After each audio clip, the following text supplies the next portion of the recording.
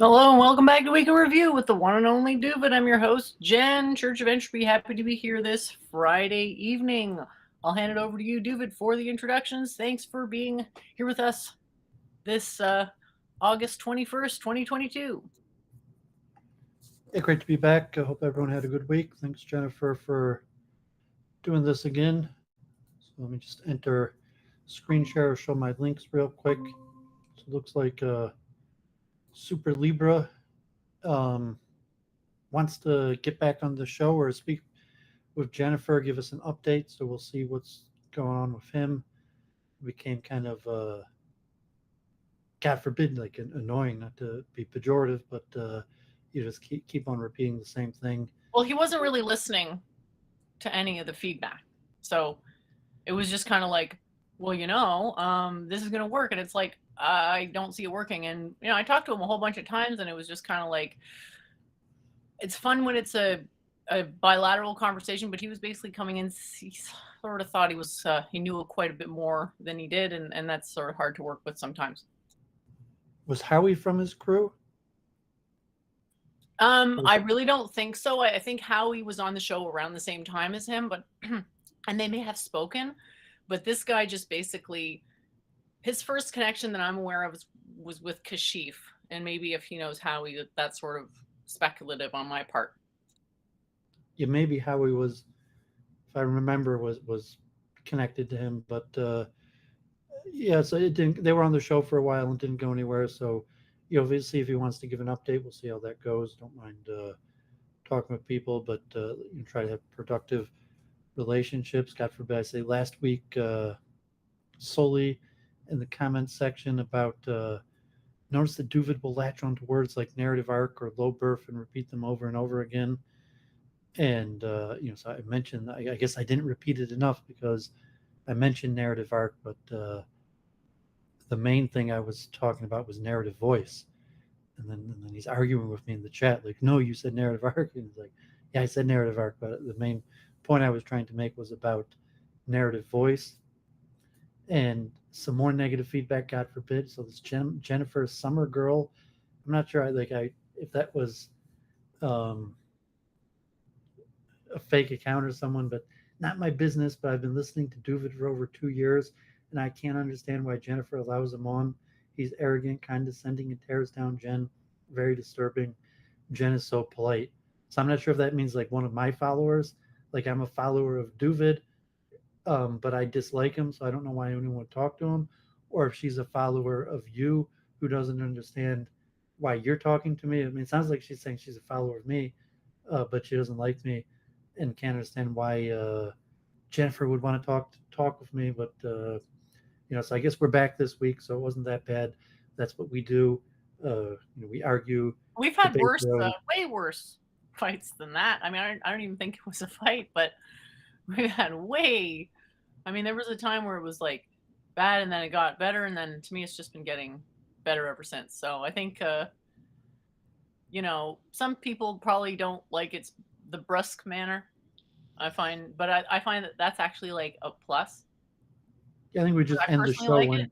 when we get into these two circular definitions where the argument's just like these infinite regresses circling around definitions um, that you just sign It's for me like frustrating. Like, I think that you thought I was doing it just to be a troll, whereas in my head, I was doing it to sort of get further in understanding. But I can totally see why it would seem trollish when it keeps circling back to having to be super precise about some, vague attribute of a definition.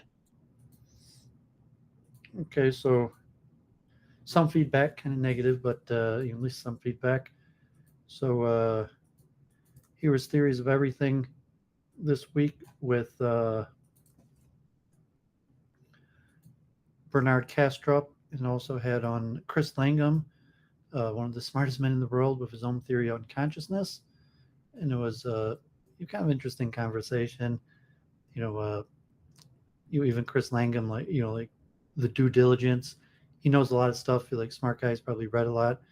I don't think that's an actual where he's talking from. It's just a background, but still kind of the due diligence level to put things forward in the the scientific paper process. So I was actually on Luke Ford, and we were talking about that this week. Like, what does it mean to be a scientist? And so it was avowed to the process of the scientific method, and following the truth. And I was mentioning the format of a scientific paper, which is unique in the style that it necessitates the historical analysis and demonstrating the origin of your idea, uh, where it's new in relation to what other great minds have thought on the idea and the implication of your ideas in the realm of the other ideas. So the scientific paper is relatively the most difficult uh, method to advance to of writing to advance an idea. Although to some extent there's a generic process that if you're trained as a scientist, like you have to publish every year, and so you could just be involved in research and pump them out. But to start in the process takes quite a bit. Ben Shapiro talked to Netanyahu, and God forbid, if Jennifer wants, we could talk about violence this week. But I saw that God forbid the assassination of Alexander Dugin's daughter, and I'd mentioned Alexander Dugin was on John David Ebert a few weeks ago. I shared that, and I'm not such a Duginist. I've never read his papers. I've seen some of his programming. He's a pretty big name. The Russian programming says he's like kind of a bigger name in the West than in Russia, where he gives kind of pro-Russian sentiment in English audiences, and maybe his daughter's also. But God forbid his daughter was assassinated, and I'd been planning on reaching out to John David Ebert to speak to him again about Joseph Campbell. And Duggan just a few weeks ago was on, or a month or so ago was on Ebert's channel.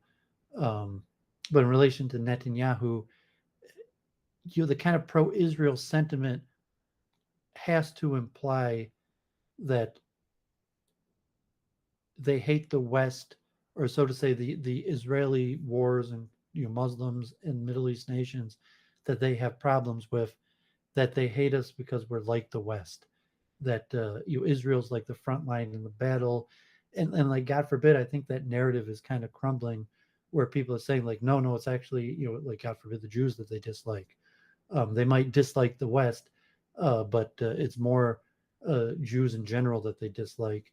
And so the Netanyahu narrative that was portrayed during the Bush era or for the last decades with the new rise in anti-Semitism um, is probably crumbling.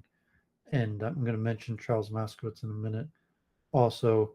Um, but if wrap that in, we could talk about the science of violence, which is important. And, because violence is a reality. And if there's no rational way to talk about it, what do you do about it? Um, so here I'm watching this program, a little interesting.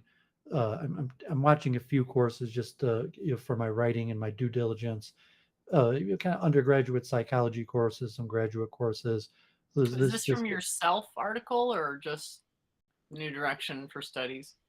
well, it's more. I mean, I want to write my article on the self, but it's proving a lot of research.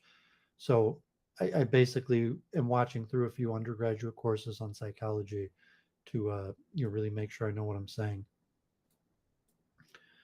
Um, Here's something. My next part of research. These are some good presentations on skill acquisition. So I'm going to be getting to that hopefully pretty soon.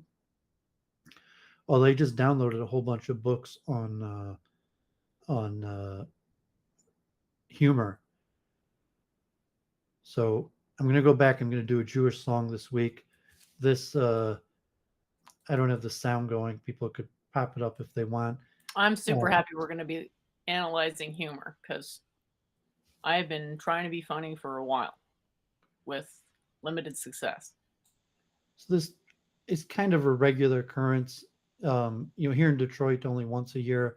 In New York, pretty commonly, where a politician will come and they'll honor the politician and let the politician address the congregation, and they'll have all the kids sing a song as the politician comes in, like a choir, usually a biblical verse. I think um, Half Galician shared that with me, but God forbid, Ed Dutton was on Mark Collett interviewing David Duke, still around in his 70s, and group conflict. God forbid, David Duke focuses on the Jews, and pretty controversial figure. Had been on JF as a regular guest actually when I was talking with JF, and so here he's with Ed Dutton. Ed Dutton is, I guess he's pretty controversial, but he's not as controversial. And so he kind of trying to put himself as like the rationalist, trying to understand the mind of a radical, uh, as where a lot of people would say, Dutton himself is already radical, but it's relative. Now you see, the planets aligning. God forbid, uh, Adam Green finally gets his interview with Owen Benjamin, and it was actually semi-friendly. Like they're pretty much in agreement on, I guess, their counter-Semitism. God forbid. So, but interesting conversation there. Um, so I didn't share. I spoke with Charles Moskowitz again this week, and he had um, this, God forbid, uh, denier, historical revisionist who like really wants to talk to him, debate him, who was on E. Michael Jones this week. And Charles Moskowitz is one of the, me and Charles are like from the few people out there willing to speak to counter Semites. And Charles is like, I don't want to talk to this guy. Um, so I'm not sure, but he had a whole program where, like E. Michael Jones baiting him, to like, oh, Charles Moskowitz is the only guy who's willing to talk to us. And now even Charles isn't sure he wants to talk to this guy. So we'll see if that happens. Like, it certainly won't be on YouTube. And ironically, this guy is running for governor of Massachusetts. Charles is in Boston, or this guy's streaming partner, woman, is running for governor of Massachusetts. So CNN is having their special on anti-Semitism tonight, the resurgence of anti-Semitism in America, God forbid. So we'll see if that goes anywhere. I kind of got in out of debating and talking to these guys, and Charles also seems like that, like he wants to get out of it, but it might be more important than ever. But it's not fit for YouTube. That would get us kicked straight off of YouTube. So that's all I'll say about that. Yeah, like I'm not even sure it's worth even mentioning them at all. I'm not. Yeah. I don't think that'll get the channel in trouble, but it's Well, yeah, I was very People are careful all and kicked off YouTube, I think. So use coded language even just to mention it. But see that there is some pressure to return to conversations like that. But those wouldn't have. I mean, some pressure from who? Well, I mean, historically, those people were on Week in Review with Jennifer, a few years ago. I don't know who you're Like a lot of those people. Well, I mean, a lot of like Norvin, OV,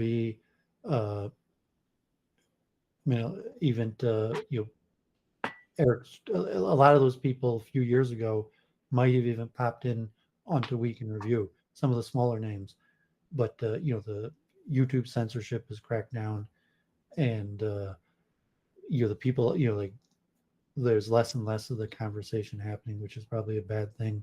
So Doooovid. Yeah, well, how do you know? I mean, and you know full well there's people that don't agree with you on how you feel about that. Well, I follow the stuff. I mean, that's probably. And they oppose you to talk about it too. So just so you know. Yeah, so I mean, that's probably one of my main areas of expertise or specialty. So, we'll see if that goes. I mean, it's what I'm definitely most famous for.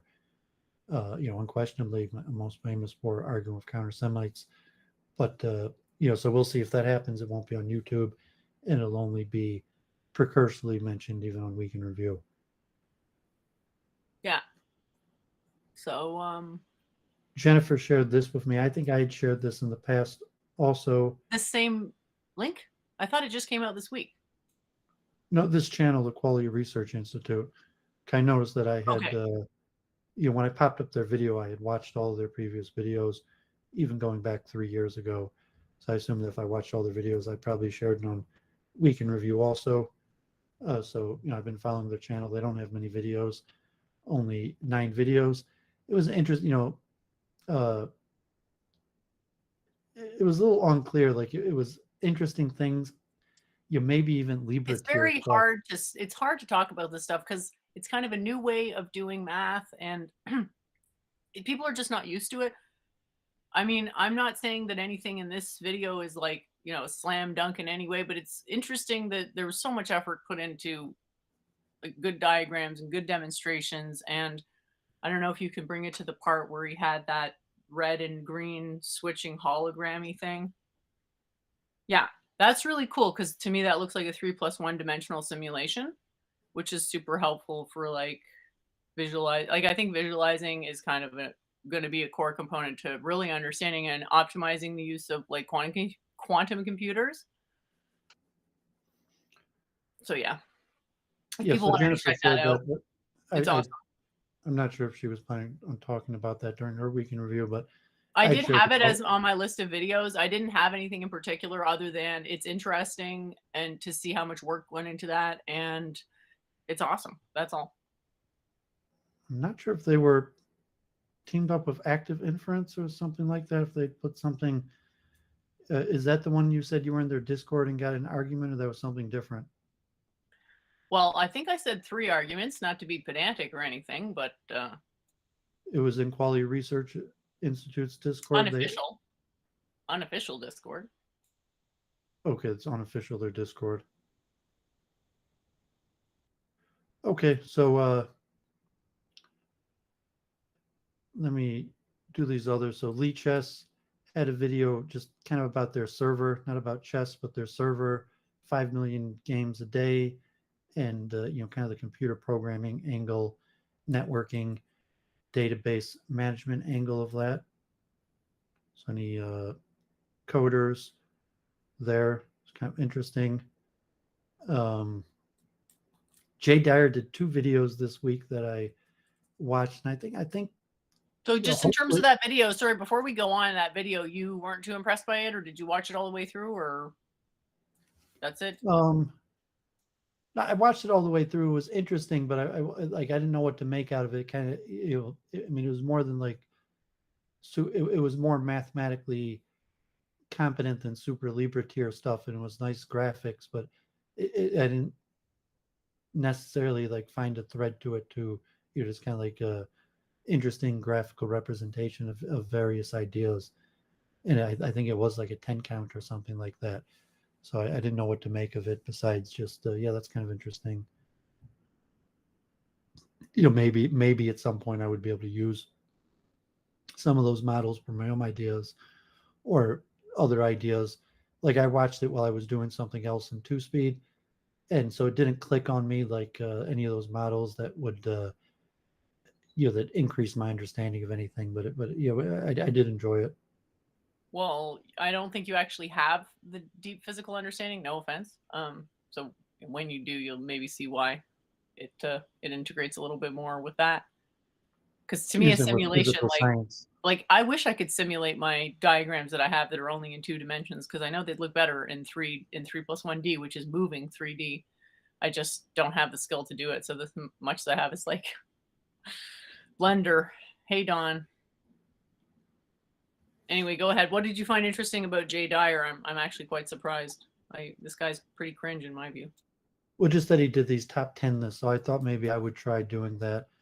Like make a few videos, maybe a 10 book recommendation overall, 10 science books, 10 consciousness books, 10 Judaism books, or maybe like 10 Hinduism books. So I thought it was reasonable, interesting. So his one book on like 10 books about like the globalist elite. um I have Tragedy and Hope, and actually Brundle recommended that book, and I watched Jay Dyer's series on that. But most of those books didn't interest me that much.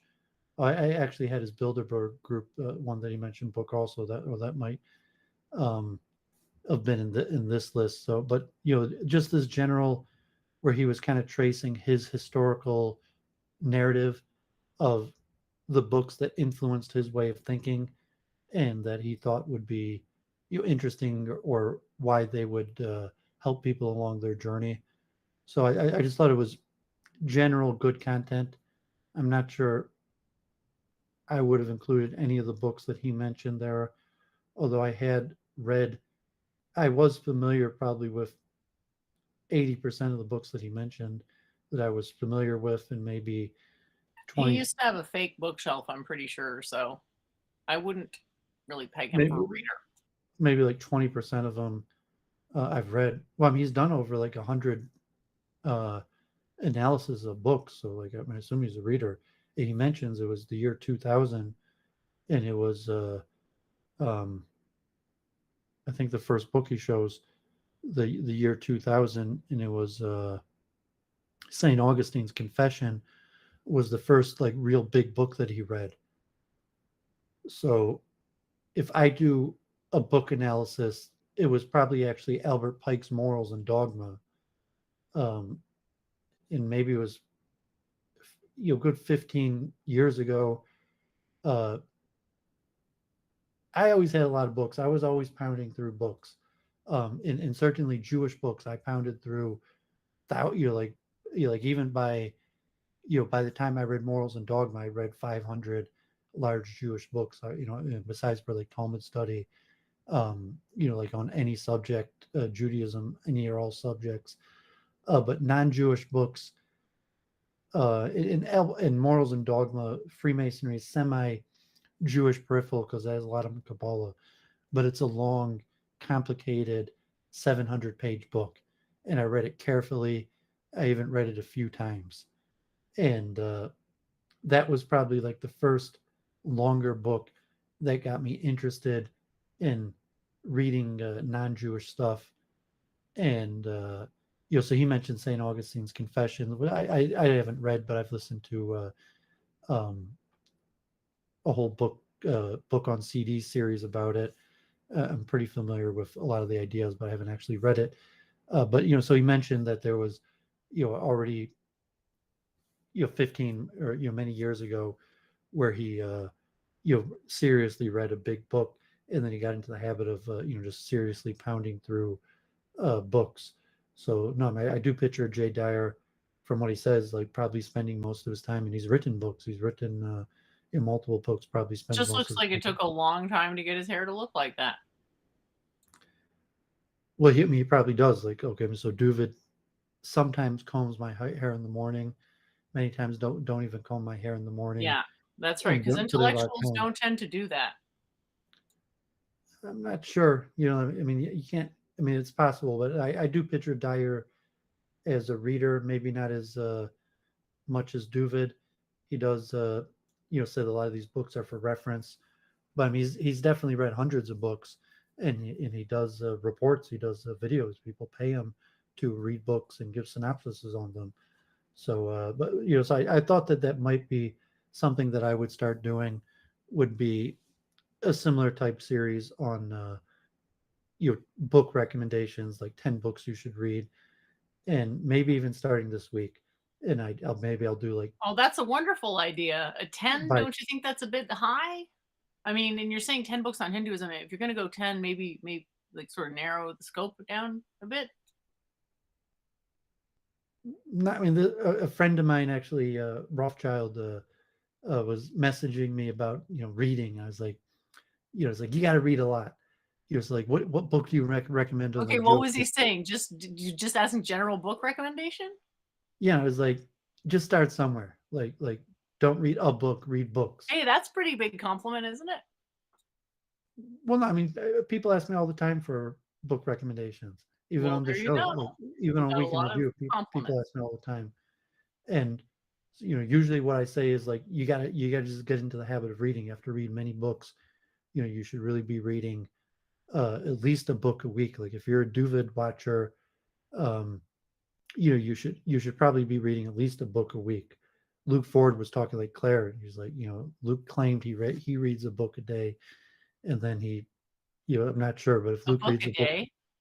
Seriously? I, I read a book a day. Like a I lot of things. believe you, but I'm not talking about you. You said Yeah, Luke said it does it. yeah. I'm not sure if Luke, he maybe reads but I'm sure Luke reads a book a week, and that's what um, my my friend on Facebook from Metro Detroit, the African American convert to Orthodox Judaism, does book recommendations. He reads from the Torah, smart man, and married an Asian woman. And, so he was saying he made a list of books that he read last year, and he read about 50 books last year. And, so he was saying for an Ashkenazic Jew, reading 50 books a year isn't that much. And it's like, yeah, I would say for like like an Ashkenazic Jew, um, it's probably average to read a book a week, 50 books a year. Your average American only reads 2 or 3 books a year, and like chess books. People who play chess, I've even read probably like 100 chess books, just on the subject of chess. So you're thinking like I could do a top 10 chess book, just chess books. Saying like you want to be a good chess player, you got to read a whole bunch of them, and I could easily recommend 10 books on chess. My shelf on Hinduism, I have uh, I have over 10 books just by Ashish Dalala. I have Sri Nandana, the chairman of the Detroit ISKCON. I have over 25 books just by him. So I have over 10 books by many authors, single authors. If you really want to understand a subject, you have to read a lot. And so if you read a book a week, you could read 10 books on a subject in a year. It's unlikely, if you're in school or something, but it's likely. So if you want to be an expert on something, like to think, well, I've read 10 books on the subject. You say, well, you want to be expert on Judaism, like I own over 1,000 Jewish books, and I've probably read 3,000-4,000 books on Judaism at this point. Like Rabbi Avadia Yosef, the chief rabbi of Israel, had a library of 40,000 books of Judaica. The Lubavitch Rebbe's library of Judaica was tens of thousands of books. Doooovid was a librarian of Hebrew books. So, like, not only I have my own Judaica collection, I'm familiar with the corpus of Hebrew rabbinic literature. I was a librarian. I made an index for 2 different synagogues of thousands of books. So I'm familiar with the canon, but I'm saying like the big rabbis have read tens of thousands of books. So I mean, with this guy Leib Gershon in Metro Detroit was saying he reads 50 books a year, which he thinks is average for an Ashkenazic Jew. I agree with him. 50 books a year is average for an Ashkenazic Jew.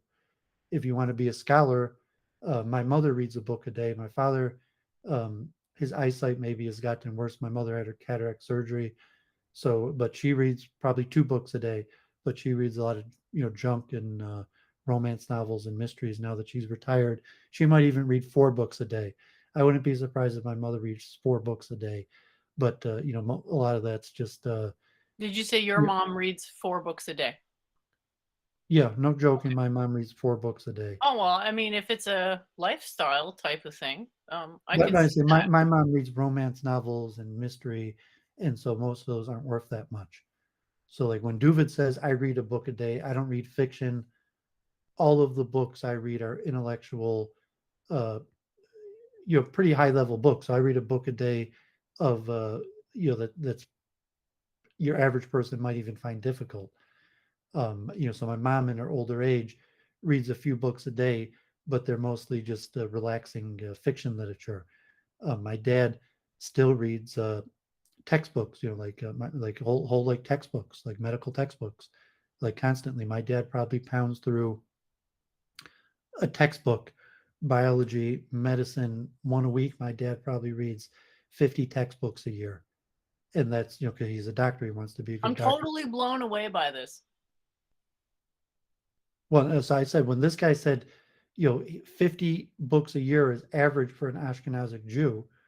So I was saying like you have to, you don't have to, but if you're following Doovid, you should read, and you should read a lot, and you should aim to read at least a book a year, a book a week. And if Jennifer's not a reader, it's probably to her detriment, in my opinion. What do you mean, the Virgin reading books, the Chad streaming live with Doovid on Week in Review? Well, And I mean, I don't to your learn through detriment. reading books, but I read a lot. And I engage in conversations that involve a lot of reading. So just because I'm not reading books doesn't mean I'm not staying sharp intellectually. Yeah, so I'm saying, like, I have 500 books on Hinduism. I could easily recommend 10 books. I have a whole shelf. I have 300 books on engineering. I could probably recommend 10 books on civil engineering. So I might try to do a series of streams like that. And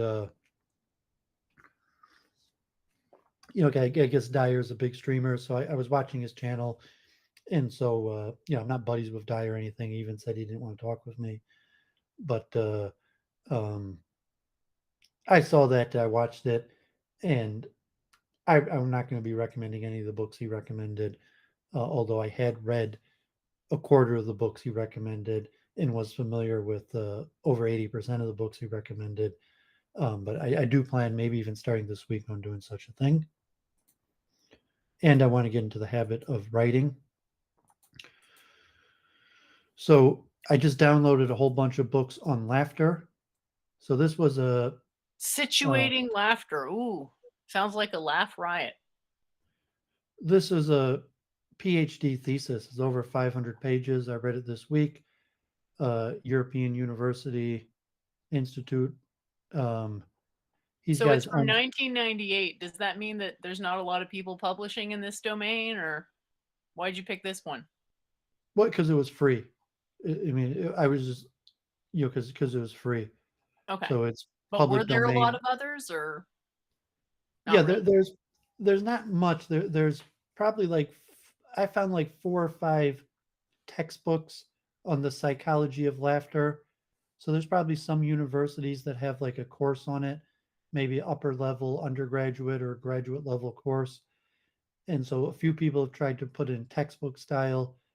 There's a handful of books, although not many, um, popular science or psychology books on laughter. There's some academic work like this that I guess is in the public domain. So that's the main reason I read this, because it was just pretty comprehensive and it was free in the public domain. Um, so I thought I'd share that just because it's free. A lot of those textbooks are kind of expensive, so it's a type subject that it's pretty expensive.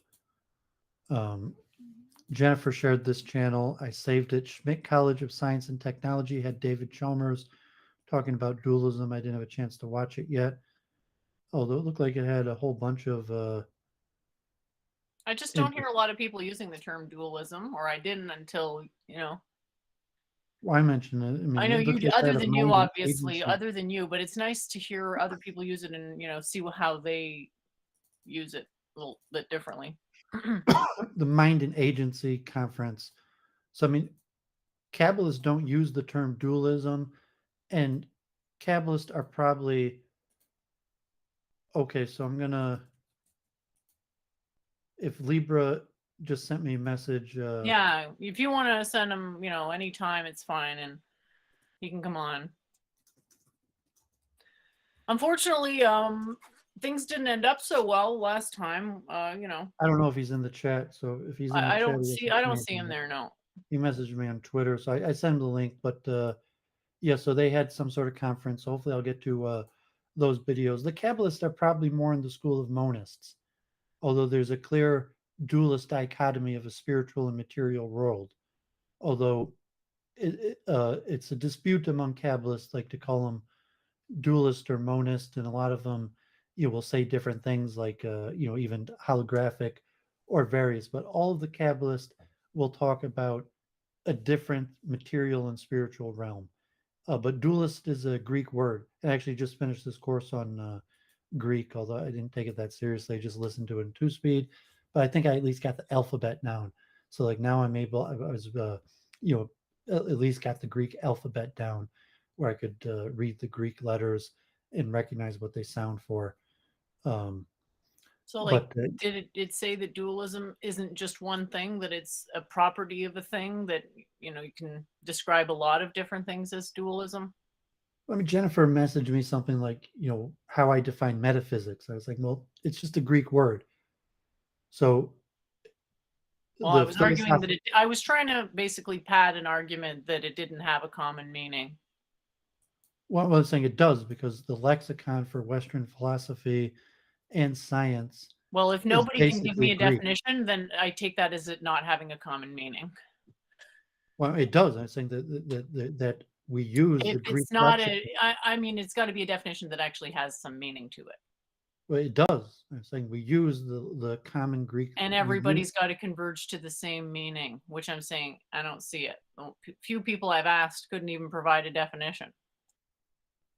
um maybe, but I'm saying it's just one of many terms like Could you even define a term like math? I'm sure you could. Most people probably couldn't define a term like math, if even if they had access to a dictionary, and even if they had paper and many well, hours I'm to just do it. making. I mean, you seem to be missing the point. I mean, they're all Greek words, It's not about and that. It's about whether they it have is a about common that. definition. And my It is. I mean, question wasn't about that. My question was about something else.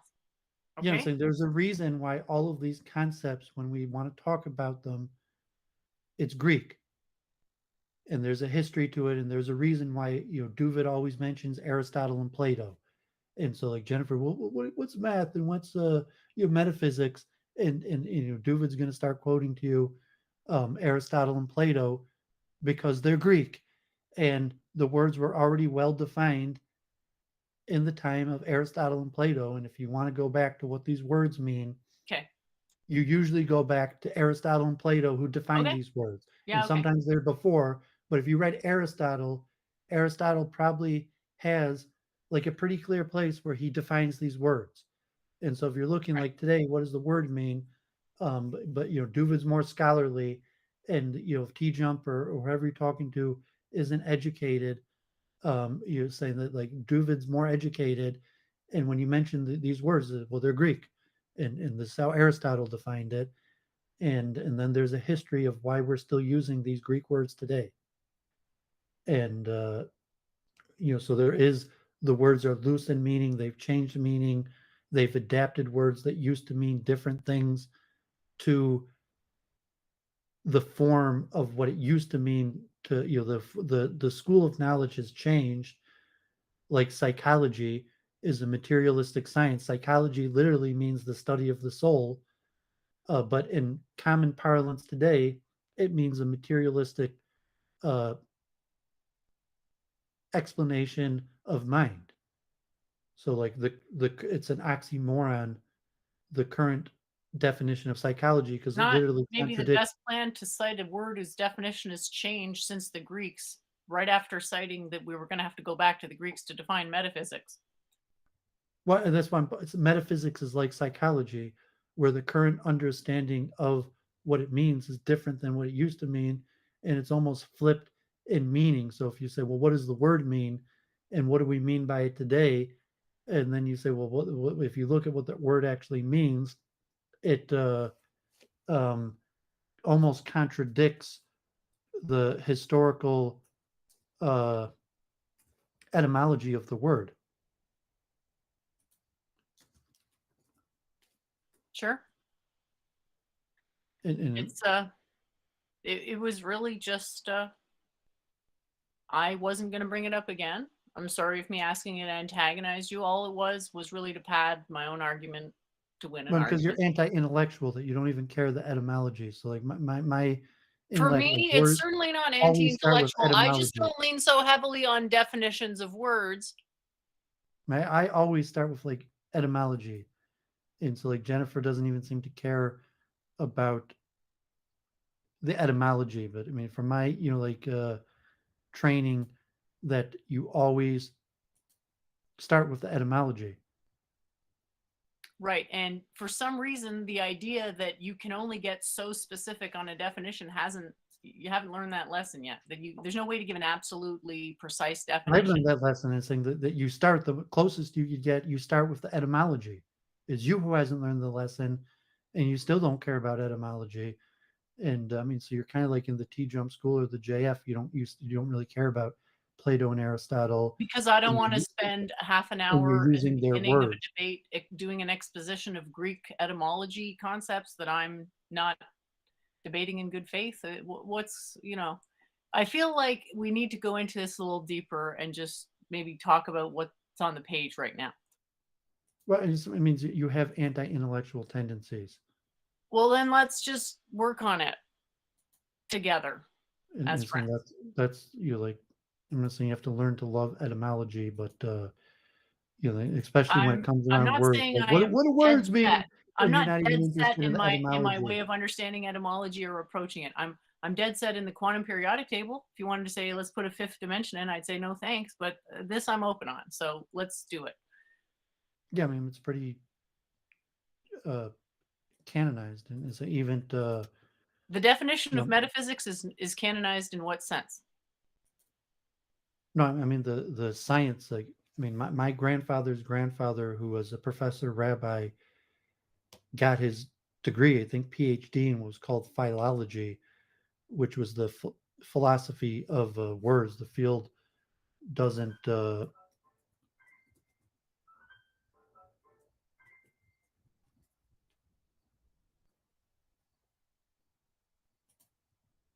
If I, the field doesn't.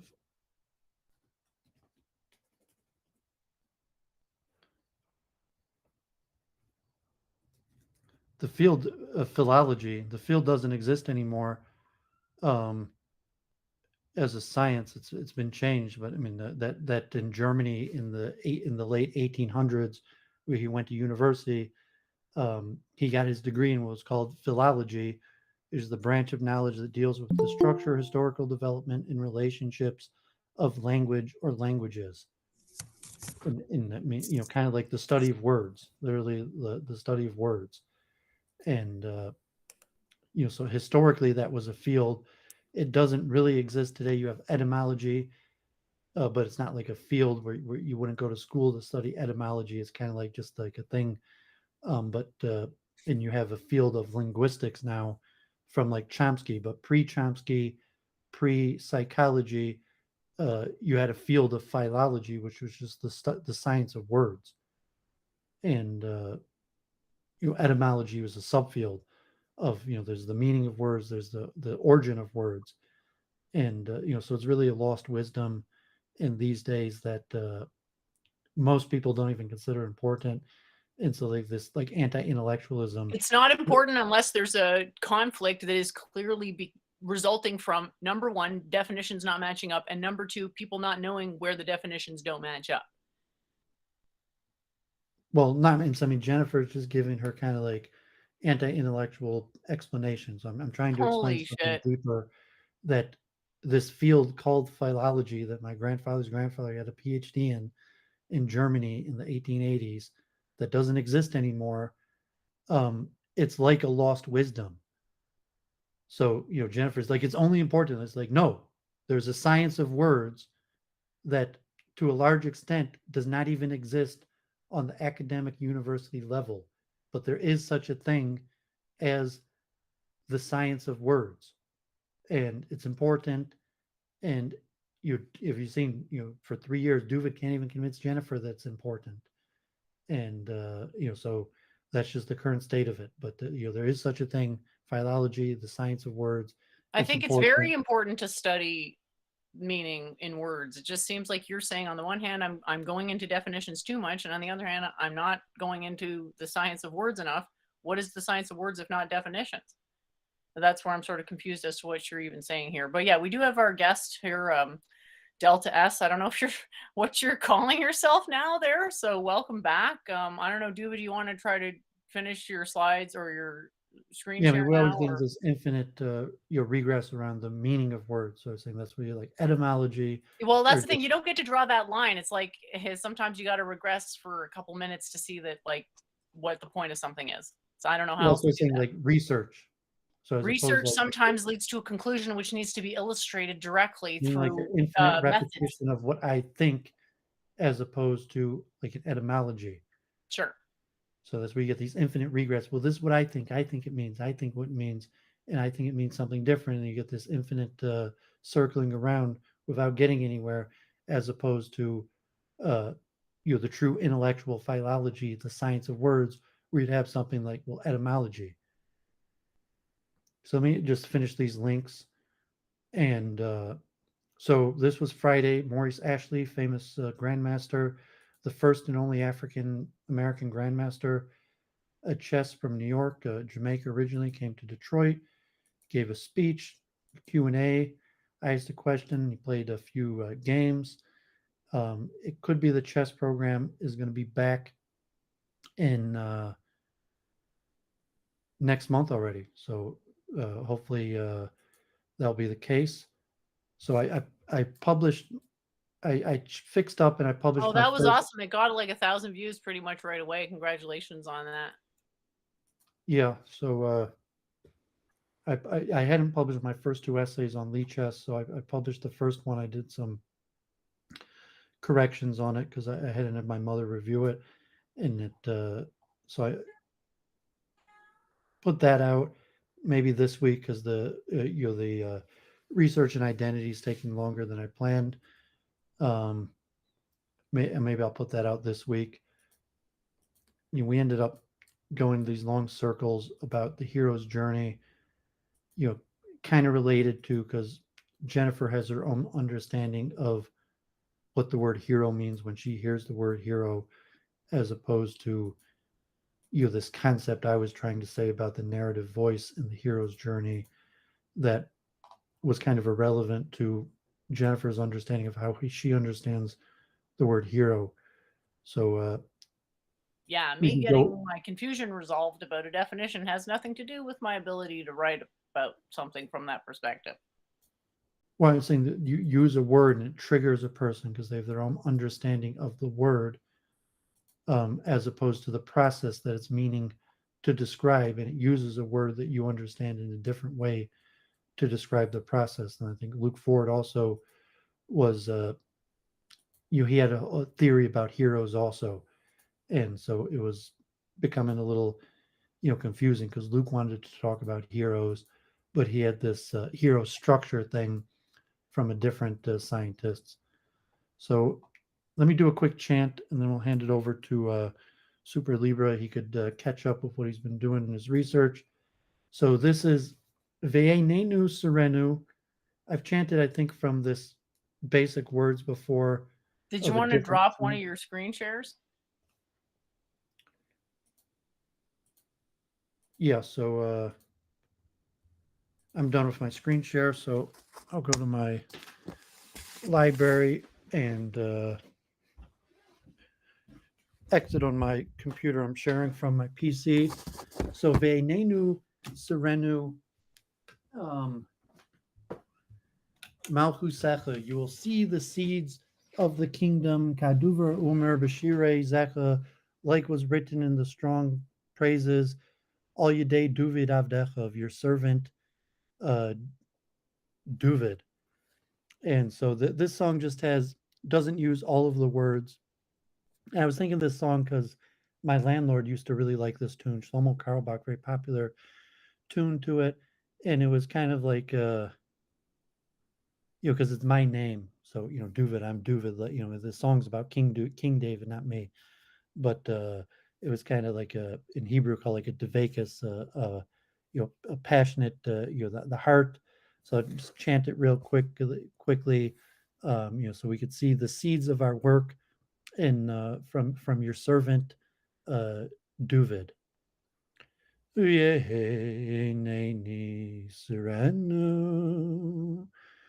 Serenu Malchisachu. Yehenenu Serenu. Serenu Malchisachu. All your day, Doovid. Doovid Mashiach, all your day, Doovid, Doovid Mashiach.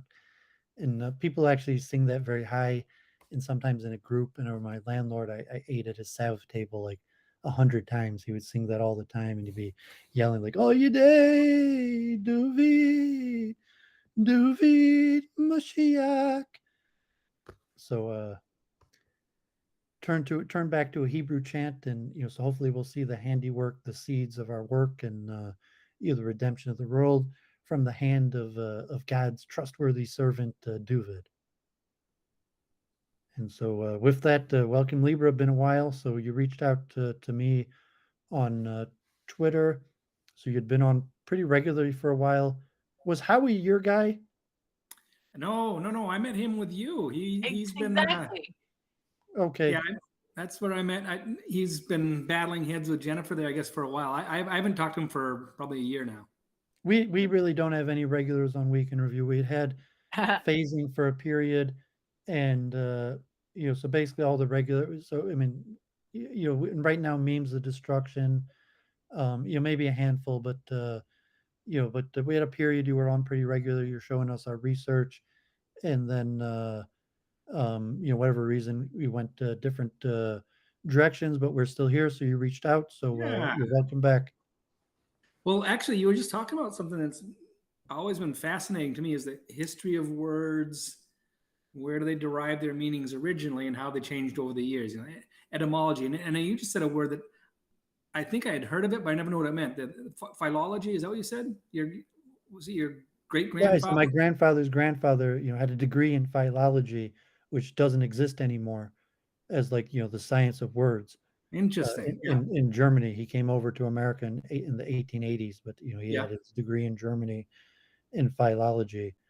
Um, a lot of these kind of arguments are over the meaning of words, where people yeah. understand what the words mean differently. And so, you say, okay, well, I understand the word to kind of mean this. This person Yes. understands the word to kind of mean that. And then you have maybe a more objective history of the origin of the word, like the etymology and its popular usage over time. So you can say, Yeah. well, I'm going to continue to use the word the way I like to use the word, but then also to make a note of the actual science of the word. Yeah. Well, that's one of the main drivers behind, my little project was you talk about what a word, what does a word mean? Well, it depends. Ask someone else. Is it exactly what you think it means? And that's rarely the case. You know, um, we're watching. Everybody's seeing the same thing. The whole world's kind of crazy right now, and there's these competing narratives about what the truth is and what should happen. And we just have this internet for everybody to yell at each other, and there's no resolution, not on the internet, because it's just if ultimately you win every argument because you don't want to hear anybody that doesn't agree with you. That's the history of the internet. So anyway, but I wanted to get at the root of the meaning of the words in a real sense, not well. It started in That's not Greece. And it meant, possible, though. well, That, I mean, in practical terms, yeah, you're right. Some of these words, their history is so long, you don't even know where they came no, from. that's not why. It's because of something called dependent origination, that words have meaning only in relation to each other and in relation to their implementations in the world. And Yeah, you're going to eventually get to some sort of circular definition. And yes, so yes, yeah, philosophy actually doesn't start until you've gotten past that and agreed to what you might call an ontology or synthetic values system that yeah, is atemporal. So that even though it's not something that can actually, it's basically, I don't want to say unfalsifiable, but it's a way to make philosophy predictive. A yeah. way to make Okay, to actually recover meaning, because you don't get around the circularity, but you can constrain the circularity to a small enough domain that it remains coherent, rather oh, than in beautiful, conventional beautifully language put. where you have thousands of words, and how would you ever know where to resolve How many Right. different words? Because if words are only defined relationally, that means they're in some sort of circuitous relationship. How small do you need to truncate a circuit to have an actually relevant self-referential set? Or Yep. not relevant, sorry, but coherent and relevant self-referential set. So that's where you're basically stuck at what you might call a barren plateau, so to speak, to use the industry lingo from AI, where you're kind of just like, you can really not understand much in terms of meaning. You can scratch a little under the surface via stuff like science and say, okay, well, there's models, and that sort of says a little more mechanically, but even that's extremely superficial because everything, all the particle identities are self referential too. So it's like, what's a Well, proton? Well, it's, it's right. Yeah. not, Yeah.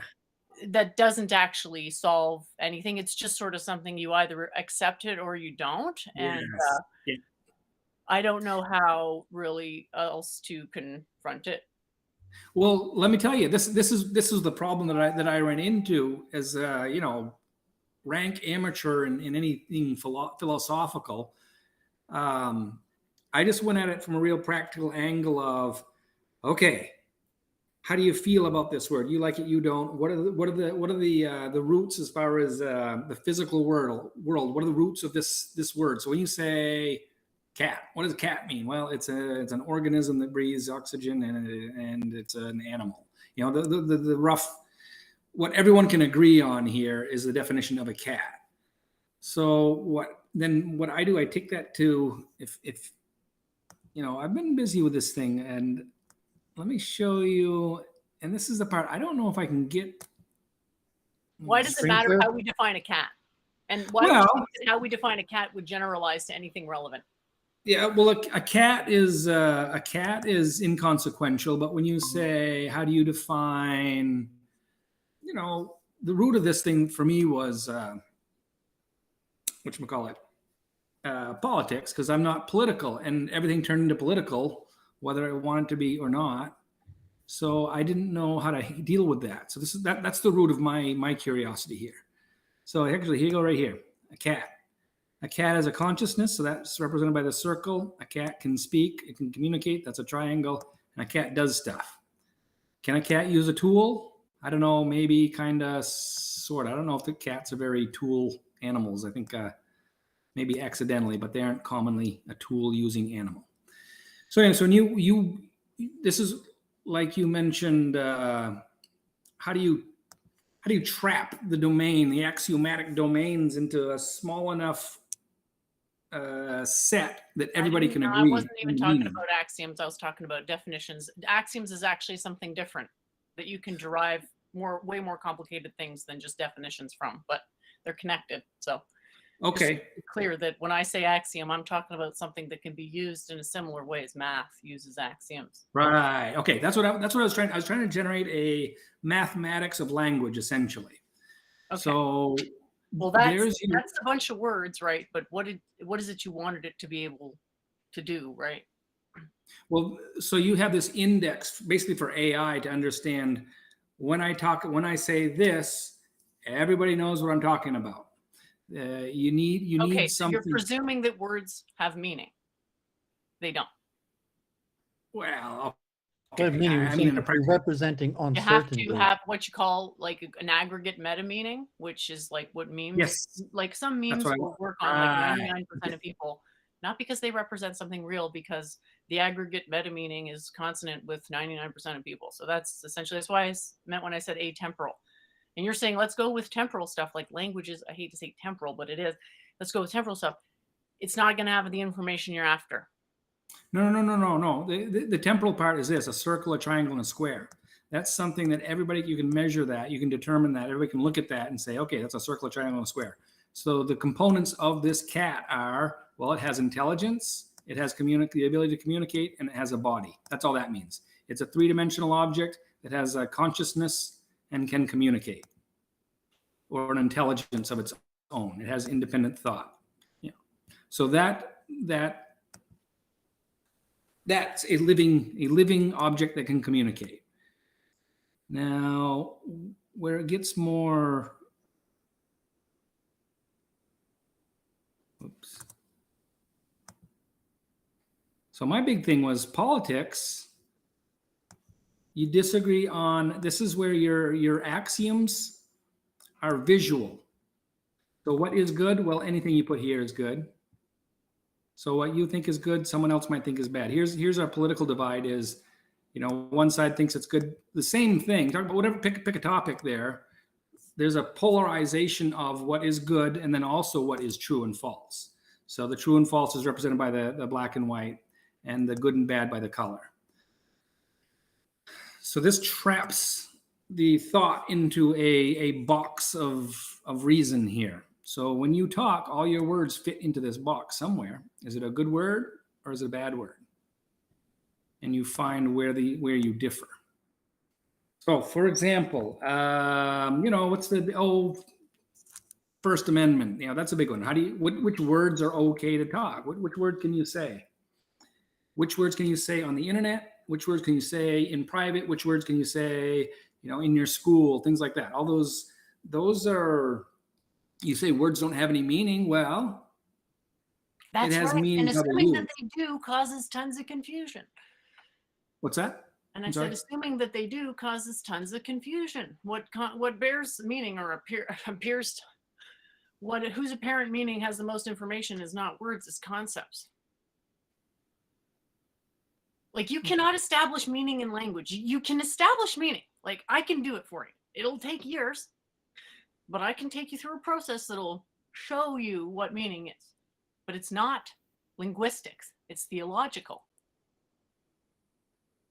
Okay, but because language does not convey a whole lot of meaning. It conveys what you call relative meaning, which is a tiny amount relative to what's actually important in predicting what happens, which is absolute reality, which contains things like laws of physics. Yes. Okay. Yes. I'm in full agreement there. Right. So, but your model seems to presuppose something different, that it's possible to fine grain this, and you're basically saying, well, these measurements mean something, and this is the same issue as what it was last time. It's not clear what your measurements mean, and you don't know whether you're actually increasing a bias that is an unwanted bias in the way that you're voting. Well, unwanted is that's a subjective term. Well, it's not subjective in certain ways. Like, nobody wants their knees broken. If you had to pick between getting your knees broken or not, anybody who, had good reason wouldn't go with that, right?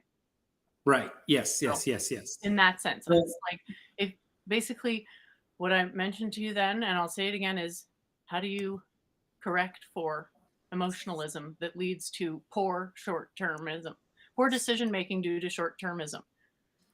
Well, that's what culture is for, right? Yeah, that's culture. So shove it off onto culture and let culture deal with it. That's not any kind of answer.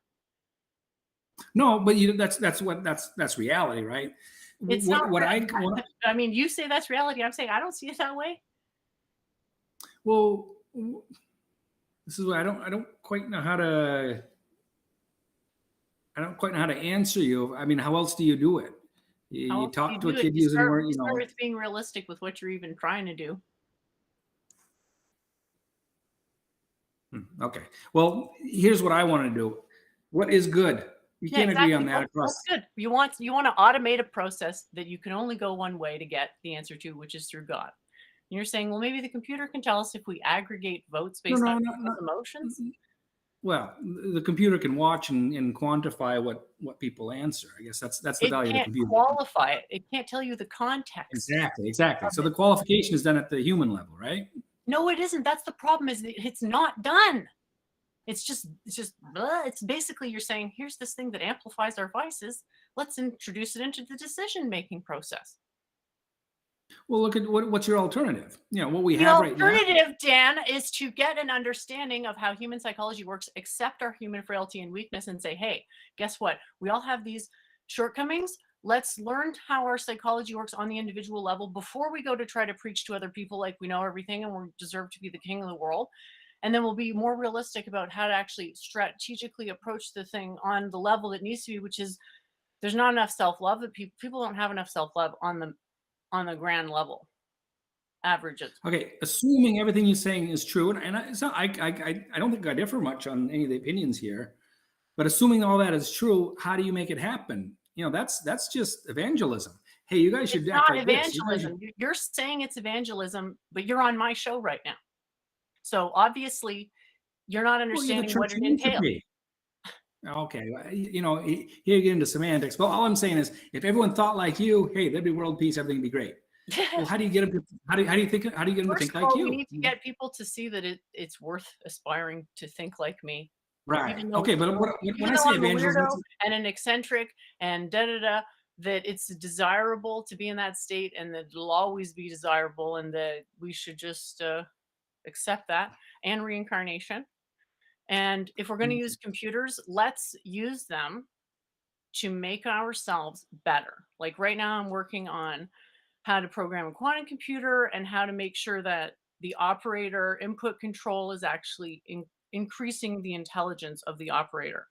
So we don't want to, right now, I'm sure you agree that computers have made us observably stupider yes, on the large 100%. scale. Yeah.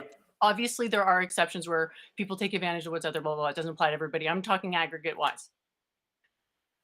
So I think that's really important, is to have that be at the helm of the decision-making process. Is technology exists to make us better to whatever extent it can. I agree. It doesn't exist to amplify our vices. It can serve that purpose, but it ought not serve that purpose. Right. Yeah. That's that's religion, right? How do you trim You down have the to get vices and people to maximize the you want meaningful democracy, meaningful yes. democratization of the information process, where you can get as much information as you want, but your faith in the source of the information is so high that you check it out, but you don't necessarily feel compelled to study every last line of every last thing. And then you don't end up with this crisis of confidence, which undermines really the whole thing. Because what the good things in this society come from a high trust, right?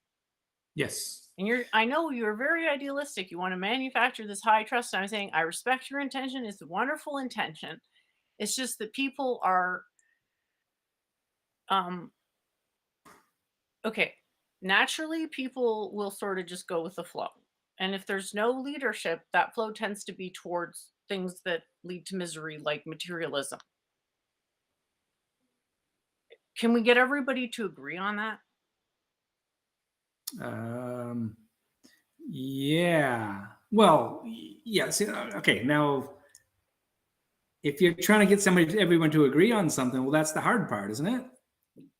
So yeah, it doesn't matter how good your idea is. It depends on the thing. Implementation I is can get everything. most people to agree that there's 3 + 1 dimensions. I can get Right. most people to agree to that. Yeah. But it's not really, politically speaking, particularly like from where you're coming from, it's not. I guess you probably wouldn't consider that salient. Right. Yeah. It doesn't matter, I guess is what I'm saying. In a practical sense, that's elitism. And I'm telling you, it does matter. You just don't It doesn't understand matter. why it matters. You don't understand why it Right. matters. Okay. You Okay. need That a could be culture. true. You need an intellectual culture to keep going in a better direction, to build the body of educational material and the culture to motivate people to actually learn enough to confront issues that can come up that are actually really hard to deal with, that have to do with human psychology, like the dark side of human psychology that most people live in non-awareness of. Yeah. That has tangible consequences in the world. Okay. There we go. No, see, I don't disagree with any of that. My point is, how do you find something that functions across all these cultures, across all these language, something that works on every computer that everybody can agree on? That's really hard. So that's why I came up with the spectrum. Of course it is. That's why you don't start. You don't start with planning. I'm going to do every last freaking thing like that. The whole crab bucket. This is how I often describe a lot of people in the West. This is a crab bucket mentality and a simultaneous crab bucket and too many cooks mentality. Who are you to come up with a unified global model? It's like, let's start with a subsample that we can, like a set that we can actually get a proof of concept of some sort. Yeah. Otherwise, you're basically in a domain of blind interpolation, where you have to know so much about the domain that you can literally just infer the models based on your own experience. Yeah, that's the part that's what I was trying to evade, that trap.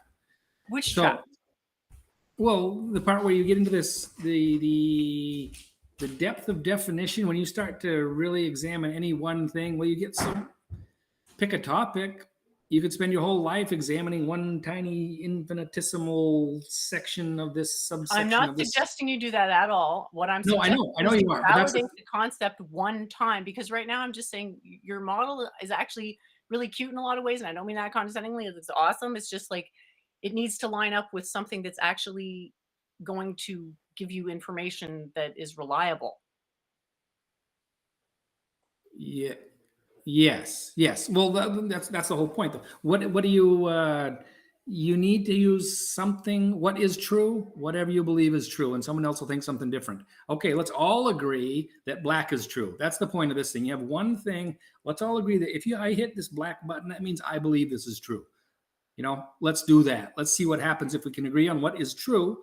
Now, you might disagree with me in certain places, and that would be the what you think is true, I think is false. That would be an argument as far as what you believe is true and what I believe is true. Okay, and then what's the implication there, that we act on our beliefs? No, the implication, it's a visualization of the split of credibility, however you want to say that. There's a polarization of credibility, or polarization of truth, meaning you believe it, I don't. Well, welcome to politics. Okay. So Okay. how do you resolve that? You can't, but you can visualize it, and then you can find over time, well, who was right over time? I thought it was true here. 2 months later, I discovered, no, I was wrong. Okay. How many times does that happen? Or were you consistently correct? Yeah, I thought it was true here, and here it is. It's on the blockchain. I thought it was true here. I still think it's true. Oh, yeah. Now the proof came out. Now everybody knows it's true. How many news cycles have we gone through where what's posited as truth turned out to be false? Or vice versa. I mean, the complete inversion of truth and false. We've just seen cycle after cycle after cycle where it's just flipped back and forth, back and forth. So how do you resolve that? And there's no necessarily a resolution, but this gives you a record of who is most accurate over time. Who can you trust over time? You do it with your friends. You know who your friends are. You know who are your friends that are reliable, and the friends that are flaky. Everyone has that. This does the same thing for a computer at a global scale. It scales. The beauty of it is the ability to scale from a device to, interplanetary, if you want to. You see what I mean? So you have one single system that everybody can use. This means true. This means false. Okay, let's throw it at something. Crowd sense what is believed. We'll check back over time. Did these people believe this, and then all of a sudden it changed? How many times does that happen? And how many people were consistently closer to the truth? They knew what they were talking about more than others. That's it. It finds the people who are most truth. That this just establishes preferences. No, because pick a topic. The moon is made of cheese. Okay, is that true? Yeah, I think it's true. Oh, we went there. No, it's not cheese. It's something else. Okay. You that if I was in charge, I would be giving out a license to make metaphors due to how shit metaphors have been. The moon being made of cheese is just not, it's disanalogous. What you're doing is you're making it sound a lot simpler than it actually is. Don't do that. Well, no. How the hell does that inform anything? Yeah, we already know the moon's not made of cheese, so that's not. Okay, that's a silly example. My point is, hey, vaccines. Do vaccines work? I don't know. It depends on who you ask, right? So exactly, over time, you're still not going to be able to isolate the cause on that. So how do you determine the truth on that? That's the whole point. That's why there's ranges of, uncertainty in science. Right. Yeah. So that's the white to black. You're not talking about the truth. You're talking about popular opinion. Okay, but opinion changes over time, and you can check back. You can find out which things are objectively true. How, like I said. So what do we know is objectively true now?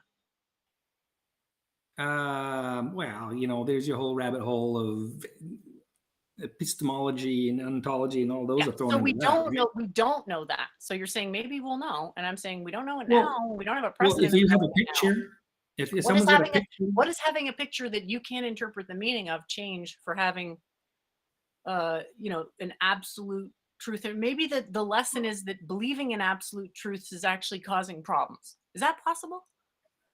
Yeah, I think that's I think that's an interesting point. I might agree with you on that one there.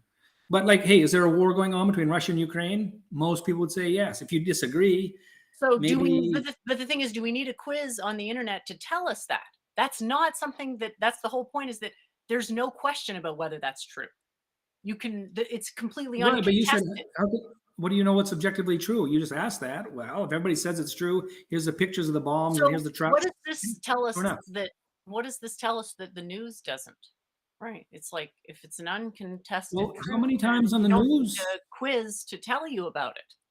How many times on the news have you seen something put up? Hey, this is what happened. Oh, never mind. The exact opposite happened. How many times has that happened in I don't know, past 6 months to you? You know what I'm talking about, right? Not not, So you're not a saying specific people thing. theoretically get some news, they think it's bullshit, they vote against it, and then theoretically in the future, later on, when the news retracts the error that they made, they get some sort of like social points. Not points. You have a history of, New York Times, whatever. Pick a news source. Hey, New York Times, you've been wrong. Everybody makes mistakes. That's okay. But if your error rate is, say Yeah, 20, but like if whatever. they're wrong there, but what if the correction is wrong? You know what I mean? So it's like No, this no, is no. not, you're telling me that Okay. this is going to help us get to objective truth, and your citation is the war in the Ukraine. I'm saying, maybe if we had a citation where we could say, oh, this computer figured out the law of gravity more accurately than any human did, so maybe it can actually brute force these other like abstract questions that we don't understand better. That'd be a precedent. Now you're just saying, I trust the computer because I trust the No, computer. no, no. I didn't say that. It's not that you trust the computer. All you're looking for is over time who's most credible. That's Credible. sort of the. That's the thing. It's not telling you objective truth. It's This just, is like deja vu here, where you guys instantly picked up your last argument from like a few years ago and well, went yeah. Yes. I mean, right I back still remember into. the I remember the conversation quite well. I mean, I'm quite Yes, I don't vested in understand why people. you just like got right back into Yeah, yeah, yeah. the same I, argument that you were doing 2 years. I mean, God forbid. Um, I like to do just. I mean, I don't. I like conversations and trying to get to the bottom of ideas and debate, but also just like well structured value proposition, like interview, like talk radio interview, yeah, like yeah. what you've been up to, what advancements. So like not like how great is your idea or the value of it, but like it's been over a year. What have you been up to? And I remember, God forbid, I mean to be rude, but I think I even unfriended you on Facebook because you were like collecting money, and it was just starting to get irritating because like you were trying to.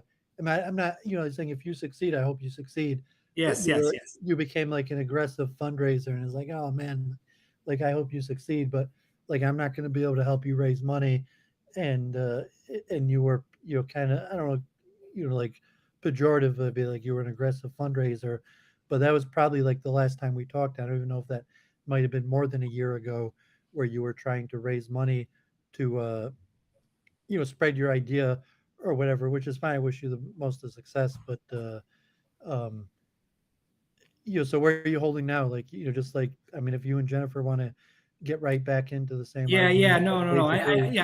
I don't or know do how you to get want out to of get these kind of loops like there. I updates appreciate that. Yeah. on what's happening?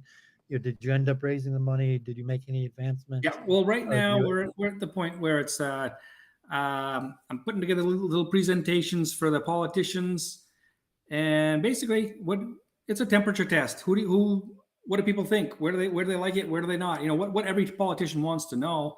Well, gives you a little bit higher resolution of those opinions of people. Instead of an up, down, yes, no binary counting of the votes, this tells you the sentiment behind the voters. The heat map. That's all you get. Heat map, and everybody sees the same thing. You see visually how people feel, and that's the novelty there. And there's a million systems that do something similar. This you one have a few different codifies. things. You have just I mean, I don't know if you had some basic software, but you had just a method of visually representing polling sentiment, Yeah, yeah, which exactly. isn't particularly complicated, but Right. using a two-dimensional method where you just basic polling, sampling, and then a colorful graphical way of representing the data. Yes, yes. So the I mean, that's benefit there, relatively simple and, to be useful. Like I'm a poll numbers guy and, I read polling constantly in like politics or possibly even science or anything. Polling is useful if you're talking about polling data, if you're talking about a method to represent uncertainty. So like I did see value in that. I'm not sure I saw economic marketable value. I mean, if you did it or you accomplished that, sure, marketable economic value, and then I guess you also have your own philosophy or your own vision of how this could help the world. Relatively like simple what it is and what it does to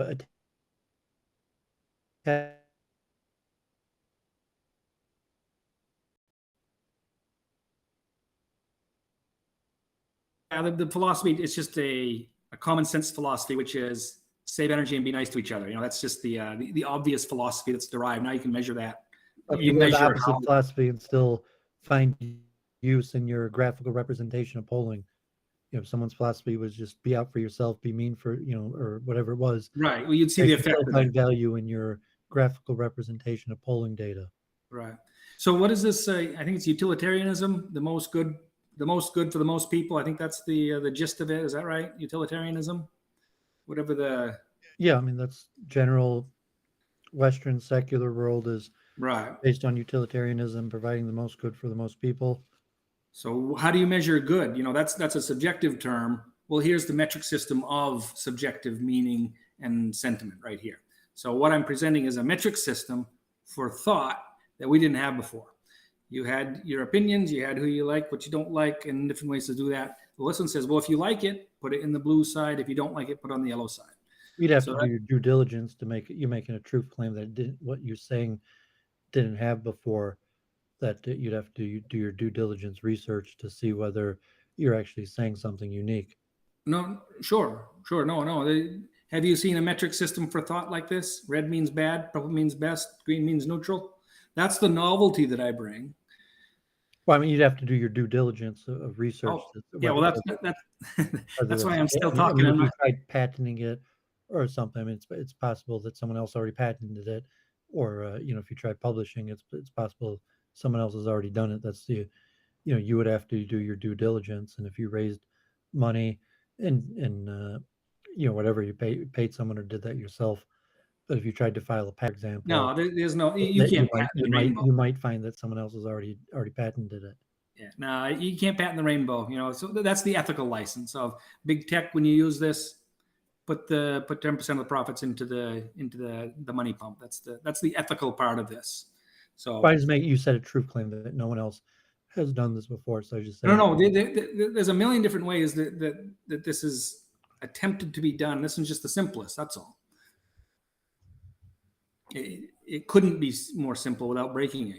There's certain wavelengths that are visible, and then the black to white. There's two continua that you didn't have before. Well, those are new indexes.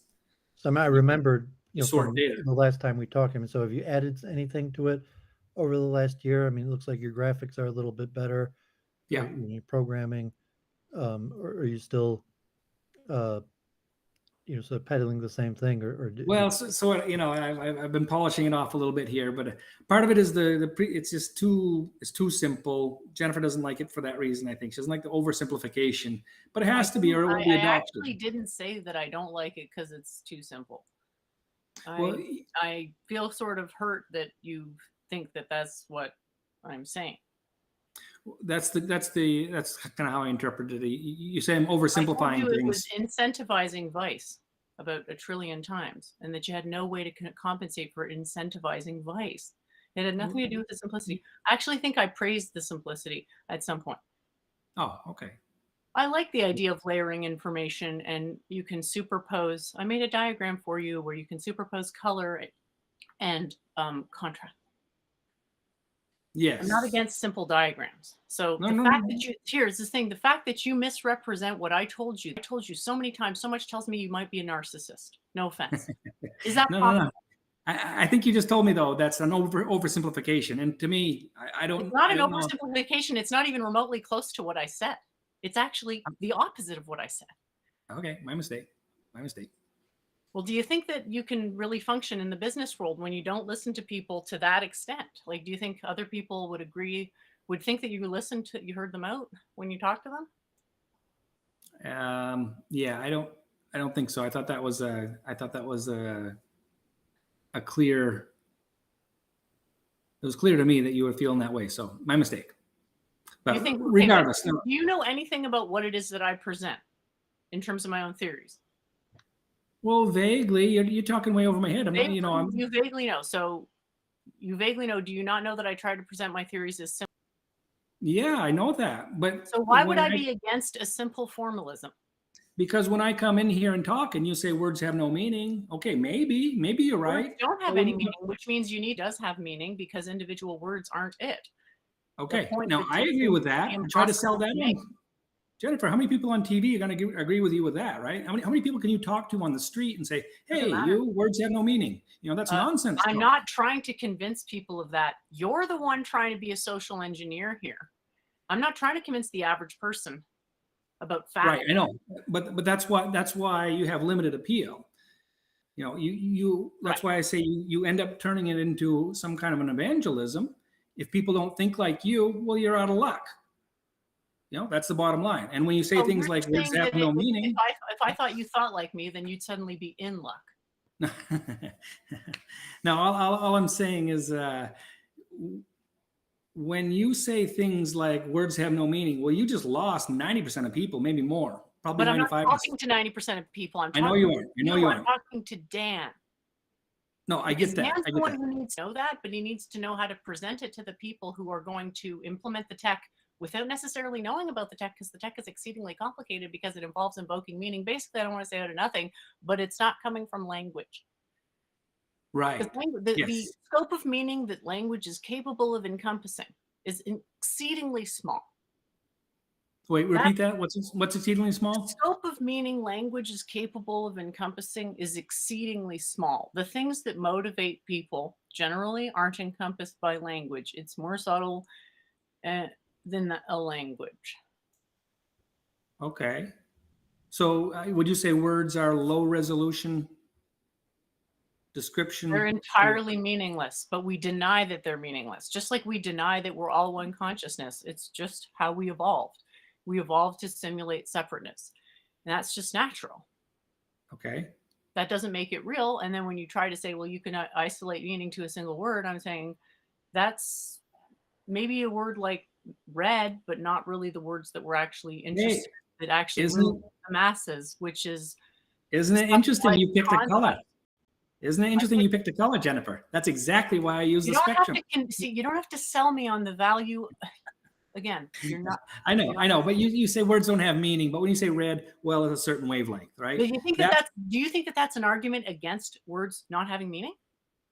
No. I'm saying the word that you chose that did have meaning happens to be one on the electromagnetic spectrum with a specific frequency, right?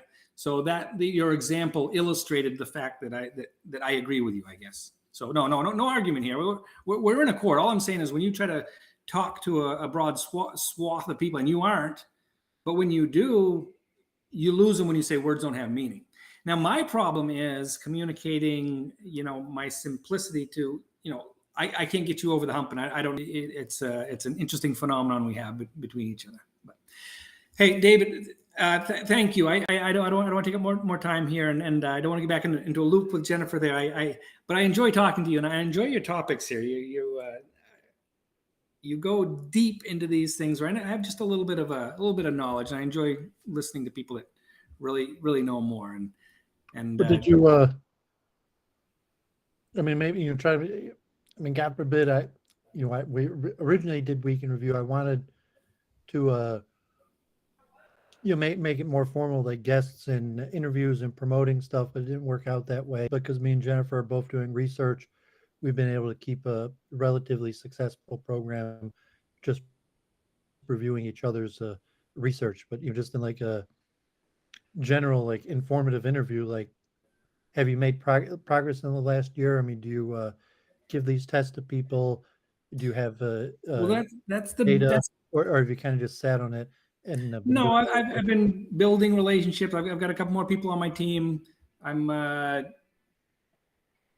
do you have questionnaires and data at this point? At this point, no, have no. you have you I've collected got data? my Like, yeah. do you I've have got my demo. questionnaires that That's you about could it. have given the data to large amounts of people and have that resource already? Right. No, no, those have been done. I've connected with a company in England now. They're basically putting together a new social media platform. So when you have this as the core, well, there's your throw this at a business. Which business has the highest quality goods? Well, the one that everybody clicks the blues and the purples on over time. And if they click a red, they fix it right away. You see once you have this one metric for quality over time with the blockchain, well, that's the end of misinformation from a news source, because they'll see it. It's obvious. Oh, you're all over the map here with your information. You aren't credible. You can't quote this news organization because they're all over the map. This one, on the other hand, they're consistently in the black. They make stuff, and over time, it's proven that they were right. So anyway, that's the gist of it. You have a whole new internet where every piece of data now has one more byte of information: the quality and the credibility. How good is this information relative to you? That's the beauty. Like words only have meaning relative to relative to each other in the Well, application. about the philosophical precursors, just saying like at the end of the day, what have you accomplished? What have you done? And you're so saying if you have your test already, you could apply your test to existing data where the data has already been given, or you have to have new samples where you're using your format of the test per questions, and then would have collected data where if you had like you're saying, like simple questions and mapped out, and if you had hundreds, thousands of people that had done that, then you would have have this data, and then what does the data mean? Anything? Can you make inferences or some sort of insight or theory from Well, your data? But you're saying you're not at the point where you don't have that kind of data. You have this. well, here's the simplicity right here. There's a picture. What does that mean? That means highly credible. Some people think no. Most people like it. Some people are unmoved. If That's you it. said You only have something like a picture of Trump or Biden, when you're thinking politics, and here's the scale, right. So that's and it's saying, so if you had thousands of people that had filled that out, then you would right. have data, and then you could have like a plot of your data, and that data might mean something, but you're saying you don't have that data. Well, there's only three answers: positive, negative, or neutral, right? So if you Well, have I mean, three a people person could answer or anywhere 10,000, on the scale, what's that? anywhere on the scale, right? Yeah, no, all I'm saying, yeah, but I'm saying there's positive, negative, and neutral. That's it. There's more and more negative, and there's more and more positive, but ultimately there's only positive, negative, and neutral. So there's only three answers on this. There's only three answers here: how negative, neutral, how positive. That's it. So you don't need very many people to see exactly the same pattern. It's just a matter of, do they shift over time.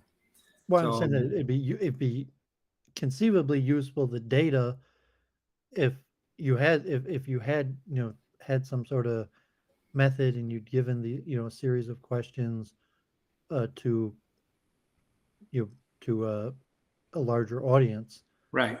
and then you're saying what inference could you make from that data? So I mean, that's theoretically, if you had you know 100,000 people took your test and clicked on it, and then you had that data, and you were representing that data Right. Yeah. of the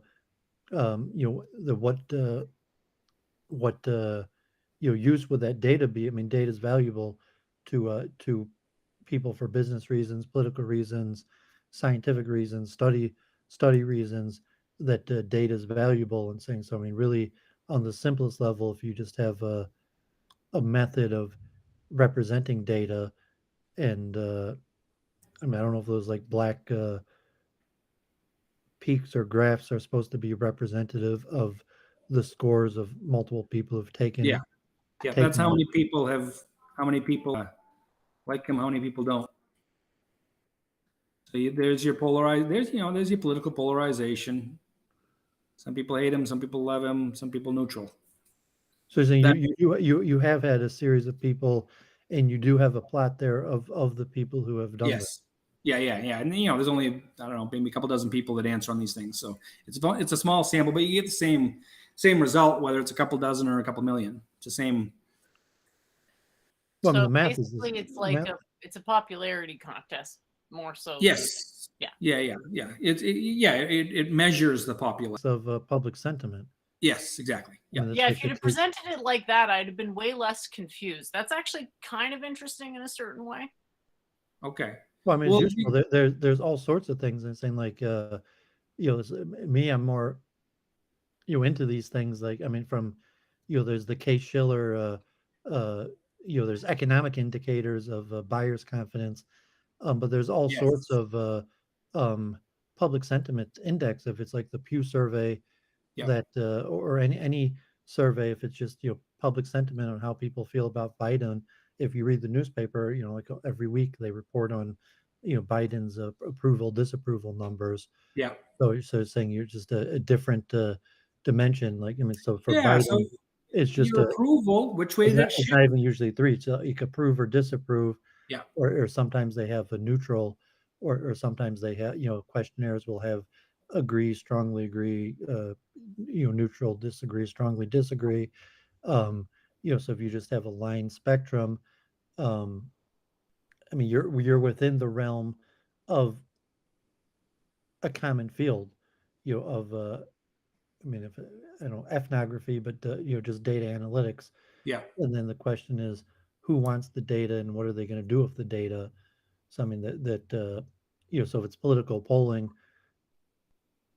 sometimes news companies will do it for the news services, think tanks that are like publicly endowed, like the Pew Survey, or you Yeah. could have political organizations or candidate like Jared Kushner bought an analytic company and did the research before Trump ran, and then he was somewhat the brains behind Trump's election, that he had gathered.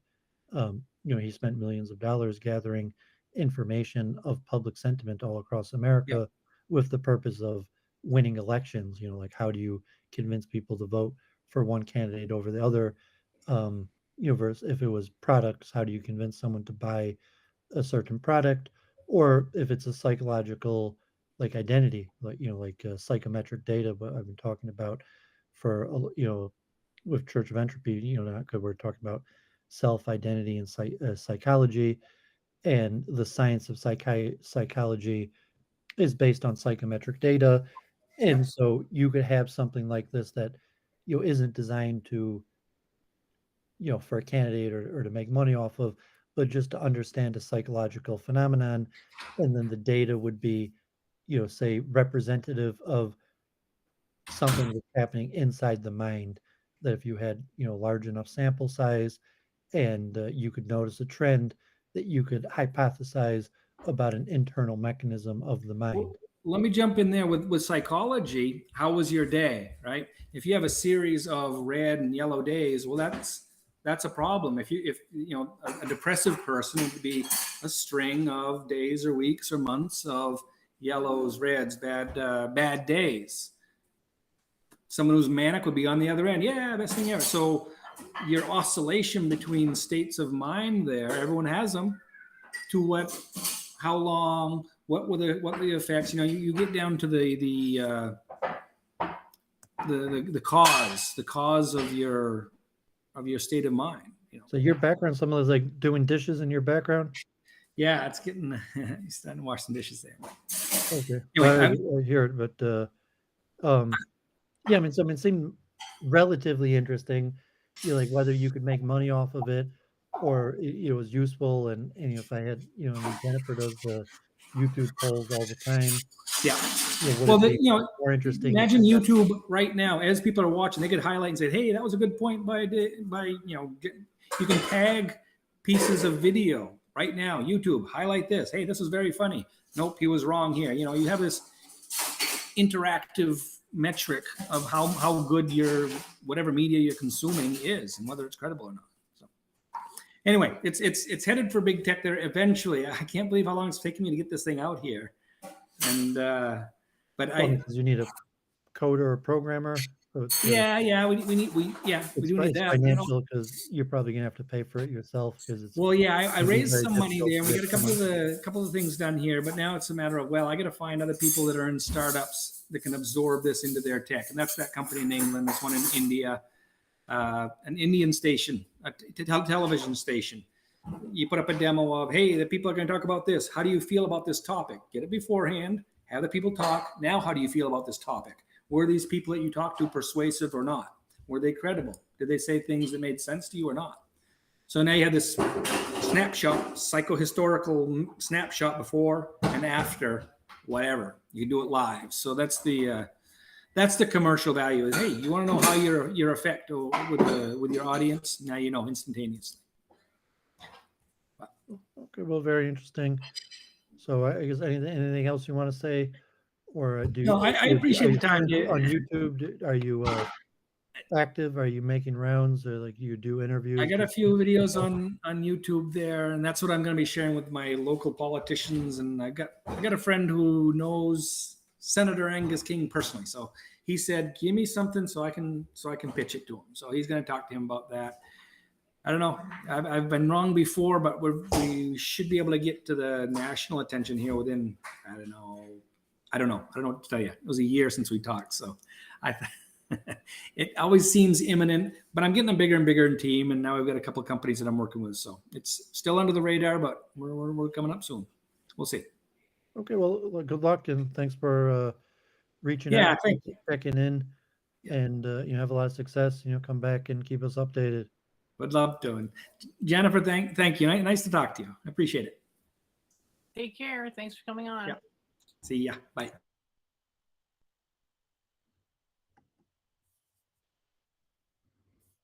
I'm just gonna adjust the there we go. So yeah. I don't know what the point of that was. Well, I mean, he reached out. He wanted to talk to you, I guess. I mean, it looked like he'd made some updates on it. I mean, I guess good luck with that. I mean, if you like talking philosophy with him or whatever, I'm not sure how productive that conversation is, or if you had some strong, but yeah, I mean, then just to update of what he's doing. And Well, I mean, I thought he was coming on to continue the conversation, because what else is the point? well, I guess he just wanted to come on to sell his thing. Well, I was assuming. I mean, that's the main thing he's doing. The main reason he's streaming is to promote his thingy, and that just give us an update. So say like, well, I'm not I'm not going to be able to put any money into it. But yeah, I don't mind an update. That was the to some point the essential original purpose of Week in Review. Not even really to argue random philosophical ideas with people, and saying that if you wanted to do that, I mean, you actually streamed with him many times. I think you made like at least 5 streams with him on your own. That's true. So I mean, if you wanted to organize that to argue with him, feel free. But no, I didn't mind. Okay. And, for just getting an update on what he's doing, and he had, it looked like he had improved his graphics or his page. He had had some polling and some data. So I mean, data analytics is a thing, and so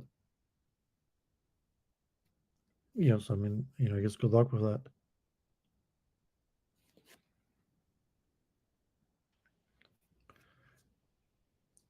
Yeah.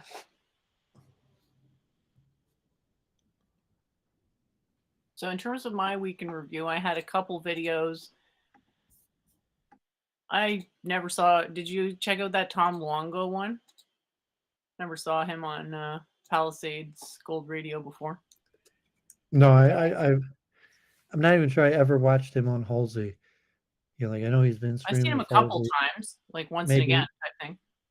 yeah, I'm not like I know he's been streaming with Halsey for years now, and I'm not sure I ever watched it. Just like Charles Moskowitz has the same guest every Friday, the Shaw, and like I never was, um, just like they start talking it, and I couldn't get into it. So, no, so I just, but good for him. Well, anyway, there were some interesting anecdotes about You shared that woman from politics Jai and such. Devi who was arguing about Hinduism and Christianity, and yeah, I couldn't really get into that. Like, there's a lot of content out there. It's like peripheral people that, and if it was Halsey, I might have tried to watch it, but just like a guest who's on Halsey that I never really spoke to, it wasn't enough for like that. That woman who's on Jai Devi that I never really spoke to, wasn't enough for me to get into it. I just thought you might have enjoyed her debate style. I don't know if this has been shared here before, but Kiskit, 67K subs, put out a correlated quantum noise surprises and opportunities. So people who are interested in quantum computing type stuff, this using the signal in the error is exceedingly important, because if you're using error, then in a lot of ways you're sort of not interfering with the signal again, which is like, it's all about minimizing interference with the original signal. So if you can get information from the signal and from the noise that the measurement makes or that the signal makes, then you can, like, if you can decorrelate such a thing, then you can get additional information that may be slightly different than what was originally measured. So very interesting, very complicated mathematically. So anyway, probably not super beginner friendly, but yeah, that's all the videos I really wanted to share. And other than that, I had like diagrams and stuff. So it looks like you're having a snack, so I can just blab for a while. Okay, we look at your paper too. Oh, awesome. Yeah. It's huh.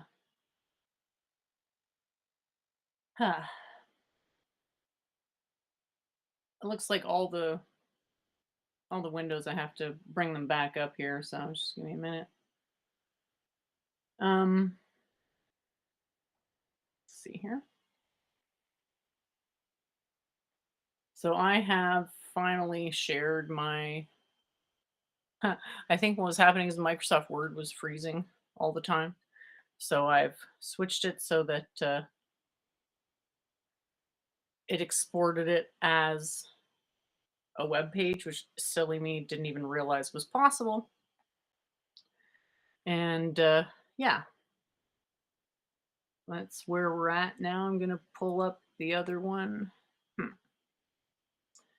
Just have to find, okay, here we go. Okay.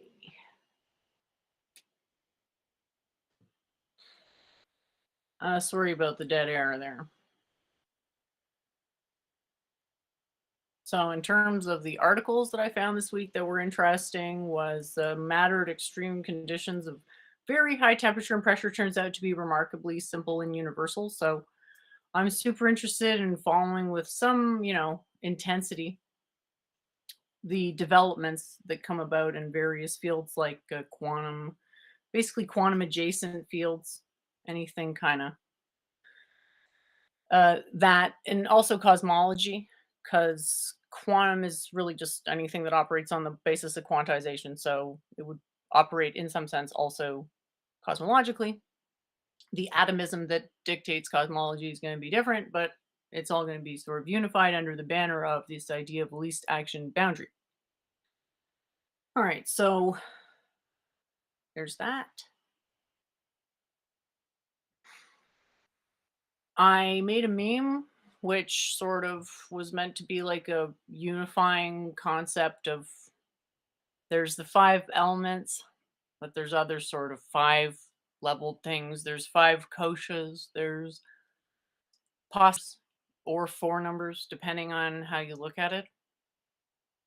So I had this book in as one of my examples of 5 things, which if you think of the quantum periodic table, you can have like you can have 3 plus 1, which is 4, but then you can have the entire thing as one thing, like a monism within the QMPT, which kind of collapses it to the hyperbolic figure 8 to complement.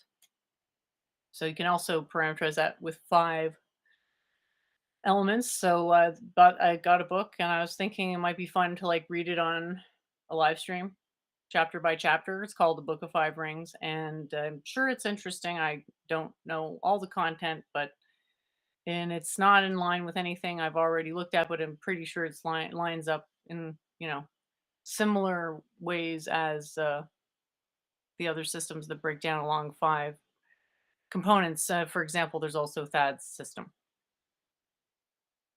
So that'll be fun. I don't know if I mentioned this. I don't think I actually did mention this last time, but this was super interesting.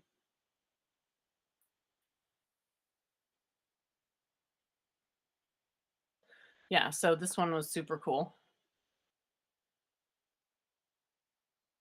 Let's see. Researchers explore a new connection between topology and quantum entanglement.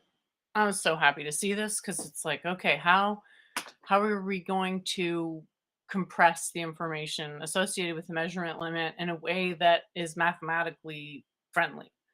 And so you can look at this diagram C. Let me see here. It's on. Okay, yeah. Diagram C is basically a model of 3 plus 1 because you have 4 lines coming out from a center, and you can kind of see how if you were to push one of those lines in from the external, like the black lines, there's 4 of them. If you were to push on one of those, that it would change the area of like several partitions. 3 different segments would have their areas change simultaneously. So it's kind of a metaphor for how topology treats a lot of these problems. And yeah, anyway, it's very interesting. I'm not going to read the whole thing, but if people want to look at it, it's super cool. And what really, excuse me, what really got my attention was the diagram C, because it really seems to encode the 3 plus 1, but then notice that there's actually 6 area points, which makes sense because you have 3. Um, I don't know if it's obvious what I'm talking about. That there's 6 different areas there within that structure. 6 can be useful because you have 3, and each of those 3 has a delta x and a delta p in it. So it goes 2 canonically conjugate measurements per dimension. And the dimensions don't exist until there's interference, which is measurement, and then they go back to not existing after there's an interference. So they sort of exist. They don't exist a little less as they're being measured.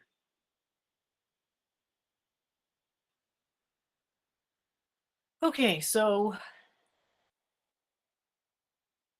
I hope I'm not repeating myself. I'm pretty sure I haven't talked about this yet, but this is just an interesting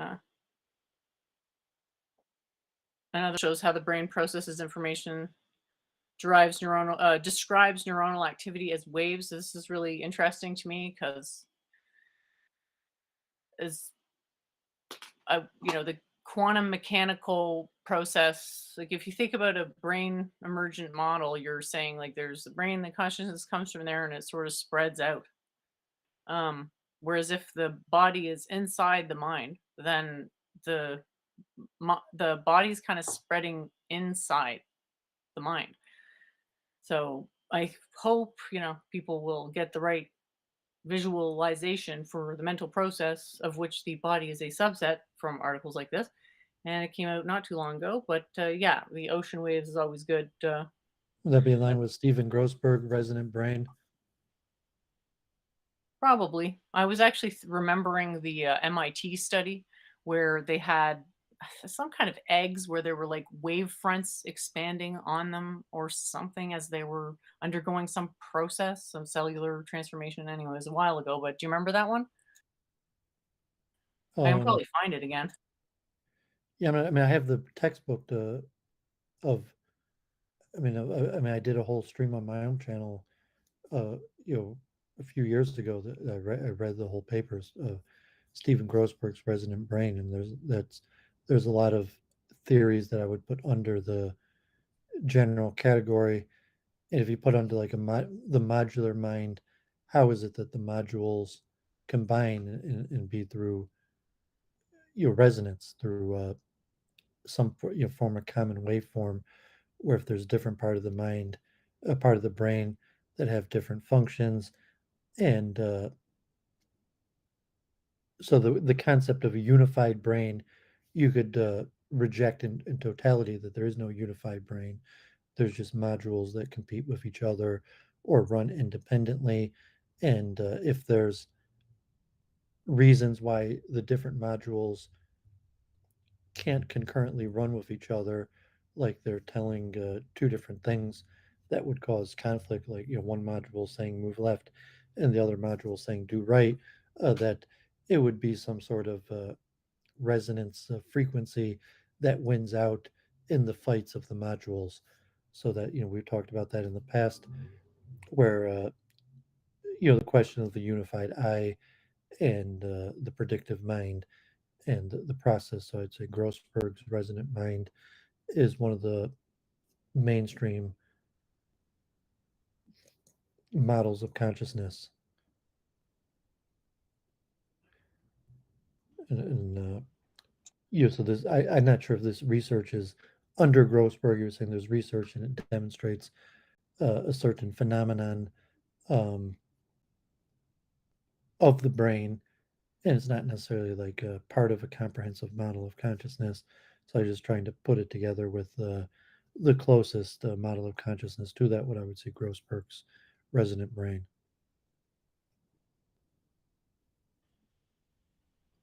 All right.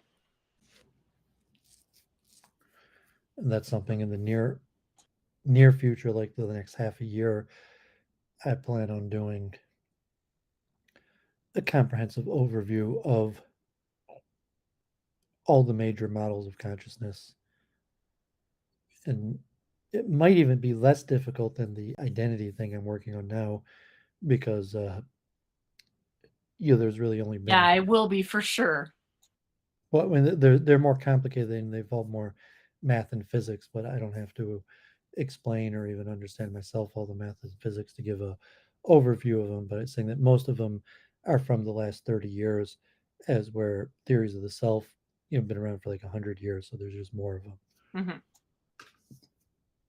Well, self is kind of tied into society, and then consciousness doesn't need to be as much. So self would seem to be more complicated just for that reason.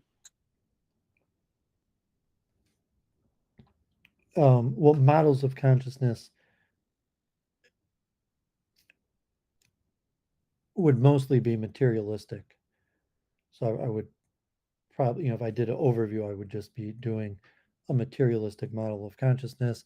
It would be similar to self, that there's models of consciousness that are introspective and psychometric, that are not based on neuroscience, but the vast majority of the models of consciousness are more connected to material neuroconsciousness. So like Grossberg's resonant brain is has psychometric data and your general theories of cognitive functioning, but it comes more out of neuroscience than out of cognitive psychology.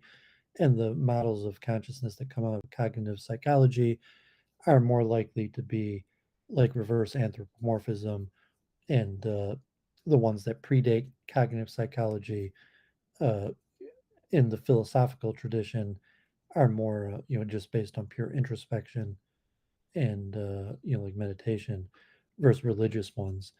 And in terms of the models of consciousness, it's going to be mostly the materialistic ones, possibly a few from cognitive psychology that have extremely well validated psychometric data. and like I was mentioned, like Super Libra and his method of survey data. And so, I mean, if he's just doing sentiment, but at this point, there's psychometric data that's been tested on hundreds of thousands of people. So something like short-term memory and many cognitive phenomenon, language acquisition, where there's very little neural correlates to it, but there's a phenomenal amount of psychometric data that's been collected over the last few decades to warrant models of consciousness based on it. Cool. Yeah, I And probably same with just the should have let that Super Librix guy just talk and not even interjected anything. we went straight into arguing about random things like the meaning of words or whatever. So like you brought him on to argue with him about that, or saying just give him like a softball interview and what he's been up to. Um, Yeah, I just didn't. What's the point of him even coming on? well, he has to. And it'd be nice and just speaking to someone, giving an update on what he's been doing. So he's saying you want to come on because you want to argue with him about some philosophical topics, or is it come on so we give an update on what he's doing? Alrighty. And to me, that doesn't bother me. Like if I mean, even anybody, like keep it short. You could have really almost anyone on for an update on what they're doing. I guess. You don't have to get caught in like, what do you think about all these philosophical issues, and let's argue about it, or even the value of what you're doing. So just say, okay, this is what you're doing, this is what you're holding. Uh, you know, come back in 3 months and give us another update. Yeah, I got the vibe he wanted my approval, so that's why I just disapproved as usual. So Or just unnecessarily unfriendly, or saying just like a week in review. You don't need to approve or disapprove. You just give a little interview and say good luck, and give us another update in another few months. okay. Relatively why Week in Review has failed to become a popular show, because we haven't been able to successfully do that. Okay. Yeah. Maybe there's just not enough interesting people to talk to. Possibly. Well, I mean, I put that our own personal failings, because obviously there's plenty of interesting people to talk to, and so just in our own personal failings of why the show has failed in that manner. I'm not so sure there's that many interesting people to talk to that actually, want to explain their idea. Well, I'm saying to put that in our own personal failings, because like there's shows, there's either work together with other people, or even network. So I mean, at least then in our own personal failings.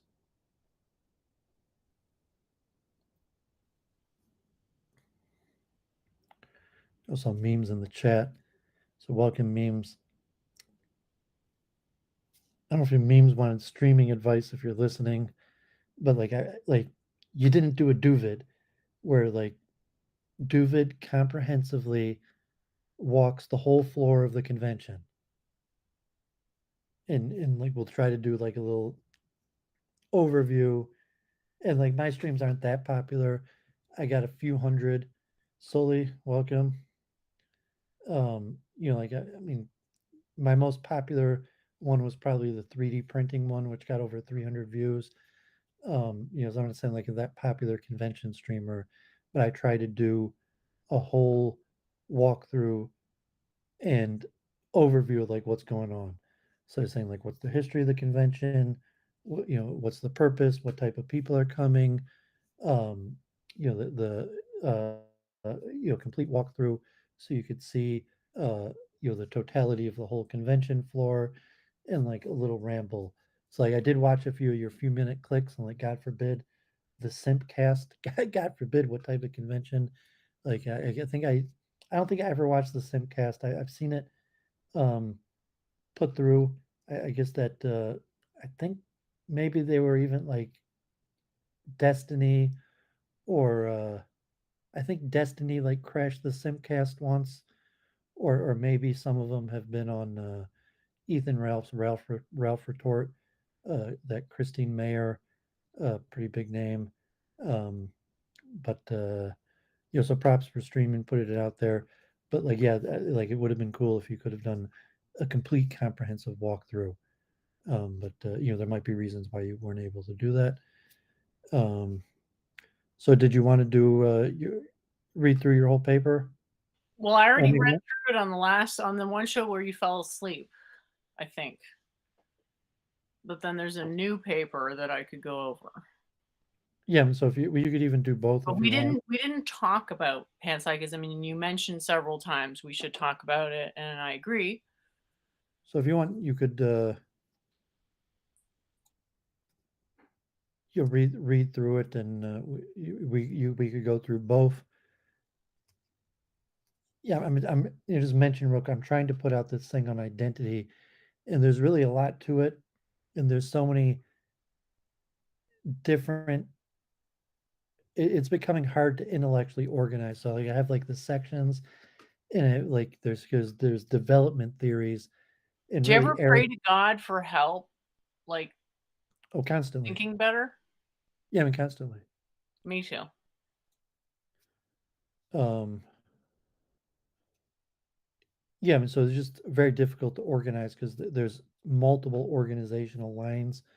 So I'll probably just hopefully this week I'm going to start writing it, and so I'll just start writing like my reviews in sections, and then once I have some of those sections written out, I'll start reorganizing it, and this will probably be my biggest writing project ever.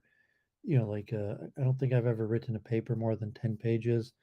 I think in university the longest paper I ever wrote was for a public policy class, and it was like 8 pages. So I think I wrote another one paper for like a American culture class that was also like 8 pages. So I've never written anything over like 10 pages, and so this one be like a whole chapter in a book. So hopefully said that this week I'll probably re-release the multiple truth hypothesis essay that I hadn't put on the chess server, and like edit that one up because it had some problems. I made some edits on the memory technique one. I had already posted it on Lichess. So I just edited that, and but I feel like progress is being made because this is the biggest writing project I will have ever done, and is getting to the level of like a whole chapter in a book, longer than an essay, a whole chapter in a book, and so feeling good about that.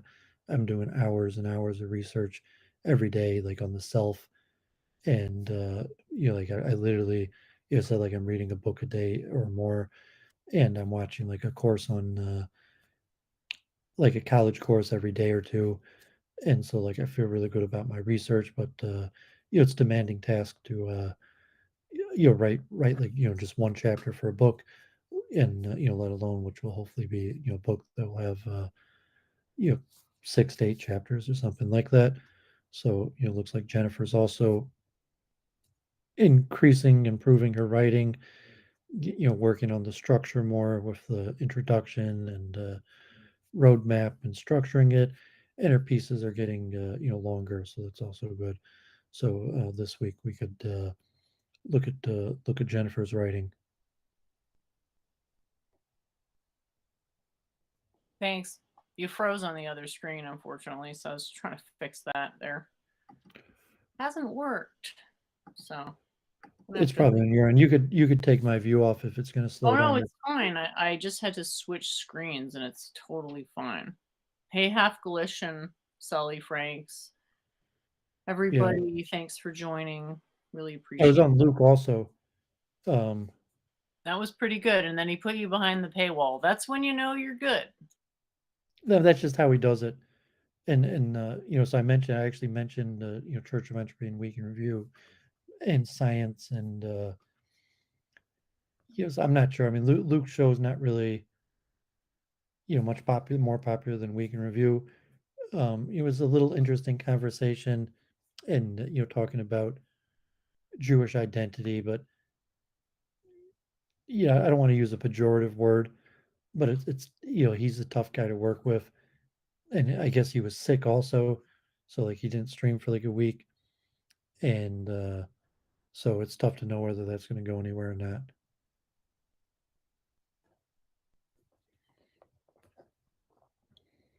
Yeah. So should I read my?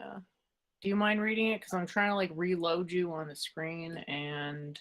Can you put it on the Zoom screen share so that way I'm not you're, I mean, like God forbid, like you're. Oh, you want me to screen share with you what I've got on there? I'm not going to be able to read it from the week in review. If you could share it on the Zoom screen, I'll probably be able to read it. Sure. I'll just load it up there. You're only There we go. 360 DPI or whatever. I mean, it's just not very high quality. How's that? Yeah, it's okay. Panpsychism. I have it on my other computer, but this is fine. The Zoom screens are very clear. What follows is a minimally complex panpsychist framework for calibrating, performing, and understanding material observation.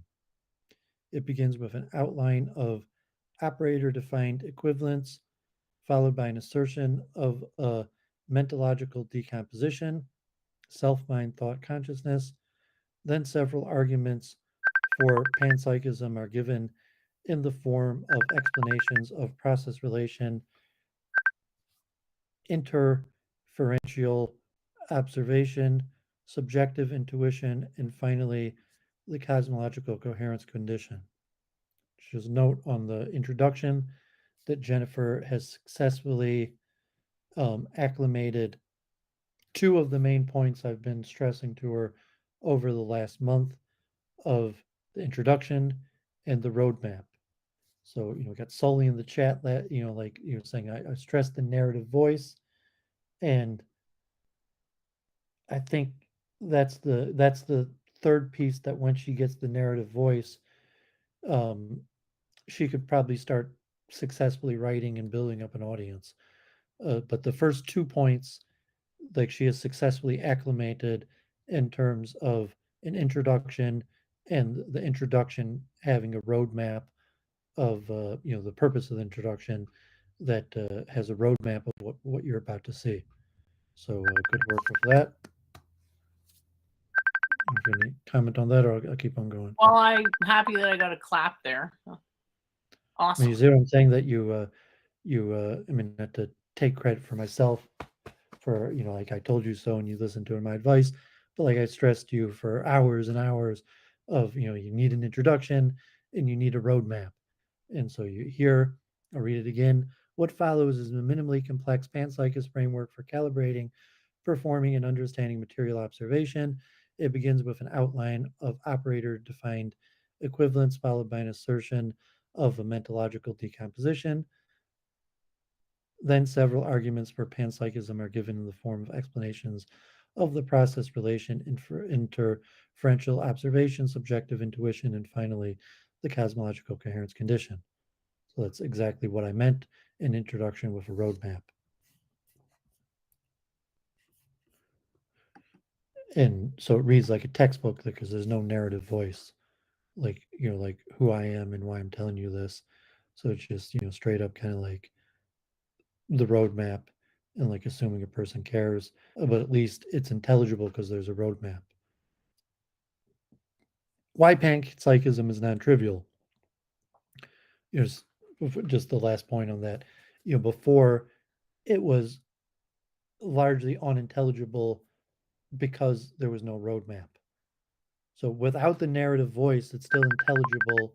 It's just reads like a textbook, and like so you could successfully write like this, but it won't be. It'll be more difficult for people to reach, and like like the point I was making about the narrative voice is still important, but it's not necessary.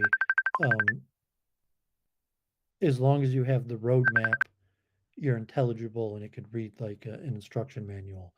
But even an instruction manual needs a roadmap. Why panpsychism is non-trivial.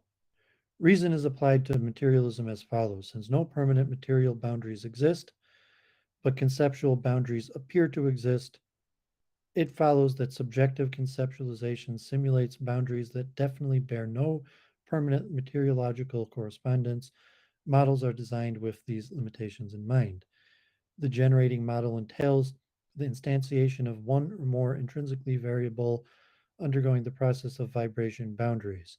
A boundary is defined as which instantiates separation between inside and outside. That is, the ability to model a thing is predicated on a distinction between inside and outside, between the model and elsewhere. A model is an abstraction on reality, a map, not territory. Though there are exceptions, inside tends to be understood as finite and outside as infinite. By adapting this concept to modeling in general, attributes relating to a particular instantiation of the inside outside may be arbitrarily controlled by an operator. Boundaries are thus understood as models, which are at best minimally inaccurate accounts of material reality. By the least action principle, the volume traced out by a minimally inaccurate boundary varies minimally within the range allowed by its constituency, grand canonical ensemble. The intrinsic motion drives the system to periodically undergo spontaneous state transition to a relatively more diffuse, lower energy state. So, unfortunately, all of these points could be argued. So, if you're just laying it out like, Yeah, here's your it's a argument, model, right? So you can argue any point of a model, so that's fine. I mean, I've probably argued every aspect of this model already. whereas if you're writing it like a textbook and in like an established authority, like you're reading it like a religious scripture and you're just assuming that it's correct. Um, but okay, like reason is applies to materials follows since no permanent material boundaries exist, like source needed, like maybe material boundaries exist, maybe permanent material boundaries exist. So you're just saying that. And then you're saying, but conceptual boundaries appear to exist. So I mean, also you're just saying that it's a supposition. Both of those are suppositions. So I mean, say okay, how much do you want to go into trying to justify your suppositions? It follows that subjective conceptualization simulates boundaries that definitely bear no permanent materiological correspondence. So even does that concluded? So you made 2 points. Permanent material boundaries do not exist. Conceptual boundaries appear to exist. Therefore, subjective conceptualization simulates boundaries that definitely bear no permanent materiological correspondence. And say, well, I don't even see Well, how there's that no misses. evidence, right? Like there's no evidence of a chair. The closest you can You're get to making a point. I evidencing could argue something on is the every single quantum one of these periodic points. table. So I mean, you're putting these points out there like, um, I mean, maybe they're good points, but I was saying like, like, I mean, I just if you were skeptical, you could argue on every single one of these points, and you're not So, bringing any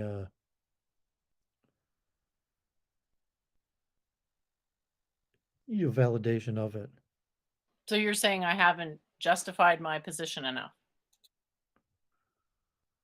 Well, maybe you've justified it enough, but I'm saying I'm not sure.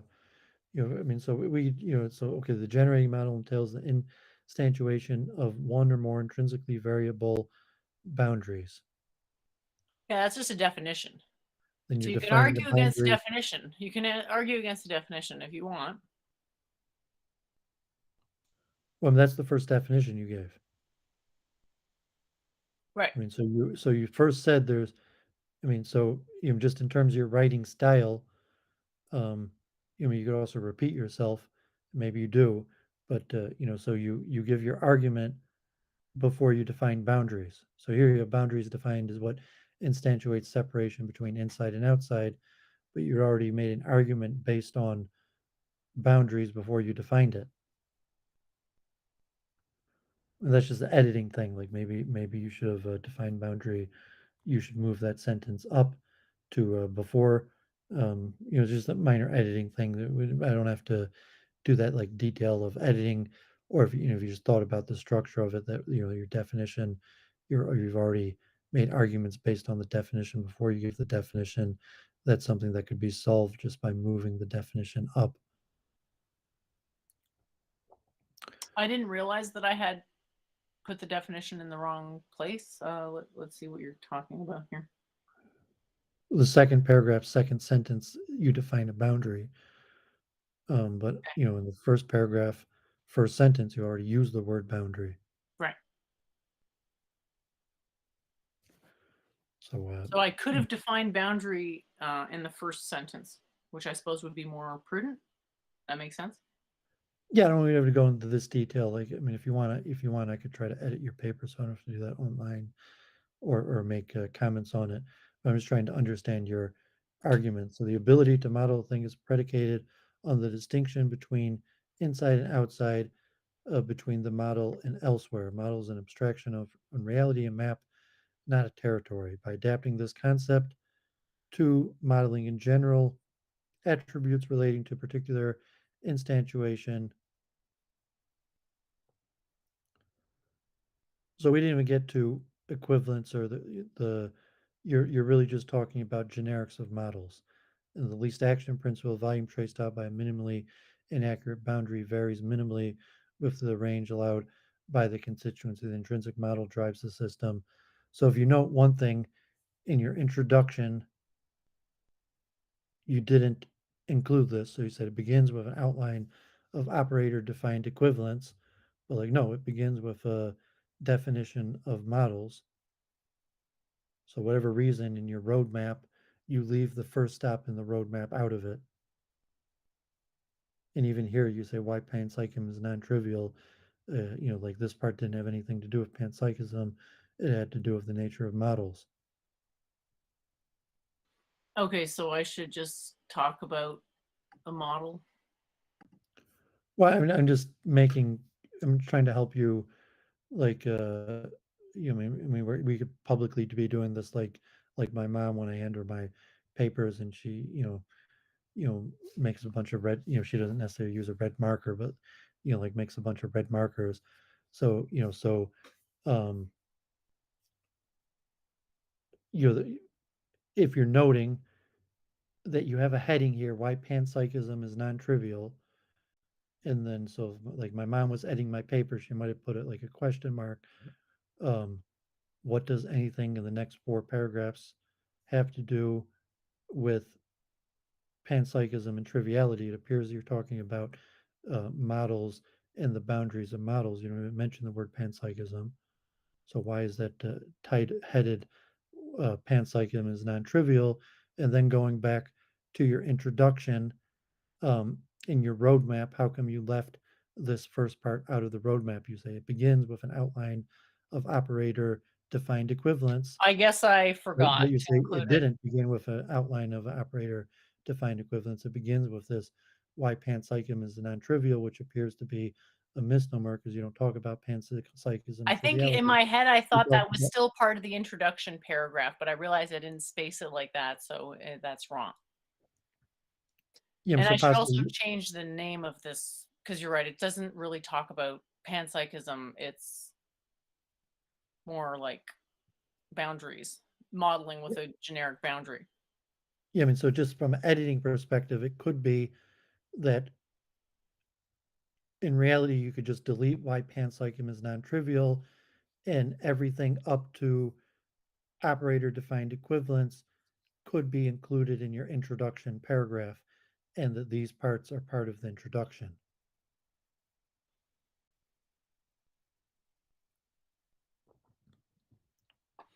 So, Uh-huh. I mean, we're doing this publicly, but I'm saying, like, this is something that, in reality, if me and Jennifer published things together, that, she like, or I could have, I could have just made these edit marks, and she could have seen them and taken my suggestions, or redone it. But like, if I'm looking at this, like, I would just delete the why panpsychism is a non-trivial part, and include everything in that section in the introduction. And I think in my head that's what I had done. And yeah, so good point. So that's good. Okay, so if you want to scroll it down, operator defined equivalence. Major departure from standard interpretation is a variable definition of equivalence. Whether a banana equals an orange depends on how equivalence is defined. If equivalence is defined as colorness, the banana is not equal to an orange. Whether equivalence is defined as fruitness, then the banana is equal to an orange. And so there are an unlimited number of theoretical definitions of equivalence. As such, the burden of proof is placed on the claimant to justify any particular definition of equivalence.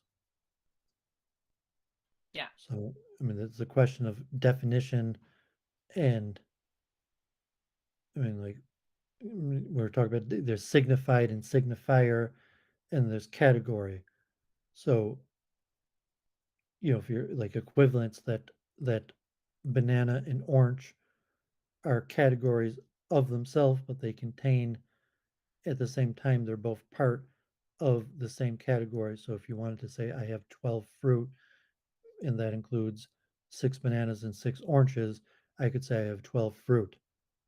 And that would be accurate to say that the combination of apples and oranges and the total of fruit. But at the same time, the fruit and the banana and orange are not similar to each other, and that for you know you'd have to think about like your headings and organize that because you're still kind of defining models and categories, and so we're yet to see what this has to do with panpsychism.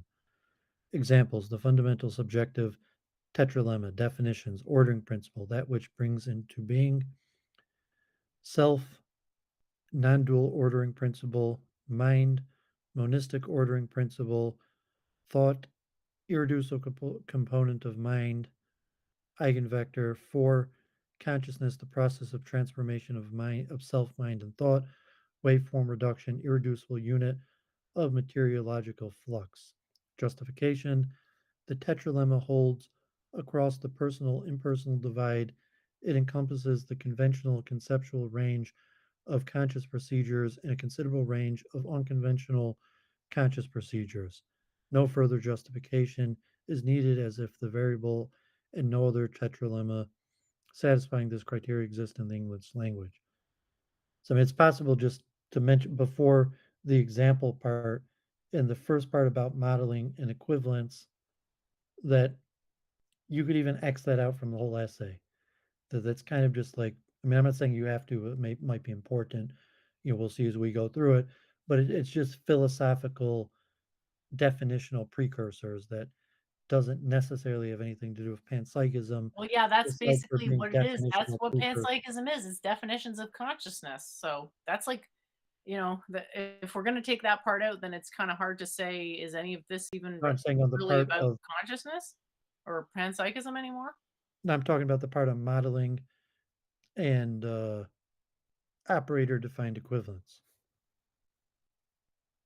So I should just take those out because they're not connected enough to panpsychism. I didn't say you should take them out, but I'm saying that those are I could. precursors. It may be a good idea. I thought it was pretty short already as it is, but maybe they're not connected enough. Or you could have, instead of having them as a section, just you know, included the, make your introduction longer, included the definitions in your introduction, and then like say like the narrative voice that explains why you need to understand these definitions in order to understand the larger subject at hand.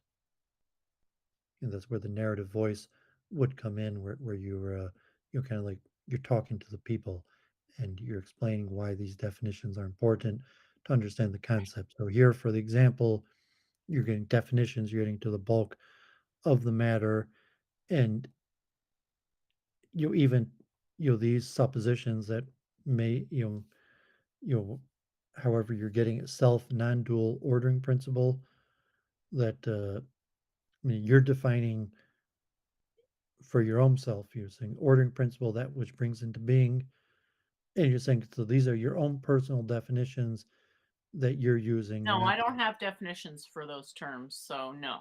you Those are said my suggested definitions for broad consumption based on a minimal metaphysical necessity. Yeah, I mean, just saying like self non-dual ordering principle, I and you're don't want saying, to well, put that no, into the document because people are gonna, no, I start mean, losing their I shit over think the using self that is a term. dual ordering principle. Mind, Pardon? monistic, monistic ordering principle. Like, no, I think mind is a dualistic ordering principle. Thought, irreducible component of mind, and it's like, no, I think thought is reducible. Um, And it doesn't matter.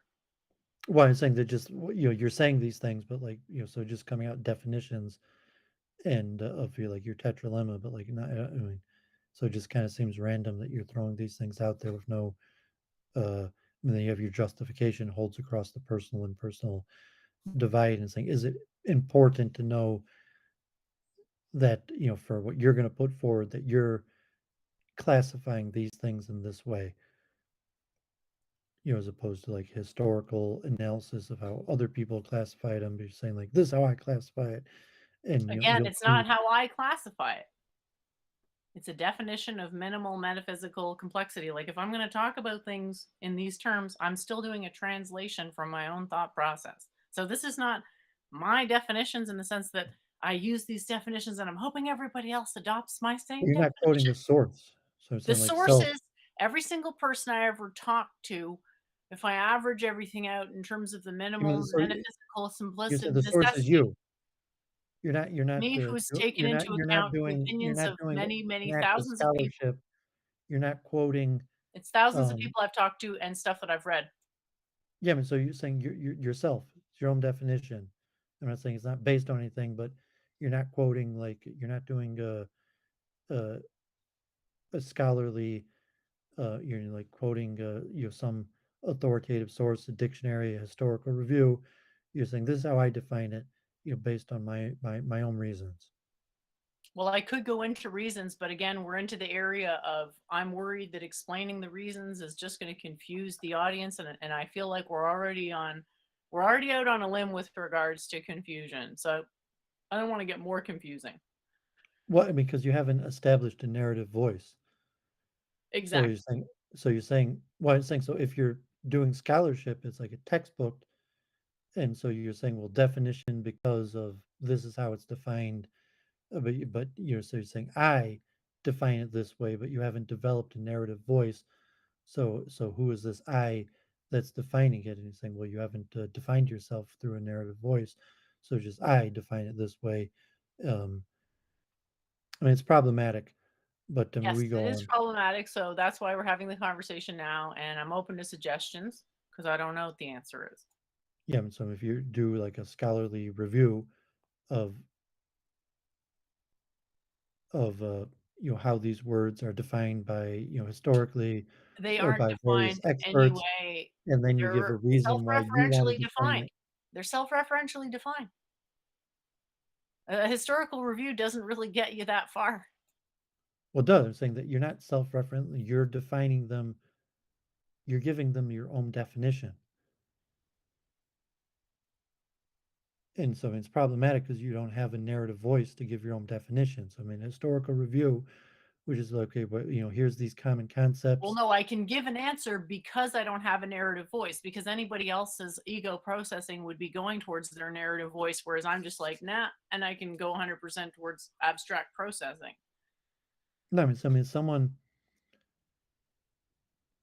knows these terms, and like I know these terms, and that's not how I understand these terms. Yeah, but how do you understand these terms? Nobody, quote, understands these terms in an absolute sense. Well, So, I'm saying I understand the terms through a scholarly yeah, you historical understand them review. relationally to scholarly pursuits. You don't understand them relationally to individual people's understanding of them. Yeah, I mean that's why I went to. I mean, we don't want to get in this merry-go-round of how we No, define words. absolutely not. No, I'm absolutely not. saying But you're defining the the question word is, how you how do we define put it them. into words? How do we And so explain it it's to like the if audience? you're trying to define a word just in terms of scholarship and writing a paper, that's why you do historical review.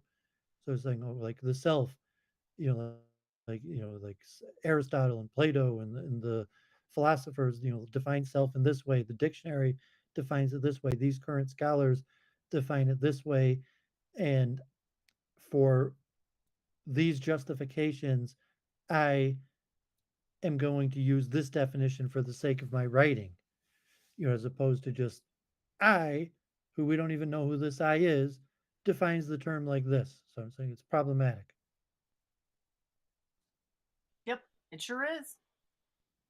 You say, like, no matter how you do it, it's problematic, but there's Yeah. a standardized way, and that's historical review and analysis. So if it's a complicated thing where it's a definition of a term that you, for whatever reason, need to define in a specific way, then you have to go through the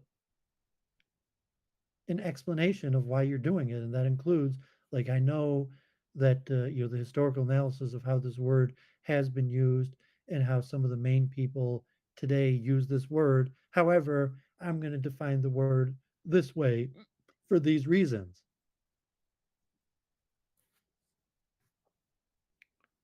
And now you just took it off the screen share.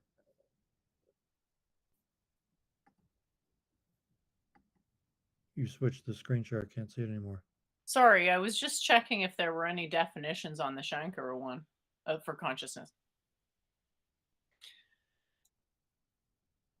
Yeah, but there probably is. So I what mean, do I do and now? obviously Cite Shankara he and didn't say, use the well, I'm a English language. non-dualist, so I'm going to cite Shankara as a precedent, and I'm not using. By the way, I'm not using the same definitions as him because civilization has evolved in the last however many thousands of years.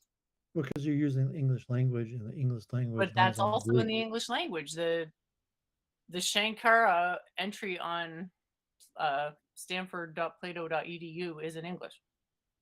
Yeah, but saying that that's the point about the Greeks. All these are Greek words. So I mean, Shankara wasn't Greek, and he had a Sanskrit terminology. So if you're using these Greek terms, then the historical review is going to saying like that. Really, I'm explaining Eastern ideas that are not exactly the same as Western ideas, but That's right. because I'm using the English language and my audience is mostly Western, I'm still using the Western words, even though I mean a different definition of the words than what they mean in the language I'm speaking to you in. Well, I think most will find that if they look at these definitions, they will agree that a mind, the principal attribute of their own mind is that it's one entity. And I don't think anyone will disagree that a thought is an irreducible component of mind because our minds experience thoughts Well, I or disagree. I mean, appear they to. might. I mean, you don't think for other people. I'm just saying they're pretty reasonable. Like I'm fine to go and justify them and put a big explanation, but I just feel like that's boring. But no, that's wrong. I should explain it. Yeah, I mean, it's just anti-intellectual. It's saying don't think, don't you don't need, don't do the thinking for other people, and Well, by especially writing something, especially I'm when doing the thinking for other people, I'm afraid. That's what writing is. But okay, I understand what you're saying, I think. no, you're not doing the thinking for other people. I'm saying if you're explaining an idea for either people are going to be able to think it through, or they're going to take your idea in light of what they already know. So then you have your value proposition of who's reading it, your average person who's reading it, what type of knowledge do they already have. But I mean, these are Right. just things for you to think about in your writing style, and when you define My whole words. thing is I don't want people to have knowledge. I just want them to feel comfortable using a dictionary and their own senses. So that's why I try to make it really clear. Yeah, I mean, so when you do the due diligence, you say you know that when they open up the dictionary to look at the definition of that word, it's not going to correspond to how you just defined it. So you think that, oh, it makes sense that they're going to see it but like, well, then is what you're defining the word at what they're going to see if they open up the dictionary.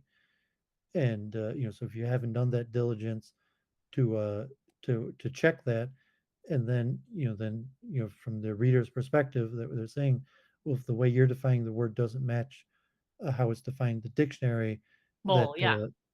that's like an obvious thing that you should be, the reason why when you look in the dictionary for the definition of the word, it's not going to appear It may the not the way. thing is it may not contradict the dictionary. Like, I'm not putting the definition there to contradict the dictionary. It may well be perfectly consistent with the dictionary. It's just that the dictionary is going to define consciousness as awareness, and then awareness is going to be defined as consciousness, and then you're not going to get out of that loop. And this ends the loop, and it says there's an end, and it's called the waveform. which is a boundary which undergoes transitions. No, I mean, because And you're just we being model that in you're math, being so everything comes anti-intellectual and down to that. dishonest. You're being anti-intellectual and dishonest because the Mm, dictionary will include the etymology and the history of the word. So it might relate, that it might define it, but it's saying like, no, I mean, if at least you have a good dictionary, the dictionary will have multiple definitions. It'll have usage. It might have its first usage. It will include an etymology. So if it's a consciousness has an etymology going back to the Greek, awareness may be Latin, and in a good dictionary will have the first usages and the change of the usages over time. I mean, don't give this bullshit that the dictionary is just going to define consciousness as awareness and awareness as it's going to consciousness. have the problem of circularity that can't get off No, the it's not. measurement merry-go-round. No, it's not, because it's saying that the philology is a science, and the dictionary, a good dictionary, is going to have the etymology and the word use history origin. It's not just going to be circular that it means awareness. It's going to have its etymology and the history of the usage of the word. How far does one go back to give a definition of consciousness?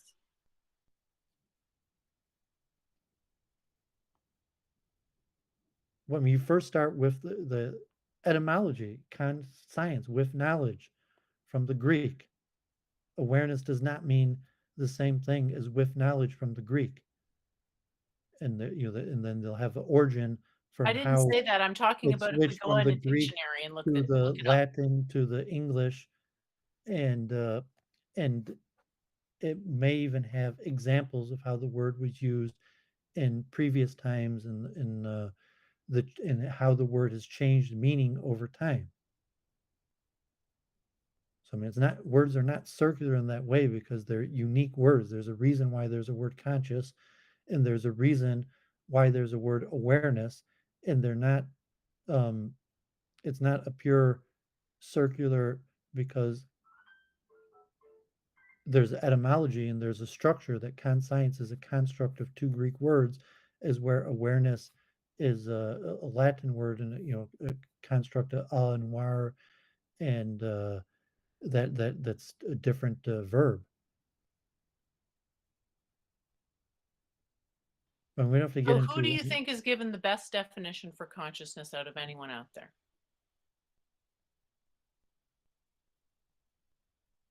There's no who. I'm saying like there's no person that you have a dictionary.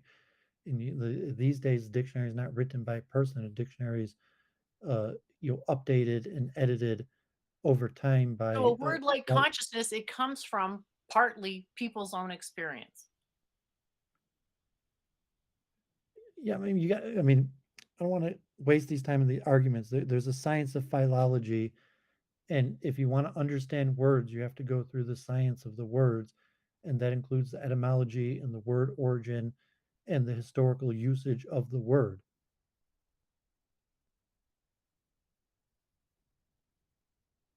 And with a word like consciousness, it's a very common thing. Most would attest to being conscious. So what it means is not really captured in a dictionary. So It how am is. I What supposed you're to talking explain about, conscious, the like evolution of a term? you're even like the Oxford Dictionary probably has a two-paragraph. I would guess that I mean, just so we don't have to.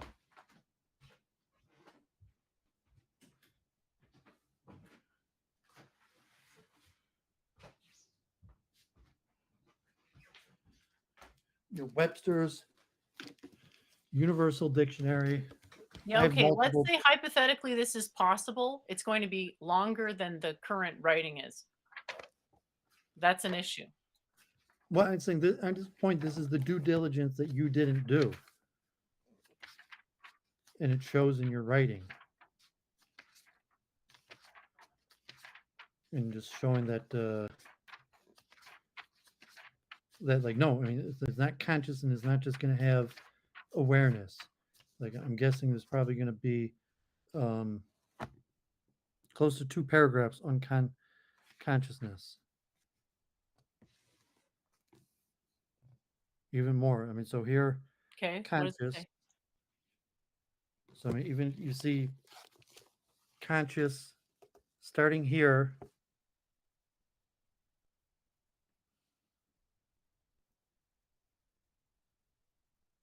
It Um, it okay. does.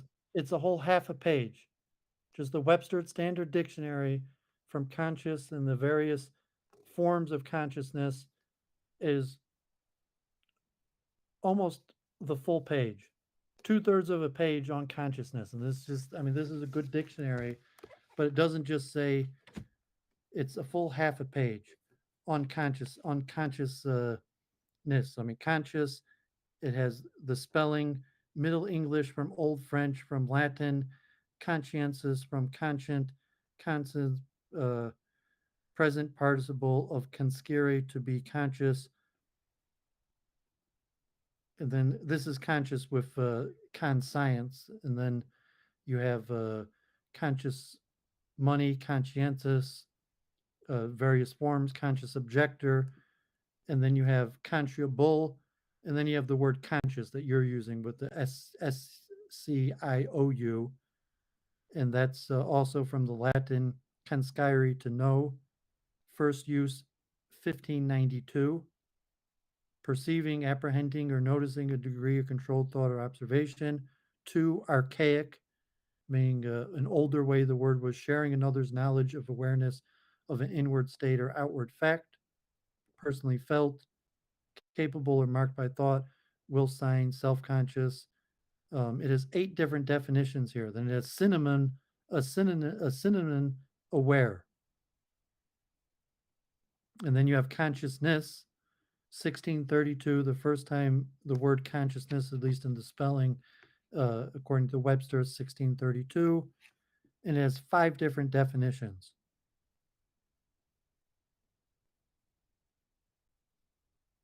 So it's only a third of a page. And this is just the Webster Universal Dictionary. So it is 1/3 of a page. Uh, as long as like a full page of your paper here, just defining conscious, and the only thing it mentions awareness is a synonym. It's not a meaning; it's a synonym. Right. But and this one doesn't even include. I mean, it includes some etymology, but not a conclusive etymology. It includes the year of the first recorded usage of the current spelling of the word. But, I mean, this is kind of saying the science of words. If you say that there's a detailed history of the word, there's scholarship on the word, how it's been used in the past. You could do more scholarship on the internet. It would probably give you historical usage, the number of appearances in famous text, the percent, the increase or decrease of the word, the ancient times, a fuller etymology, um, and you get a feel of how the word has changed over time, and the type. If it has 8 different definitions in the Webster Dictionary for consciousness, the type reasons why the different words are used, let alone the synonyms. So this kind of generic, saying um, I mean, when I took writing in university, like they usually said, like you quoted the dictionary. I mean, this is kind of basic writing, like academic level writing, where you actually quote the dictionary. So I mean, I'm not saying that you should quote the dictionary. Saying like Webster's dictionary defines consciousness as, but if it's important for the scholarship of your paper, for the philosophical term, you got Aristotle defined consciousness, Plato, the history of the philosophy of the idea, and then why you're defining it this way. So there's a reason I am defining the word this way, even though there's 100 definitions and there's 100 reasons why people define the term in a different way. So it's not going to be like, well, I think that most people, you'll probably understand the word to be like that. So I mean, it's just poor scholarship. Yep. and it makes it hard to understand. But we go on, 'cause we don't have to dwell on that, but just saying that, I mean, the purpose is to express your ideas, and you have to use words to the best of your ability to express your ideas. If you use, to have done the due diligence and scholarship to understand how words are currently being used, let alone I want to express a certain idea and I'm going to use these words to mean this according to me, versus the due diligence of how the word is historically used. And if you're saying, from your own personal experience that the people you speak to understand the word this way, versus the scholarship of have done doing the research of actually knowing the history of the word and how it's commonly used. I just feel like if I went into explaining why, it would never end. The explanation would never end. And it just is like, ugh. Well, I mean, if you Okay. eventually want to write a book, like, I mean, it's going to be on consciousness. Like, yeah, you probably could have a whole page on why you're defining consciousness. I mean, just a That's why I'm paper. saying it's longer than that. Like the justification for why I chose consciousness is like took a lot of meta-analysis. Like notice how I didn't even include awareness in the definitions. So awareness can mean literally anything. Not putting any restrictions on awareness. So I mean, if you go back up to the last part and you're just saying for understanding the paper, um, Which part do you want me to go to? the example is fundamental subjective tetralemma, where you definitions. So I mean, consciousness, the process of transformation of self, mind, thought, waveform reduction, irreducible unit of materiological flux. So it's okay. That's how you're defining the word fine. I felt that it would encompass all the current usages of it, but that if there were other definitions, that it wouldn't contradict them. So if there's a contradictory definition to any of these, I would be very surprised. They may not be perfectly equivalent, but that's fine to have a range of different definitions. It sort of accords with my earlier thing that, you can define something any way you want. It's just like, how does the definition sort of work out in the end for how like it helps you think about things? So I'm just saying that this one, I designed it to be the simplest way to think about things. Is it Well, I the mean, way that I think about things? Kind of. your first definition, like, no, I mean, it's not common. That the process of transformation of self is the For which, definition of consciousness. And saying that that's, I wouldn't say a common understanding of what consciousness is. They say that consciousness is the actual process of transformation. yeah, when you are conscious of something, it is you learning something, therefore you're being changed by what you are learning. So it is a transformation. Um, yeah, I mean, that's unclear. And it's saying, well, you do the Of scholarship. course, it's unclear. I mean, all these terms aren't unclear because they can't be like their meaning can't really be referenced in language. So the associations is basically keeping that in mind, but also trying to include all the components that we can talk about in language. Yeah, I'm saying that there's a number of assumptions that may or may not be people's common understanding. Like, okay, is the self transformed? Is saying, well, the self is the changing ordering principle. So you're saying that the self can change. Yeah, so myself is not self, right? So when people say blah, blah, blah, I speak for myself, that's not the same as self. That's the whole point of defining it as something that myself is not redundant. Where you're saying that it could be transformed, it could be changed, and that consciousness is the process to do it. And some of that's fine. That's how you're defining it. But no, I mean, that's not Well, there's a standard way in which it definition. can change and there's a way in which it can't change. And So, it could possibly even contradict. well, if something is the ground of change, whether it changes is itself a You don't matter have to of justify it. You're saying, metaphysical like, that's definition. you're arguing. I mean, you're not doing yourself any favors by arguing this. You're just saying you're giving your own definition. Just say, fine, Okay. you Yeah, have a that's what, reason, and this is instead of trying to defend, like, no, this definition fits all definitions. It I'm clearly giving you doesn't. the reason. I'm Or just giving you the say reason. you are defining it this way for reasons, Yeah. as opposed to saying that you're giving some sort of standard definition.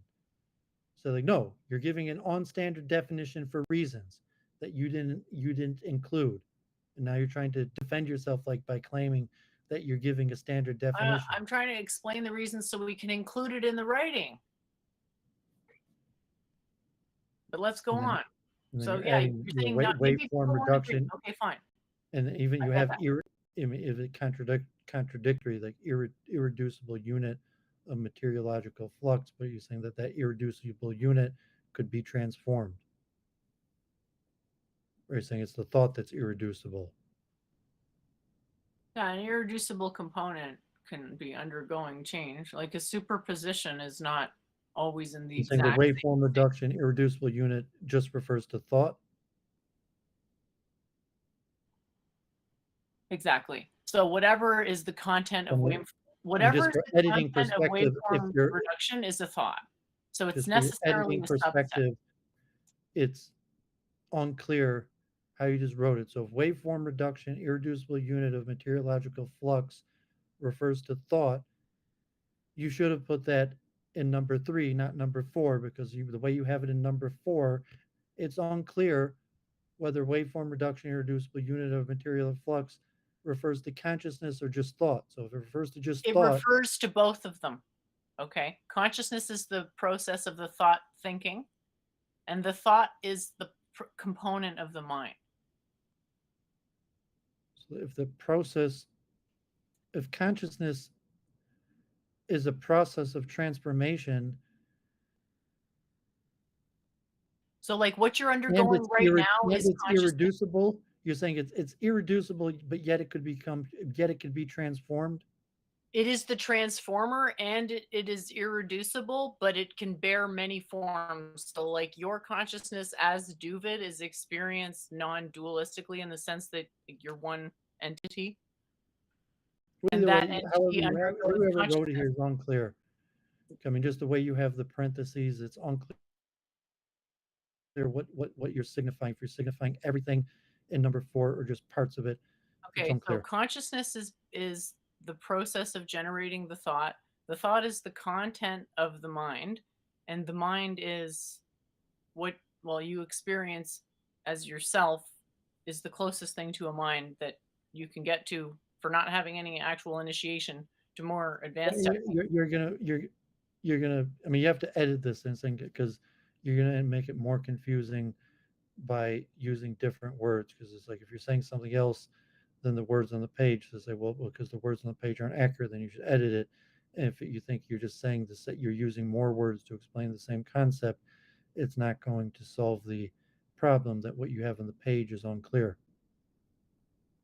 Definitely not. And I want to make it as clear as possible. And I really appreciate all this input, and it's definitely helping. So please don't think that I'm pushing back in the sense that I don't agree with your criticism. Okay, so let's go to process relational. Yeah, so now that I look over this again with you, I realize like very little of this is actually to do with panpsychism. It's more just my own methodology of designing models. Nothing is done. You haven't even mentioned panpsychism yet. Well, the mind self and that's sort of along the lines of panpsychism. I know. I mean, it's related to definitions that may be Literally the only thing now that I look at it, I kind of feel dumb. You haven't even mentioned psychism.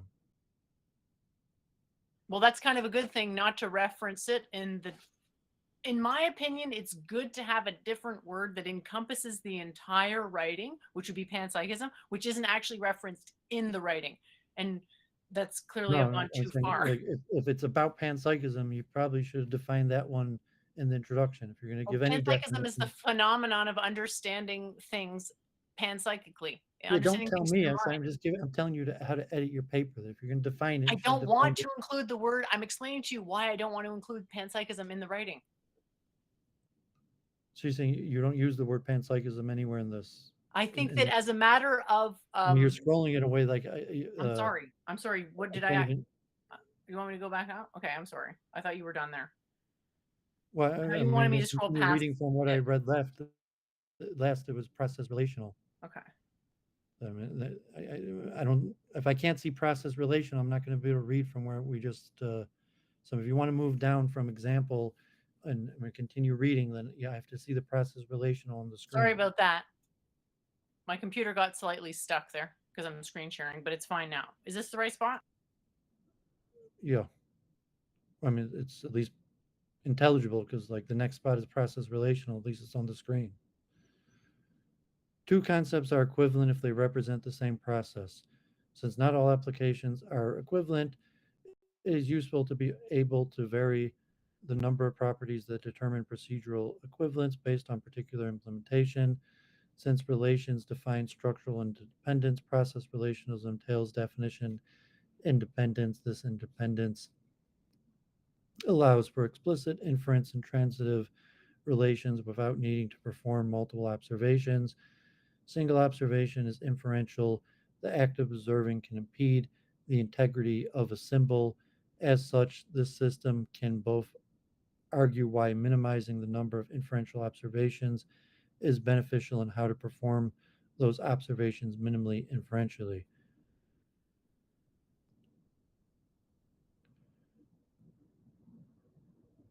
So just saying, why isn't this included in the previous part about relation? The only thing you're adding here, um, you talked about equivalence before, but now you're talking about process equivalence and independence, interference, and observation is a form of interference.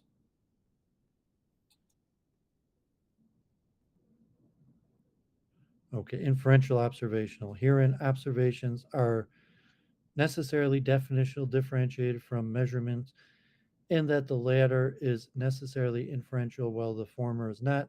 The distinction reduces the potential for mathematical artifacting. So I mentioned in your introduction, I mean, really, this is like writing 101, even like elementary school writing. Like a paragraph should have like a roadmap. The first sentence of the paragraph should say what the paragraph is going to do, and the last sentence of the paragraph should sum up what you just did. So it's very like it's very hard to you gave somewhat of a roadmap at the beginning, but it's unclear how well you're following that roadmap. And then here like you're not following the basic standard English writing form of like a That's true. paragraph where you're starting the paragraph with a roadmap of what you're about to do, and you're ending a paragraph with a It's recap really of what. it's a very bare bones. Like it clearly needs a lot of work. Yeah, and it's I not didn't even want to like end up going. elementary school. This was Like very hard for me to write, and now I know I've got to write a little more on it, but this is extremely hard to write this stuff. So just saying, give me a break. well, I mean, it's more difficult than the read probably than it was for you to write. I Like saying, really doubt that. no, I mean, if this is I what you really think doubt about, that. like Yeah. you're saying these are. I mean, if you had to structure it, but saying this is the type of stuff you're thinking about, it probably like. But I mean, to read it's nearly impossible to read because you don't follow your basic form. Like paragraph, opening sentence, concluding sentence.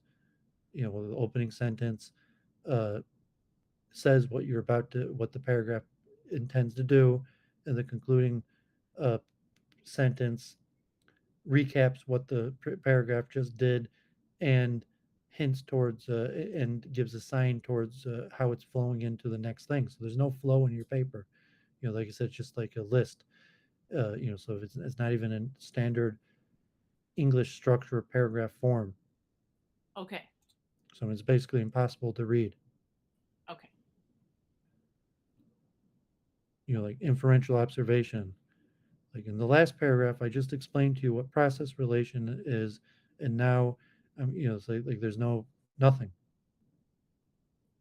Like process relationally, like the concluding sentence of it. Like now that I've defined process relational, I'm going to go on to inferential observational because in order to, so just nothing. It's just a list. So to me, it's obvious that it's really good to have observations definitionally differentiated from measurements. To me, that's a solution to the hard problem of consciousness, but it's like, I didn't want to come out and say it. And I don't know why. And it's because I lack self-awareness apparently on certain levels. Well, I So mean to like yell there at you you, but I'm go. saying like It's this. fine. I obviously suck at writing. Yeah, I mean, you're not even following I mean, literally, like I learned this in elementary school. Like, Okay, I didn't take any I writing mean, do you know classes what a in paragraph school, I is? guess. Do you I know didn't. what an introductory, like what's Yeah. supposed to be in the first sentence of a paragraph, in Okay, the look, last sentence of a obviously paragraph, nobody's perfect, okay? I have been writing a blog for quite a while, and it's very and you have hard no for idea me. what a paragraph is? I mean, I saying know like what a you went to paragraph is, college and you don't okay? know like Ah. the opening sentence and closing sentence in a paragraph? Inferential observational. Herein, observations are necessary definitionally differentiated from measurement, and the latter is necessarily inferential, while the former is not. This distinction reduces the potential for mathematical artifacting effects. Subjective intuition and intuition, memorable, impactful, compelling approach, preferences, subject oriented ontology without sacrificing object oriented precision. So I guess you could scroll down so cosmological consistency is still in it. I mean, this is like nearly impossible. I mean, it's really just like reading a dictionary.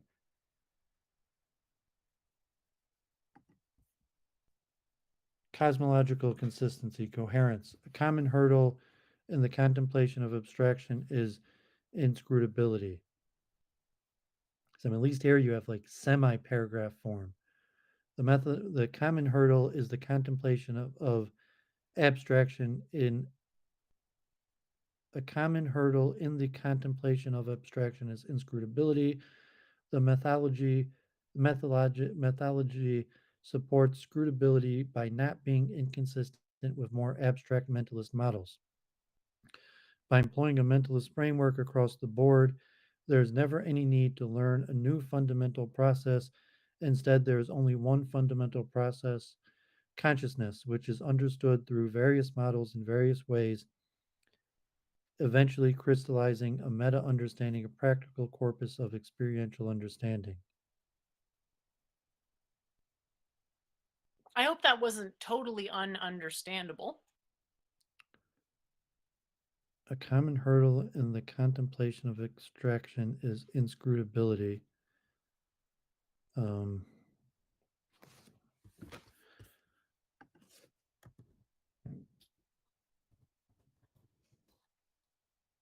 Like, people hear panpsychism and they think, does that mean that we're living on the surface of a giant eye? Like, what does that mean? So the meaning of it is not uh, clear in the beginning.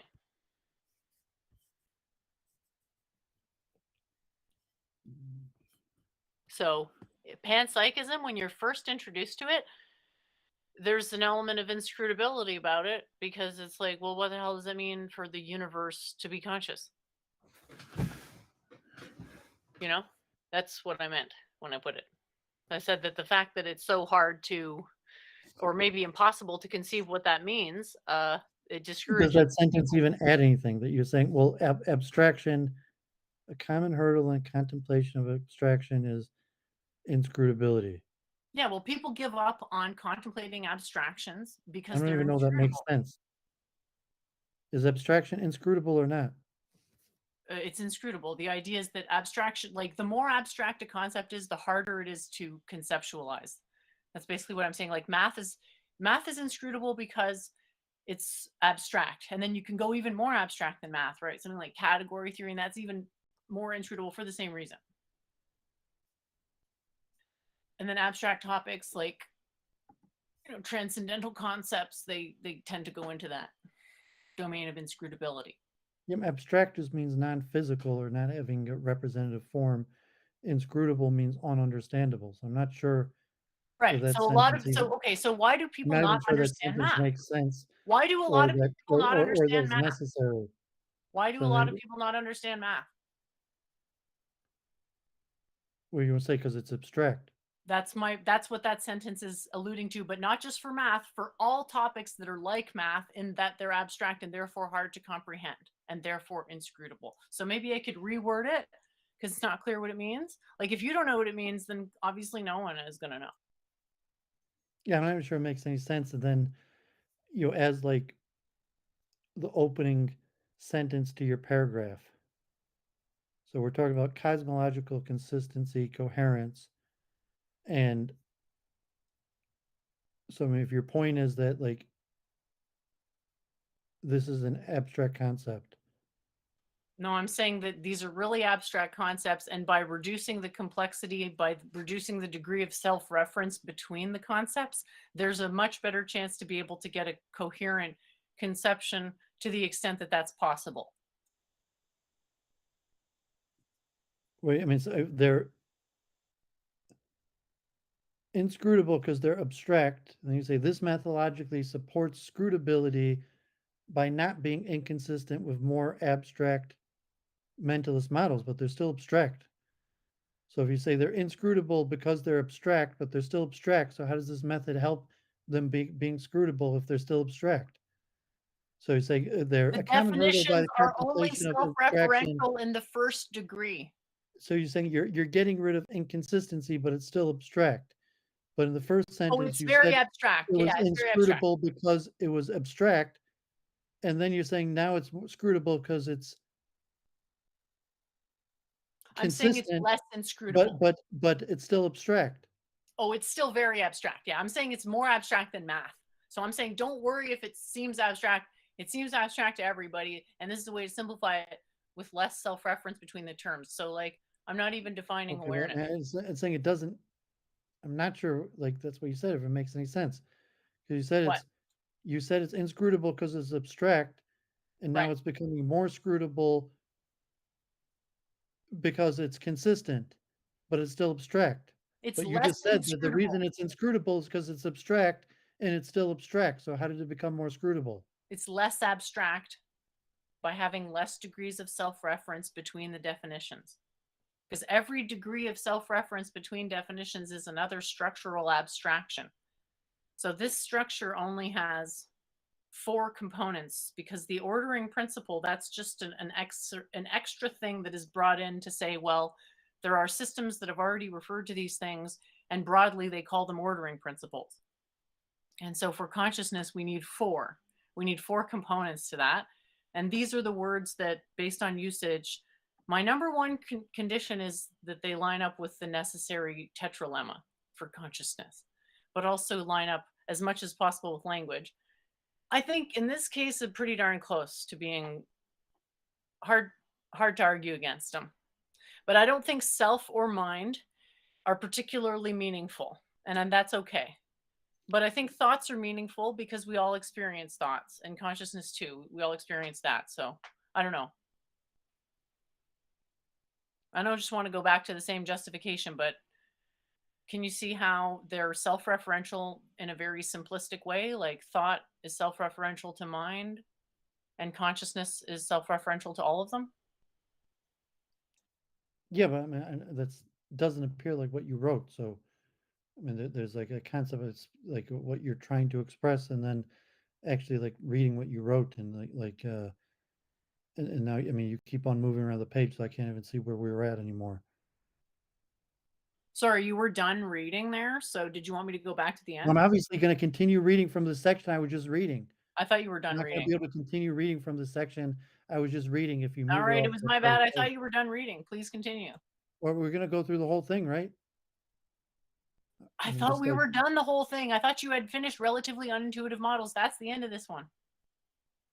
no, I was still was, and I'm not even sure, like, if you just X those first two sentences, if you added anything that like whatever these like common hurdles, the contemplation of abstraction is inscrutability. The methodology supports scrutability by not being inconsistent with more abstract models. So like that's just kind of like like Sabina Hassenfeld, the gobbledygook. Okay, by employing a mentalist framework across the board, there is never any need to learn a new fundamental process.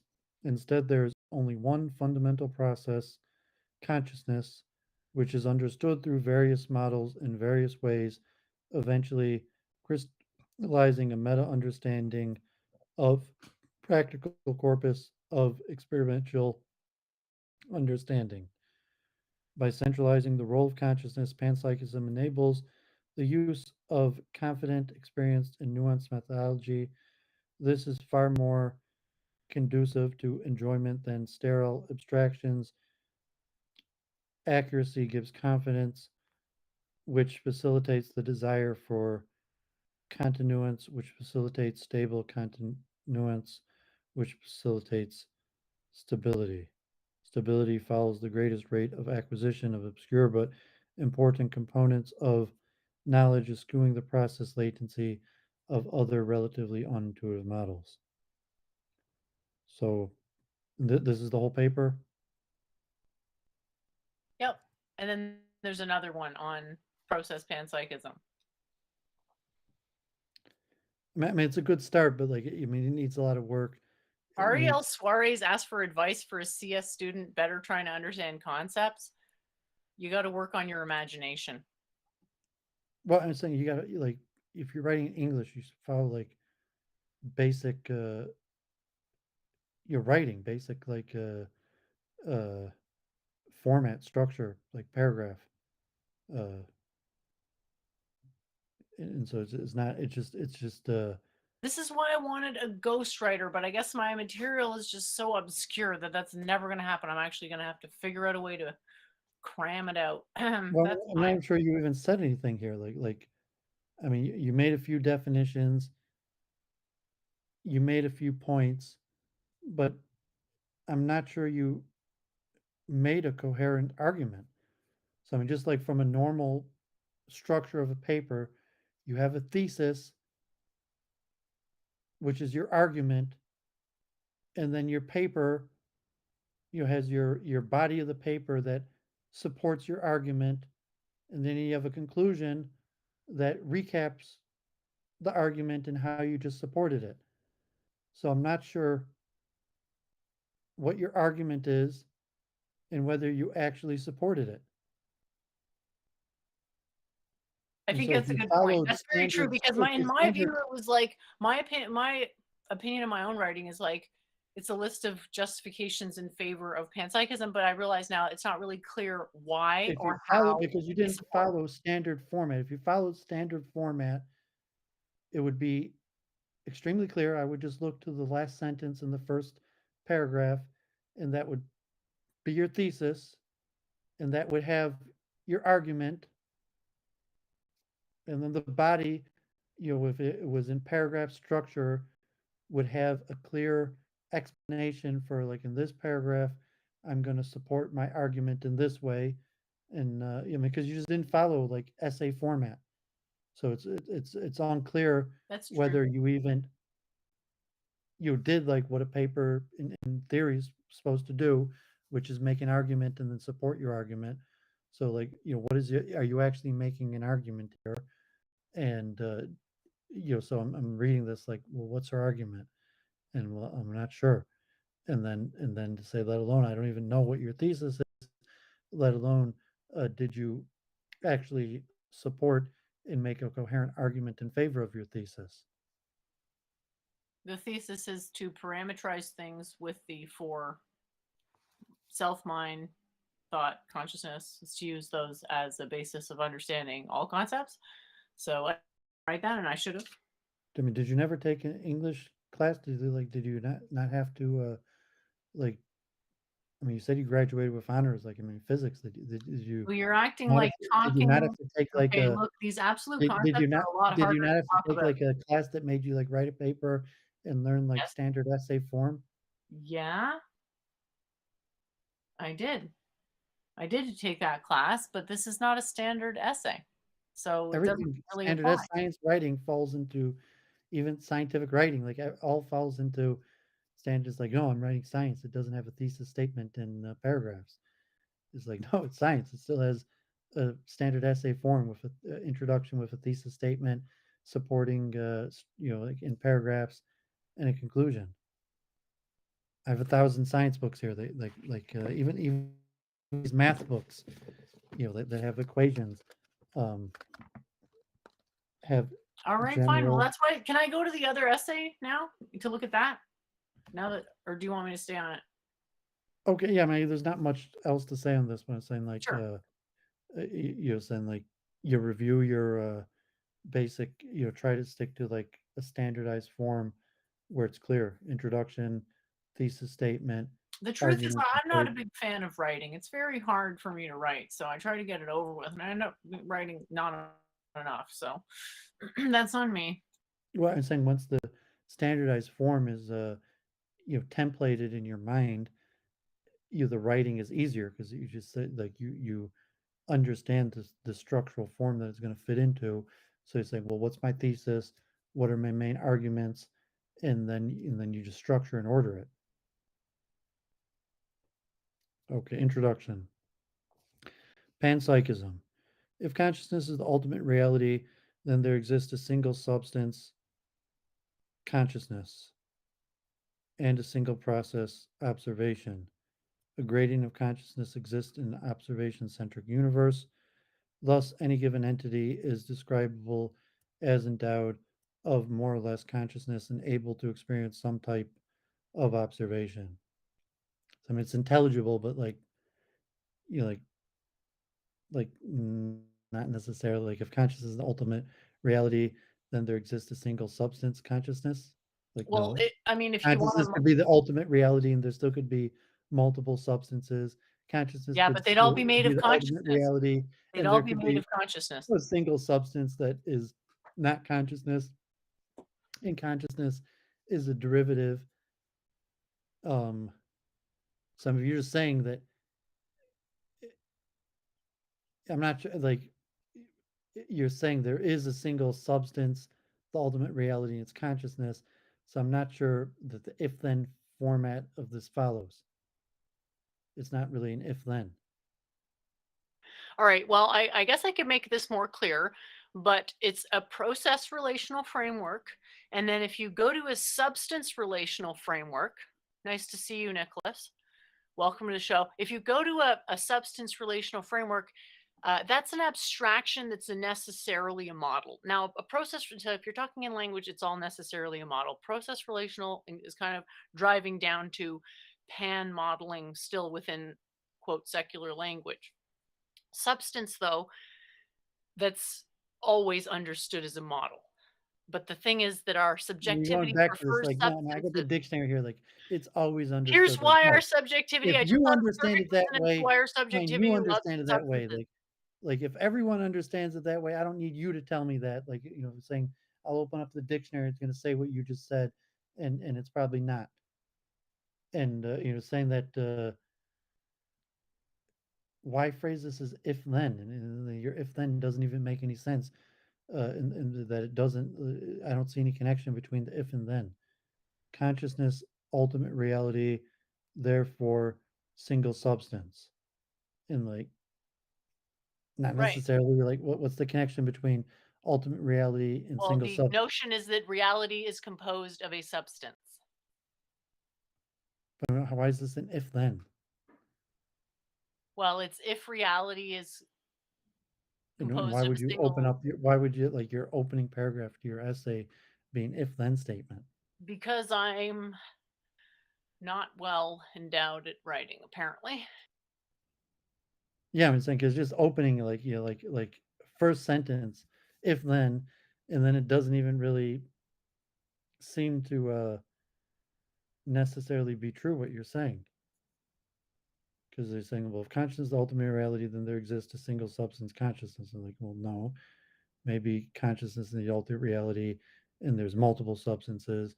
Maybe consciousness is the ultimate reality, and there's a single substance of a precursor to consciousness that's not consciousness. And and then so if you're just defining ultimate reality, like what did you add? What am I gaining as the reader to this opening and the if then and your use of the word ultimate Mhm. realities in like this if then format. It's that there's a minor dualism in terms of a sense of terms between a process and a substance, even though you can reference consciousness either way. Skyworks asks the physical properties of consciousness. Well, it depends how far down the chain of manifestation it is, because at the beginning there's no properties, and then you unfold your model to however many properties you require. And so, how many properties are manifesting consciousness sort of depends on the model. And there are some models already that say, like, in particular, the properties arise in this order. But that's not a model that would apply to necessarily everything. It would have particular implementations along particular technologies. Don't get lost in the weeds. So you're saying the first sentence is meaningless or confusing. Yeah, I'm not sure to add anything. So I'm just okay. A gradient of consciousness exists in the observation-centric universe. Thus, any given entity is describable as endowed of more or less consciousness and able to experience some type of observation.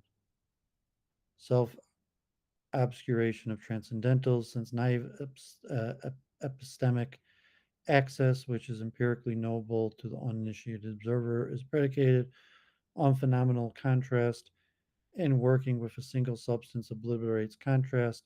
Substance monism, working with a single substance, has issues of pedagogical intelligibility. The self obscuration of monistic substances is well known. The aether of Ayurveda, the emptiness of Zen, and the way of Tao are understood as transcendentals, necessarily excluded from the possibility of complete or even partial description in conventional language. The map of naive epistemic access obscures the territorial of consciousness, and so the tetralemma, figure one, four corners of possibility, is imposed upon transcendent consciousness. Concentric panpsychist emergent model in order to synthetic contrast. This provides a quaternary decomposition of your unary process of consciousness. So, unlike in your other one, like this doesn't actually appear like an introduction because you don't appear to be giving an introduction. You don't appear to be giving like a roadmap of what you're about to say. Um, you don't appear to have had a thesis statement. Am I right that there's no thesis statement here? Yeah, I didn't really give an overview this one. So I mean, you just called it introduction, but like it's not really an introduction. Well, the final sentence is basically explaining the entire rest of the document. So to me, it kind of was an introduction that like saying, okay, so panpsychism is true, transcendentals are subject to self-obscuration, and so the tetralemma is being invoked synthetically to accentuate the contrast in a particular way to make something that is happening all at once modeled as something that is happening sequentially in a minimally inaccurate way. Well, I mean, you could work backwards if you when you edit this, and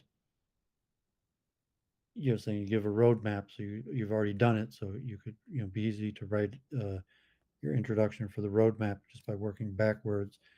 And if you have a coherent thesis, then you think of as your really introduction sentence of how you open up this if then statement, and then what's your thesis, and then what's your roadmap, and saying the last sentence of the first introduction should be the thesis, sometimes the roadmap, or sometimes the second to last sentence is your thesis and the last sentence is your roadmap.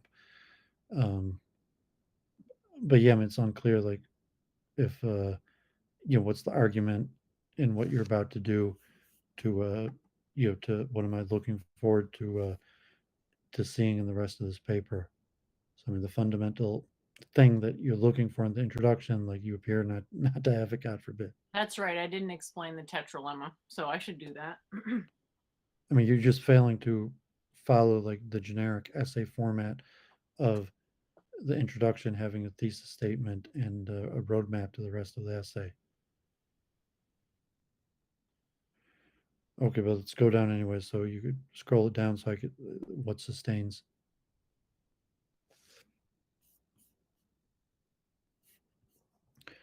Exclusion. That which is excluded is the sustainer. 3 plus 1 simultaneous observations are excluded.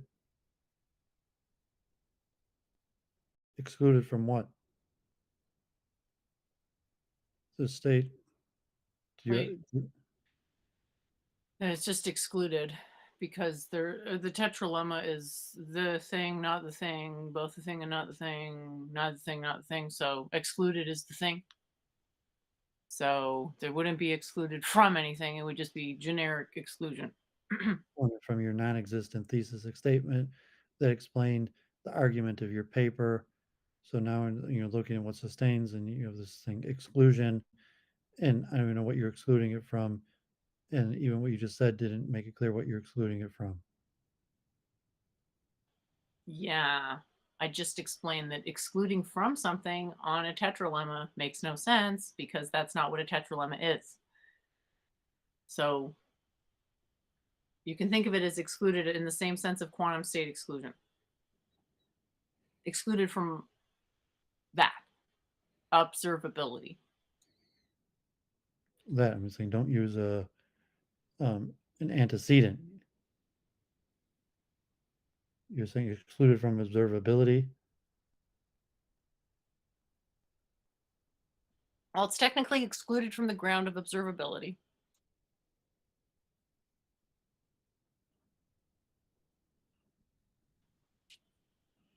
And Yeah. does it make sense that you're using the word that which is excluded is the sustainer?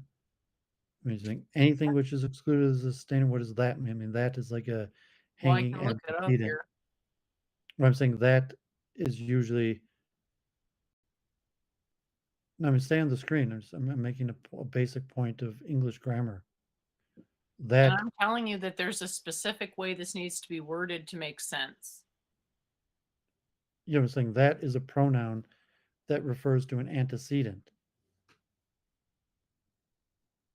And so you mean anything, I guess I'll have to or you're explain to referring Grand Priest. if you're referring back to something you mentioned earlier, so it's unclear what thing you're referring back to, or if by that you mean anything. So like, you mean just generally, like, that is a pronoun that has an antecedent, and it's unclear what antecedent you're referring to. So it's just unclear why you're using the word that. It's a sign convention of the four corners tetralemma.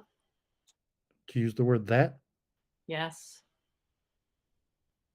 That which is being, that which is non-being, that which is both, that which is neither. That's just a sign convention. But anyway, I understand it probably reads like shit. Yeah, I mean, it's just not proper English. Like, I mean, Well, it's a bit formal, perhaps, but it's no, it's not proper English. formal. It's a pronoun, and pronouns need an antecedent. I don't even know what you're talking about. Pronouns and antecedent. If you use the word he, What are you saying is incorrect here? What's wrong? That which is excluded is the sustainer? That's wrong? You're saying the word that. Yeah, it's the sustainer that's excluded. Does that mean the sustainer which is excluded? That No. is a. It's definitional. That which is excluded is defined as the sustainer. No, I'm saying either that means anything, or it's specifically referring to something you've previously mentioned. So if that could mean anything, then you should use the word anything which is excluded as the sustainer. Or if it's self-referential, you're saying that which is excluded from the sustainer is that which is excluded. I could say that which is excluded from the ground of possibility is the complement. Like I could go on a huge long thing. The problem is the word that. It's all one word. It's that which is. That which is. That's just one What if I thing. said anything which is? No, that which is just one thing. So that which is not. Do you see what I'm saying? If I said anything which is excluded, or it has to be that which is. You're saying anything which is excluded, or anything which is excluded. I don't think you'd say anything because that implies a thing exists. That is the least specific designator you can say. You could say that which is excluded, and that's just one thing. So this is I could rephrase it as the sustainer is excluded. I could rephrase it as that, but I think that would be very short. I think it's improper use of the word that. Saying it's a formal use. You never heard it say that which is dark is not light? You never heard that before? Like I'm sort of struggling to think of an example. Could somebody in the poetry. audience? Can anybody chime in the audience? I'm not 100% sure. I did work as an interpreter for quite a time, so to me this just seems like a bit, maybe perhaps a slightly archaic use of English. Yeah, that is a pronoun, and pronouns have an antecedent. That pronoun used to identify a specific thing, person or thing observed by the speaker, referring to a specific thing previously mentioned, known, or understood. So when you say that, it's a pronoun and it has an antecedent. And so what is the antecedent? I mean that you should be referring to something that you've already, specific thing that you've already mentioned. So I'm seeing the word that, and I mean you just you with this and now I don't know what you're referring to. So I mean if you're talking about poetic usage, like now all of a sudden you're writing a scientific paper and you want to say you're talking about poetic usage. I think it's saying it's improper that I'm talking about that the tetralemma sign convention.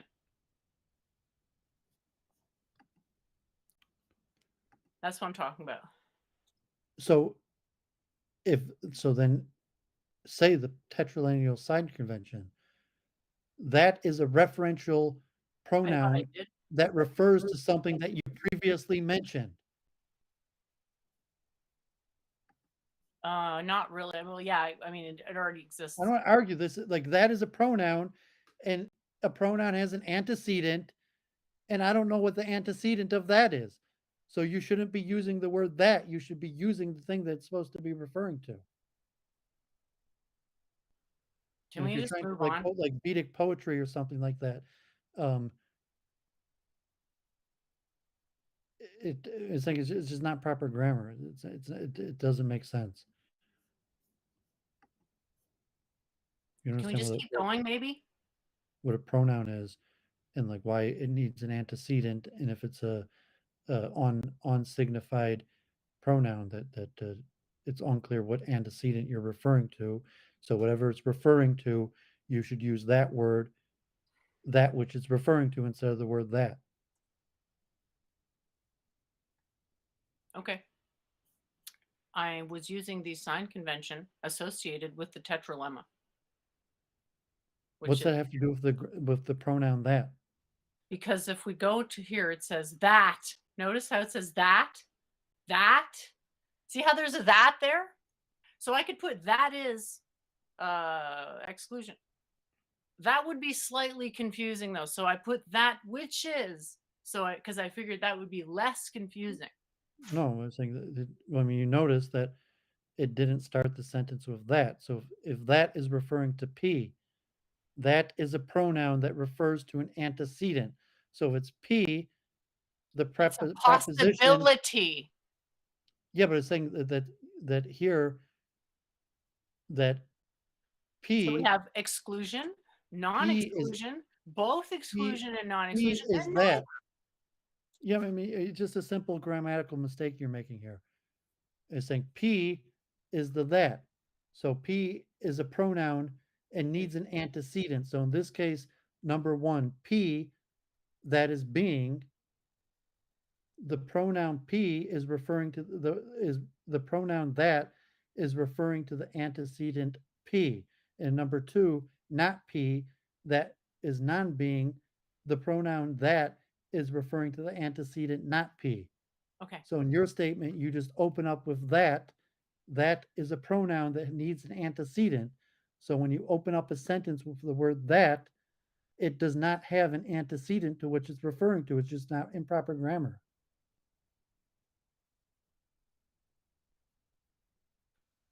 Anybody want to chime in here? Because I feel like it is proper grammar. Doovid's just not understanding it. But P is exclusion in this case, if it wasn't clear. So we can just keep going. P is the antecedent that refers to grammatically. P is a proposition or P, possibility. yeah, but grammatically, P is the antecedent that the I word don't that really refers care to. about some random alleged grammatical flaw that I know isn't a flaw.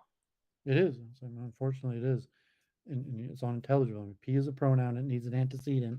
So in all of these cases, the word that has the antecedent P, as opposed to in yours, that does not have an antecedent.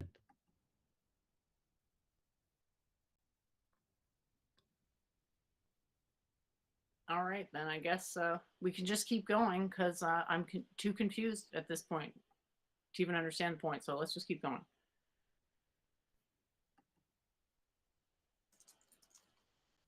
Okay, I mean, it's I'll hard because switch over. because you're well, I mean, one thing, you don't even have it on the screen. I can't keep going.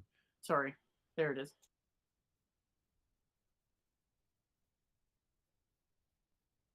And it's saying like it's hard to keep going because it's unintelligible. And I tried to explain to you why it's unintelligible. I can read it. So 3 Well, plus I 1 could read it too. It's just unintelligible. I mean, that which is excluded is the sustainer. And you're saying I read it. It doesn't mean it's intelligible. Plus one simultaneous observations are excluded. The state associated with 3 plus 1 simultaneous observation is the complement of excluded from the ground of possibility. It is the generator of the ground of possible observation. It is the form generating through exclusion complement, the form grounding observation, simultaneous processing, the geometric model of the excluded state in the figure 8 knot.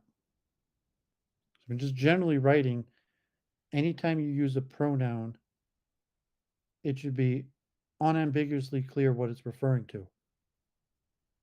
It's like it and that are pronouns and should be unambiguously clear what you're referring to. And what you're referring to is called the antecedent. And if it's not unambiguously clear what the antecedent of what the pronoun refers to, you shouldn't use the pronoun, you should use the full antecedent. So if you're saying the state associated with 3 plus 1 simultaneous observation is the complement of excluded from the ground of possibility, it is the generator of the ground of possible observations. So what is the antecedent of it? Is it the state or is it the simultaneous observation? And the next, it is the form generating. So it, by it, do you mean the state? It would be the sustainer. There aren't states yet. So in this case, you should use the word sustainer, saying you only use a pronoun if it's unambiguous what the pronoun, what antecedent the pronoun is referring to. So I'm saying like this would be something simple that would make it more intelligible. It's like it is the generator of the ground of possible observation. I don't know what the hell it is, and I'm looking for, well, what's the antecedent of it? Is it the state? Is the observation? Is it the sustainer? So you're saying it's the sustainer. So just use the word sustainer. Okay.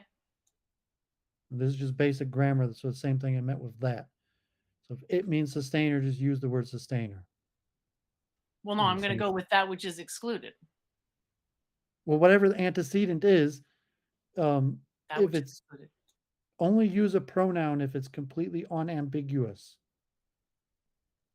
what the antecedent is. I'm afraid this stuff's going to be a little ambiguous due to the subject matter. I'm doing my So best here. don't It's a do little it worse by nature. like elementary school writing. Pronouns and antecedents.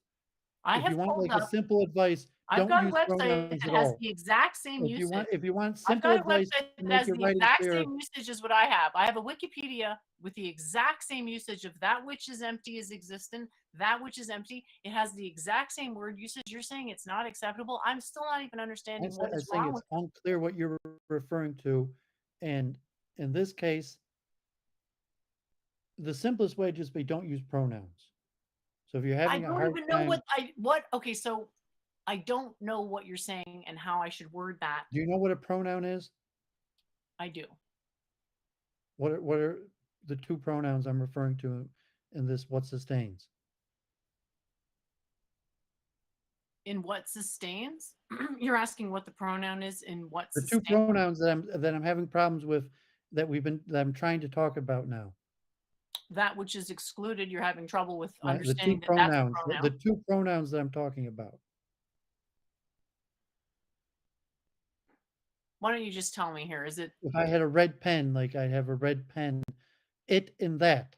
Yeah, it is you had an It issue and with it that because are it was pronouns. unclear, and I said I'll put that in as the sustainer. And I'll replace it with So I was saying this that the or way that which to is excluded. clarify ambiguity is just not to use pronouns. If it, you mean the Okay, sustainer, don't use it, use the use a prop. sustainer. You mean use a proper noun to refer to it? Well, I mean, it's not a proper noun. I mean, it's just the noun. Well, What it's whatever the called, word is, the it's called actual the thing. antecedent. Okay. I mean, just basic grammar. Like I literally learned this in elementary school. I guess And I didn't. it's saying that a pronoun refers to something you've previously mentioned. And that's why it's confusing because you have pronouns and it's unclear what they're referring to. So if you just use the word that they're referring to instead of the pronoun, there wouldn't be any room for confusion. So if you use it is the generator of the ground of possible observation, you mean the sustainer is the generator of the ground of possible observation, then I could think about what does it mean that the sustainer is the generator of the ground of possible observation, but I see it is the generator of the ground Okay. of Point possible taken. observation. I don't know what Gotcha. the hell it is referring to. Okay, got you. Point taken. Okay, so just general advice for your writing. Try to avoid pronouns and like easy is just avoid pronouns. And if you do use pronouns, it should be unambiguous what it's referring to. Okay. How So does I mean here you how does it sustain? I mean what is it? How does it what is it? How does it sustain? well, that's the thing. The questions are what sustains, how does it sustain? What is it? It is a pronoun. You Exactly. can't use pronouns. What is it refer to? Okay, this is I don't know It's what just basic grammar. I don't know what the hell you don't get. What does it refer to? it's a hypothetical question. It's an abstract hypothetical question that the dissertation You're using it follows. like an unknown. Yeah, it is what's out It there. means like how does any object sustain instead of No, like using what's this? Okay, so there's something out there and it's called the sustainer. And then we're asking, how does the sustainer sustain what it sustains? And the answer is through non exclusion. so this it is still the sustainer. That's right. So how does the sustainer sustain? That's right. Okay. Yeah. So when you So edit this, thank you for that. if you And just edit like that, I'm sorry to be so upsetting. Like I don't know. I wish you wouldn't get so upset. Like I am being as clear as I can. I'm not being unclear on purpose. I well, I see just don't now like why it's it's unclear. because you violated like a basic grammatical rule of of you like an unsignified pronoun. So just like if you how does the sustainer sustain? It would be intelligible. So how does it sustain? And then it's like, well, what is it?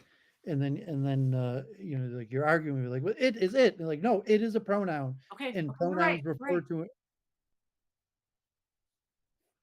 Okay, non-exclusion. And I have the same that, which is not excluded. I mean, if for whatever reason you like you want some dramatic effect of using the word that, which I think it's improper English. It should be if it's an unknown or anything, it should be anything because that is a pronoun that refers to an I'm entity. just remembering some very basic introductory video to four valued logic, and that was how the presenter put it. So if it's, you know, cataclysmic chasm of meaning, I'm fine. You know, people in the audience, please feel free to chime in if this stuff is, if it makes sense. Where does it make sense? If it doesn't, where doesn't it make sense as much? Well, I Thank am the only one who's actually reading it, so I mean, like like I'm the one who making an attempt to read it, and I'm telling you, it's unintelligible, and it's saying it's unintelligible because of bad English. You know, maybe the idea is good, and it's bad English. And the reason it's bad English is because you're just basic grammatical rules of unsignified pronouns.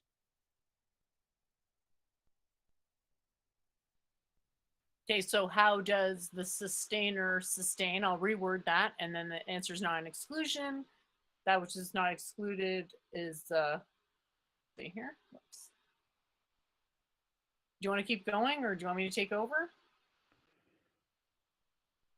Yeah, I'll keep on going. I'm saying when I see the word that or it, I'm looking backwards to try to see what you're referring to.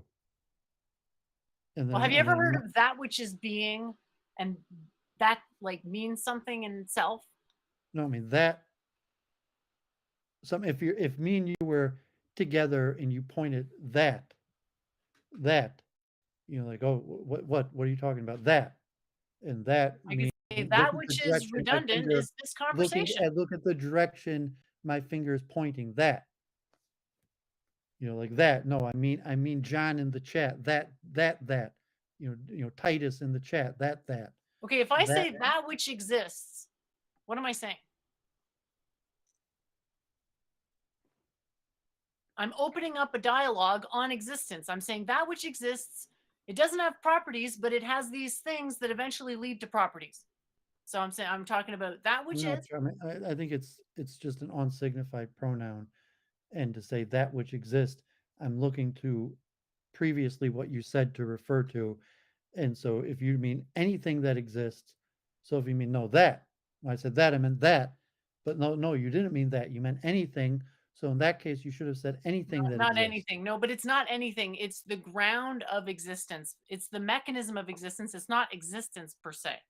So if it's that, what you meant, the ground of existence, you should use that word, because when you use the word that, it's a I do. pronoun that refers to an antecedent, and I'm looking for the antecedent and not finding it.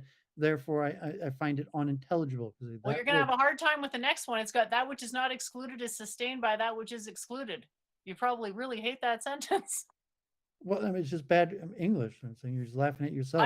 I don't think it's bad English. That's how it's worded in other texts. Like I'm not. In I what didn't other choose text? Like this a wording. translation of some Sanskrit?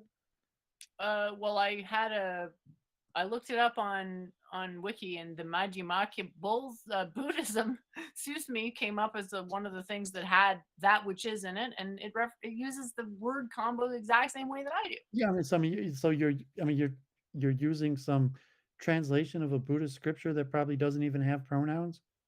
Well, I'm using what I feel is the most accurate way to reference. You're defending your another way you're to do it. I'm not sure what it is. you're defending your grammatically incorrect English usage No, I'm just not sure from a how to change it. translation of a Buddhist scripture. What is that? You're saying that like it's a bad thing. I said it's not grammatically correct, and you said, Well, "Well, you're yes, saying it it's is not grammatically correct, and I'm because they use that to it's translate not a some Buddhist translation of a scripture." Buddhist scripture. It's a literal Wikipedia entry about Buddhism. That's not the same thing as a translation of a scripture. And so, I Sorry. mean, let's see, like, if it's Buddhist, and for whatever reason you have an unsignified pronoun, and for the effect of the Buddhist text, the purpose is to have an unsignified pronoun, and you're like, maybe that makes sense for the sake of the Buddhist text, that you have an unsignified pronoun like that, what that, like that, and it's supposed to be some like deep Buddhist message, but for this it's just grammatically incorrect. Well, have you looked into the tetralemma at all and what it means? Because there's a proposition. They're defining it as a proposition. I mean, I don't know that I would Well, call no, it a because proposition. you didn't define it. So if you're I mean, because you didn't give like an introduction and saying, I Okay. mean, it's not my fault that your writing's unintelligible. Of course not. And I appreciate you helping me because I don't understand what And then it is that I'm people telling don't you understand. why your writing is And I unintelligible, and I'm appreciate it. telling you a basic English grammatical rule about unsignified pronouns. Yeah, that part I don't understand because to me it seems like it's fine based on what It's I've fine looked to up. have unsignified pronouns. Well, I've got, you know, He went to the store. nor do they acknowledge that which is empty. What's wrong with that? How's that wrong? Because it's unsignified. I say he went to the store. You're going to think, well, who is the last male that he referred to? So the he is in reference to the last male. But if I never define the last male, so like he said in the chat. So who he? Like Daryl, Titus, John? I just said he said in the chat. But that doesn't help you, because he could refer to any of these people in the chat. So for the last 10 sentences, I was John this, John that, John this, and then I use the word he, is like, well, he obviously means John. Or if it was like, oh, Daryl and Daryl and Daryl, and then I use the word he, the he refers to Daryl. But if I just like, oh, he's saying in the chat, you're saying, well, which he?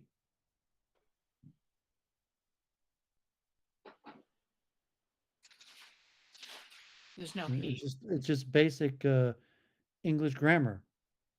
Pronouns refer to things that were previously mentioned, and if you can't connect it to what's previously mentioned, you should, if it's not easily connected, you shouldn't use the pronoun.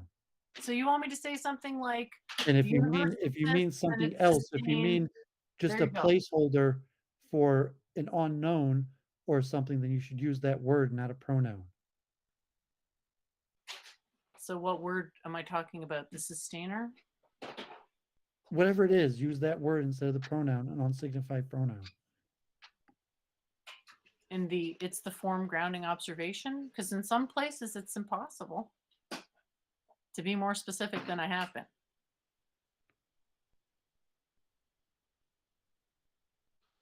But anyway. Any of this make any sense? I mean, if you're saying you're answering the question, it's like, what is sustained? And the answer to what is sustained is that which is both exclusion and non-exclusion. Yes. That which is both excluded and not excluded is observed. So Yeah, so you're I've saying the given answer 3 to the different question, what is definitions. sustained? And you're saying anything. Are you saying anything? No, Or not? not anything. It's The either thing that is anything that which is both, what is sustained? not, there's no anything in this though. Anything We're that which is only both looking at one excluded and concept. not We're excluded only is looking at sustained. one concept. So anything would imply we're looking at all concepts. We're only looking at one concept, which is exclusion. Okay? One So- concept that is excluded and not excluded is sustained. Okay. What is think of it as a property. The property of the thing that is sustained is both exclusion and not. Stop using pronouns. Can you speak without using pronouns and use the words you're actually talking about? That's the problem. Saying what is sustained, don't answer with a pronoun. So that's the problem. That's why it's unintelligible. What is sustained? So if it's that anything, if it's the concept, but you use the word that, and that is a pronoun which is supposed to refer back to something that is clearly been previously defined. So if you mean anything, so I'm interpreting that to mean anything. Say what is sustained, that which is both. So you say that just means that, and it doesn't. So I'm taking that to mean it means anything, and then you're saying no, it doesn't mean anything. So I'm saying that's why your writing's unintelligible, because when you say what is sustained, you say that which is both excluded. I mean, even the word excluded, exclusion, and not exclusion. Is it excluded or not excluded? Exclusion, not exclusion. But when I see that which is exclusion and non-exclusion, I translate that as anything which is both exclusion and non-exclusion. But you say it doesn't mean anything, and I'm telling you it does when you use the word that which is both exclusion and non-exclusion, because it's an unsignified modifier that is interpreted. You're assuming that anything. things already exist when we're talking about this, and that we're referencing things as Stop existential. using That's not what's pronouns. happening here. What do you? I don't know what you mean, by the way. So What's a pronoun? I said you're assuming we're referencing existentials because you're saying anything. There's no anything at this point. We're That talking means about the anything. ground of things. So that means anything. So you start at the beginning is. I'm telling you why your writing is unintelligible. Okay, fine. It's unintelligible because you use the word that. And so I just said, when you use the word that, unsignified, I'm taking that to mean anything. And you're like, no, it doesn't mean anything. So like, yes, it does, because you used an unsignified that. That which is both. Okay, so both. Just like if I use the word he, yeah. and it's saying, well, he means any man, right? No, he doesn't mean any man. He means, it will say, if you just use the word he and it's not signified to which man you're talking about, he means any man. So if you use the word that and it's not clear exactly what you're talking about, that means anything. So are you saying it would be more clear if I worded it both exclusion and not exclusion? Is that? That is a pronoun, and it's referring And that is to a referring to the noun. set of exclusion and not exclusion as a set, as one entity. Saying what noun, which what is sustained. There's a noun which is both excluded. I mean, I'm not sure if it's grammatically makes sense, exclusion and non-exclusion. Uh, just reading that, which is both exclusion and non-exclusion. So I'm looking for a noun which is both exclusion and not exclusion. So that is a pronoun. So that could refer to a noun, and so the noun I want to use it to refer to, because you don't clearly have an antecedent to what it should refer to, I'm putting as anything. And you're saying it's not anything. And you're saying, well, it's not, it's that. But you're saying stop using pronouns and then you'll make sense. Titan As long as said, you're using pronouns, you're not making sense. Titan said that which is meant to be understood must, if not always, at least so close to it as not to matter, must be written in as simple a manner as possible. I guess that's a joke, but did that make sense? I'm telling you, you're not making sense until you stop using pronouns like that. All right. So all these are nonsensical. And then I'm telling you how I'm trying to understand you, saying it's not right. And you're saying, well, what does it mean? Well, it means that. And saying, so you got to give me a noun, not a pronoun. The cosmos. Well, whatever it is, use that word instead of that.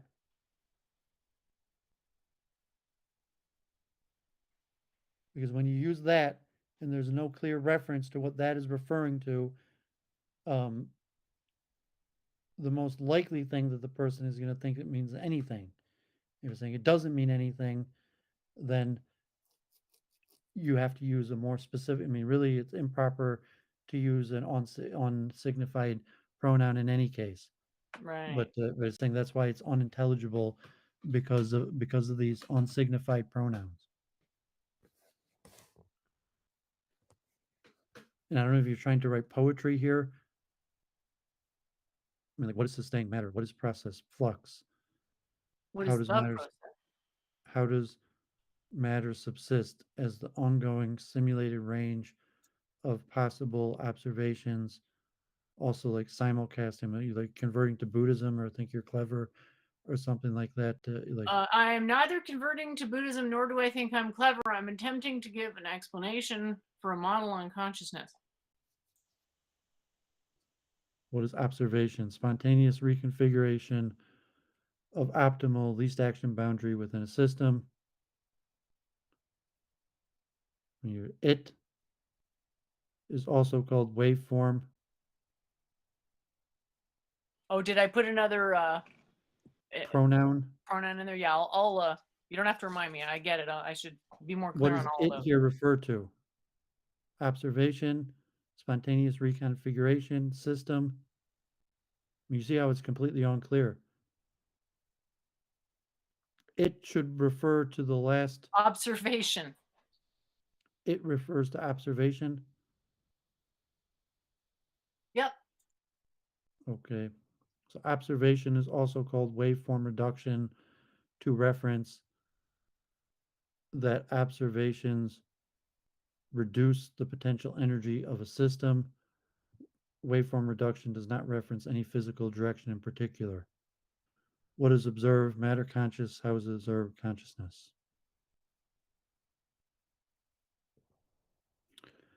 How is what is sustained sustained? That which is neither excluded nor not excluded. That which is meta observational. How is what is sustained mind? What is the process unification assigned a boundary? How does a mind subsist as the generator of ongoing simulation of ranges of possible observation? Also, simulprocessors. What is generation? Spontaneous simulation of potential range of observation, also called superposition when referencing measurability.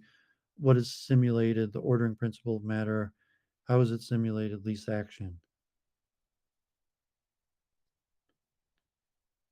Thanks. So yeah, Final there's a comment. final comment there. Insofar as the landscape of naive epistemic access is defined by contrast, non-contrast is self-obscured. I just realized I have an accidental capital I on the is there, so that was not intentional.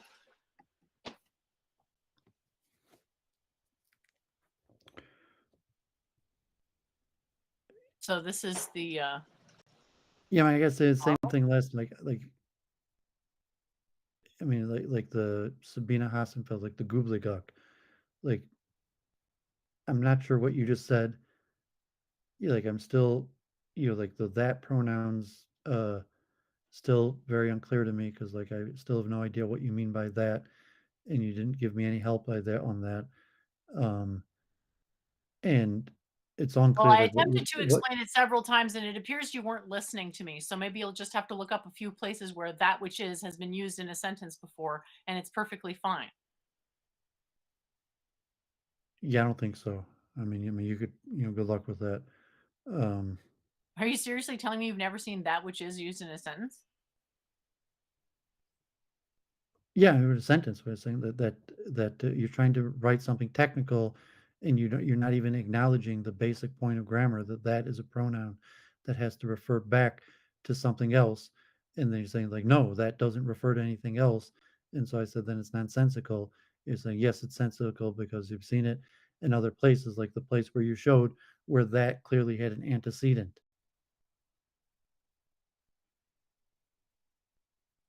It's just simply improper English, and it's unintelligible.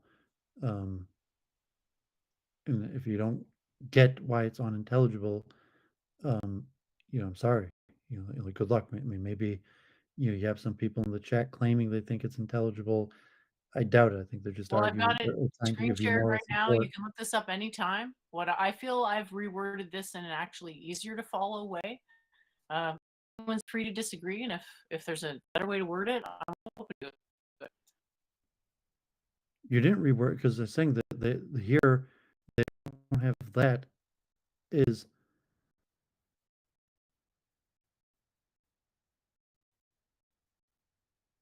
for P that refers to P. And P is excluded in this case.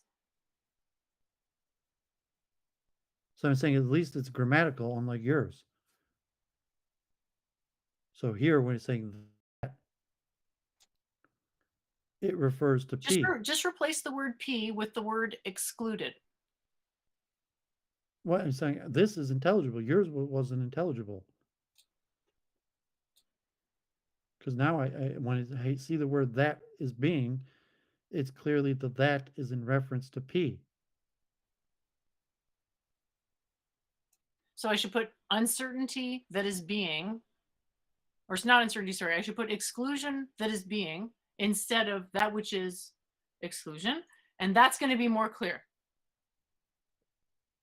I mean, you really need me to give you elementary school lecture on pronouns? Well, how do I word it? Saying that is a pronoun. It refers to the last previously used noun. So the term that which exists, that means nothing to you.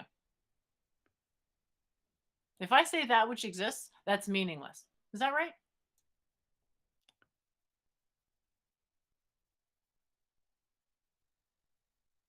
Why I'm saying it's meaningless is it's a I'm not sure if it's called a dangling pronoun or just a pronoun without a clear reference to the antecedent. So there's no way that that which exists could be correct to say that. That could never be correct grammatically. No, I mean it's grammatically correct. It's because it's a pronoun. It needs an antecedent. I can't Just like just say that which you could say exists. he went to the store is grammatically correct, but the it's unintelligible if it because you're using a pronoun that he. So if you use the word he went to the store, if it refers to any adult male, I mean any male or it refers specifically to the last mentioned male. So it's just saying it's pronouns refer back to a noun. Like pronouns are a placeholder for a noun.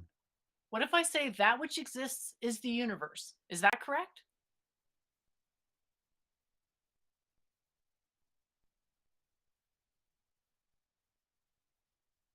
I'm not even sure. It's saying if you just say that then So it's you're on. saying that which exists is the universe? That's nonsense.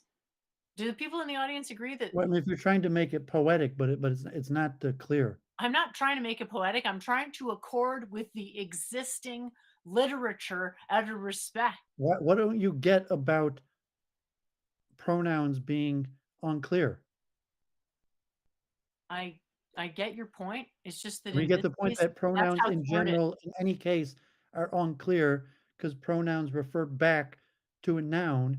And in the Yeah, case I if get there's it. a You don't need to pronoun where keep it's not clear repeating what that. And then I noun, said that which exists is the universe, and I said, is that correct? And you seem to not know if that's correct. Is it correct? Because it sounds fine to me.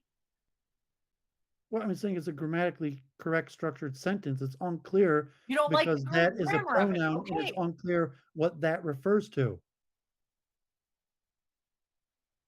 Exclusion. Yeah, but in your writing, it's not clear. So it's saying that is a pronoun that refers to something else. So if when you use the word that, it doesn't mean that. It means what the noun that refers to. So if you mean exclusion, which is excluded, and I mean, it's just a point of clear English. That is a pronoun that refers to something, and when I see this that, I don't know what it's referring to. I don't It's know what you don't understand about what I'm it's saying. purposely not referring to anything. Because to You're refer to saying a it's thing supposed would to be not refer to fallacy. anything. It would be a fallacy to say that thing which is excluded because it's not a thing, right? So to put anything in there would be fallacious. So I'm just going with the standard way that they do it on the tetralemma decomposition, which is, as far as I understood, it was that which is being, that which is non-being, and so on and so forth. Now, maybe I'm just way off in the weeds in some, random echo chamber. I don't know. Yeah, I mean, you're lost in like some Buddhist poem or something like that. Uh, And like this you don't even isn't care that Buddha. Okay, you just don't care because that I you're can not cite precedents in intelligible. Buddhism, You this don't care doesn't that you're come not from Buddhism. intelligible because it sounds good to you in some Buddhist poem. This doesn't come from Buddhism, but it has precedence in Buddhism. So I'm going to cite the stuff that has the precedent, even though it doesn't come from there. Is that okay? No, it's not because that is a pronoun that has to be referring to something. I don't know what it's referring to. If Right. you're trying to be poetic in some sense, or you're trying to make some point that you're using the word that because it doesn't refer to anything, then it's purposely confusing. You're saying it's purposely supposed to be confusing No, it's because not that's not purposely you're not supposed supposed to be to confusing. not I'm shocked that you find this confusing. I'm honestly still reeling from the fact that you think this is confusing. Fine. I didn't realize that. I'm confused as to how you can be confused. Fine. That's just so how I'm it is. trying to give you like I mean, God forbid that you need it, like a basic, I mean, really elementary school lesson and saying that don't if simply if you're having a problem, just don't use pronouns. Use the word that the pronoun refers to. You're saying if this pronoun doesn't actually refer to anything, then like of course it's hard to understand what the hell you're trying to say. Because if the pronoun's referring to something, and the reason I can't understand Exactly. it It's is like because I John don't know understands it's what the the pronoun's sustainer. It's referring the to. sustainer. We went over this like 10 times. It's the sustainer. It's the sustainer. It's the sustainer. The sustainer sustains for the quadrillionth time. The sustainer, which is excluded, is the sustainer. That So which is the thing, the sustainer excluded is the sustainer. That's right. that should be, I mean, just from the pronoun, whatever the word pronoun refers to, should be replaceable. So if that refers to the sustainer, that means I could read this sentence. I could rewrite The it as the sustainer which sustainer is is excluded is excluded. the sustainer. I could So you're say, no, saying you could read it, the sustainer is excluded. You could read it that way. That's fine. But the that's not the sustainer is technical excluded is correct the way to write it. sustainer. So that's what your sentence is saying. The sustainer is excluded is the sustainer? No, the sentence is saying the sustainer is excluded. That's all it's saying. The sustainer is excluded is the sustainer? No, it's just saying all it's saying is that the sustainer is excluded. Period. That's it. There's nothing else. Is it possible for you to say the sentence without a pronoun? Sustainer is excluded. So if that's what it means, why is it that which is excluded? Why not just say sustainer is excluded? Because it sounds not good to say sustainer is excluded. Why does it sound, so you're saying it sounds better to have an unreferenced pronoun when what you mean is the sustainer is excluded?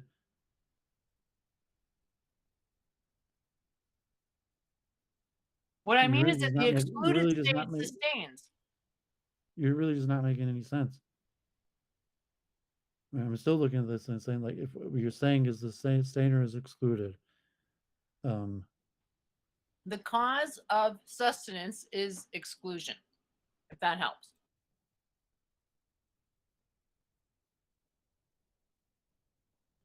Is that more clear? no, I mean, it's not really clear at all. And it's saying that, the reason it's not clear is because you're not using a standard format, and you're not even using like standard grammar. So I mean, it's possible what you're saying is clear, that if you were using standard grammar and standard format, it would be clear. But saying in the unstandard format and grammar, I can't even tell. Like I said, I'm reading this. Like, what's your thesis statement? What's your argument? Like, oh, I don't know.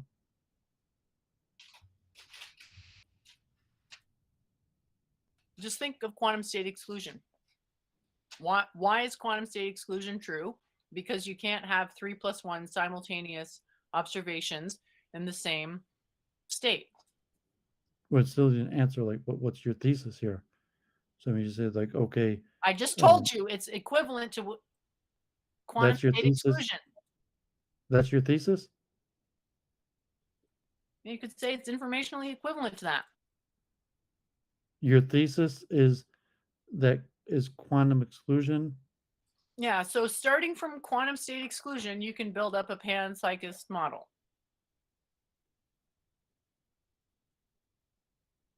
Yeah, so that's why I thought it was so good. Well, at least you thought so. Well, I didn't really explain it very well, so thanks for talking through it because it's helpful to see Yeah, where it's not. It's I not give clear. you the. Besides for like the standardized format of introduction, roadmap, like your other one at least had a roadmap, like in introduction, like but introduction, roadmap, um, very careful in your use of pronouns and making sure that what if you're using a pronoun that it's unambiguous what it refers to. And they say what it means, the pronoun. So be very careful when you're using pronouns what the pronoun refers to.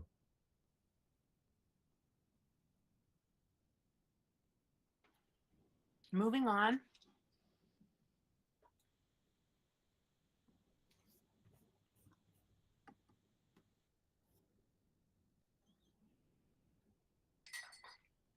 So have we got to the end or? Yeah, we did get to the end. So I guess that's a good place to maybe stop discussing that. I've got a slightly better one here.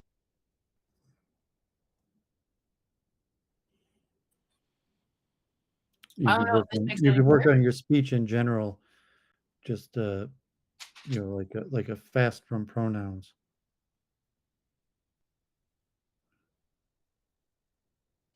Are you saying I'm using too many pronouns just in general? Because I don't know what that means exactly.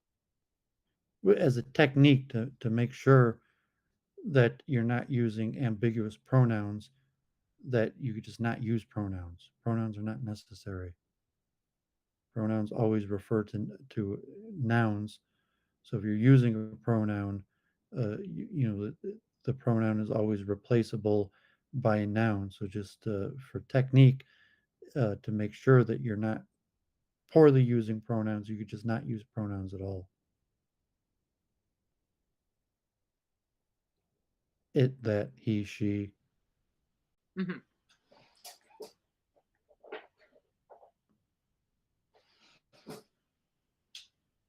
Well, I think in some cases it's going to be hard.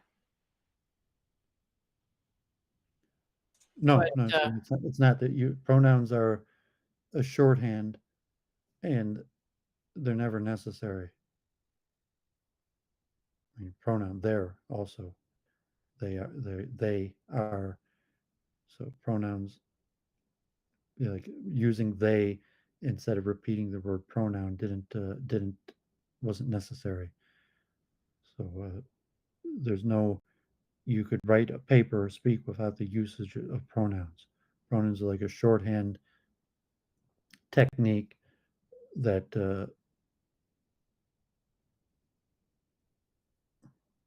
that in this case not as a pronoun, but in terms of causation.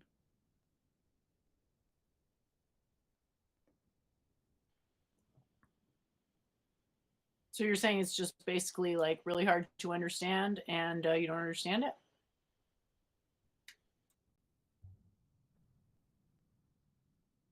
Well, I mean, I possibly understood, but it was still unclear what your thesis is. I mean, if you're arguing your thesis as panpsychism could be derived from the exclusion principle, um, then you would have to phrase, and if you had phrased it like in a comprehensible manner with a thesis, where this is your thesis, and then you give like a roadmap and it had like a standard structure, then maybe it would have been comprehensible. So just That's a trying good to idea. I'll add that on. I'll add that at the beginning with the exclusion principle because add that'll, what that'll do be you good. mean by that? I'll talk about how the I exclusion was saying just principle. work as a technique to avoid the usage of pronouns. So I mean, I'll add the thesis statement, I'll add the roadmap, but using the clearness just as a technique to benefit your thinking skills in writing in general, just avoid the usage of pronouns.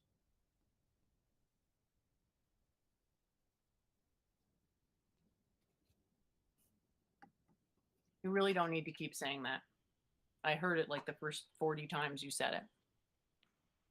Well, you just said you really don't need to say that and it. You just did it. So you really don't need to say that you could stop of using pronouns. I understood that you don't need to use pronouns the first time you said that you don't need to use pronouns. So in So that case, you want me to start recapping everything you say then every single time without using any shorthand of pronouns? well, so in this case, the word that, because that refers to a whole phrase, that actually saves a significant amount of words. So if that refers to a whole phrase, and it's very clear what that referring to a whole phrase is, there's a reason to use the pronoun. But in most cases, the usage of pronouns is not saving the elimination of a whole repetitive phrase, and it makes understanding difficult because whatever the pronoun is referring to becomes ambiguous, and then what exactly were you referring to? And I have to think It's back. meant to start as ambiguous and then get more specific. So I get you feel like it's a criticism, but to me it's like, oh, that's actually good because it's supposed to be No, I'm just ambiguous telling and you then get specific. a basic writing and thought technique is to be cognizant of your usage of pronouns. And so if you just thought communicatively that you could speak, you don't need pronouns. And so as a cognitive technique to try speaking without pronouns and writing without pronouns, and then in a case where if you're trying to save wordage or there's a reason that you're specifically using a pronoun, but because your writing has a problem of not being clear, uh, like a basic writing coach technique, try not using pronouns, and saying that same technique of applying your speech. So that could also apply in your speech with that same technique, not using pronouns. Uh, you work on that's like a writing coach technique of how to improve your writing to just be very careful or completely avoid using pronouns.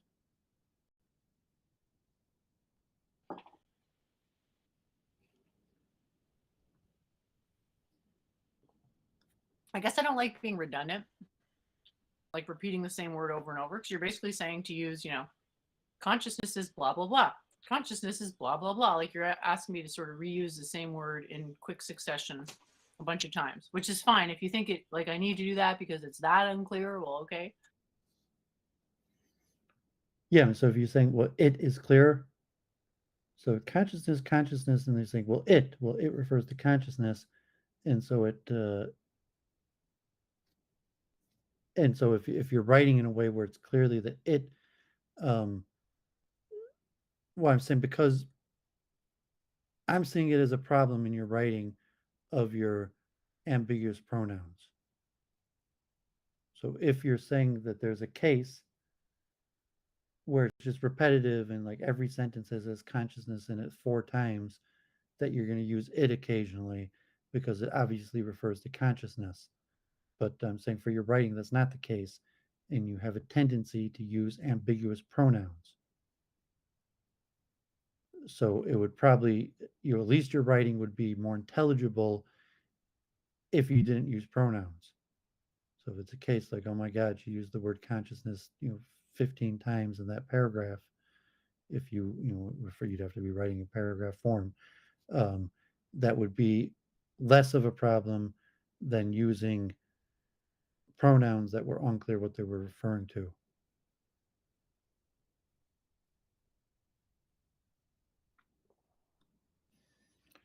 And so as a technique to improve your own writing, you could try writing without pronouns.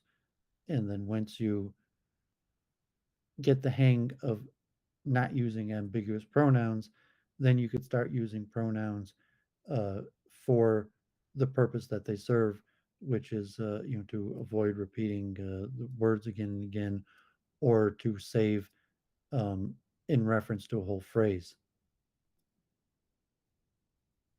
So if you're talking about Doovid, and do you want to use Doovid every time, or are you going to use he occasionally? Or if you're only talking about me, you say Doovid, and then the rest of the paper you're going to use the word he, because only he that you're talking about is Doovid.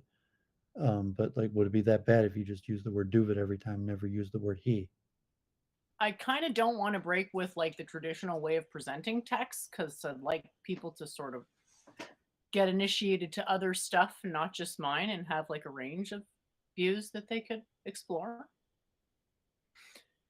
This is just a really basic hard. writing technique. There's not saying that to I'm saying like just reading your writing today, saying like the common issue is your ambiguous pronouns.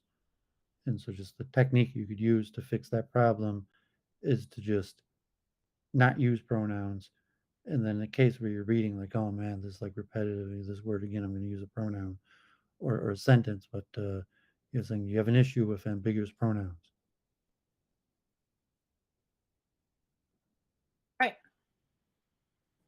So you're saying it starts off pretty ambiguous, but does it get more specific at all throughout, or you just can't let that go that at the beginning it's ambiguous?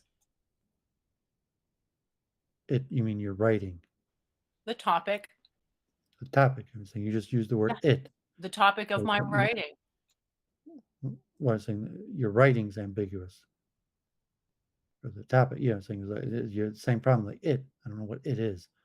So you mean your writing or the topic of your writing, but you use the word it again, and it's still ambiguous because I don't know what you mean by it. Yet I'm the one gaslighting on definitions. All right.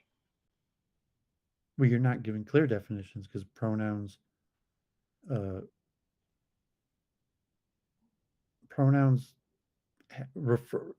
referential to other things, and if it's not clear what they refer to, you're better off not using it, not using the word, the pronoun that's unclear what it's referring to. And even you're speaking in general, if you're, your verbal speech where you're using pronouns like it, and well, what does it mean? You're trolling, right?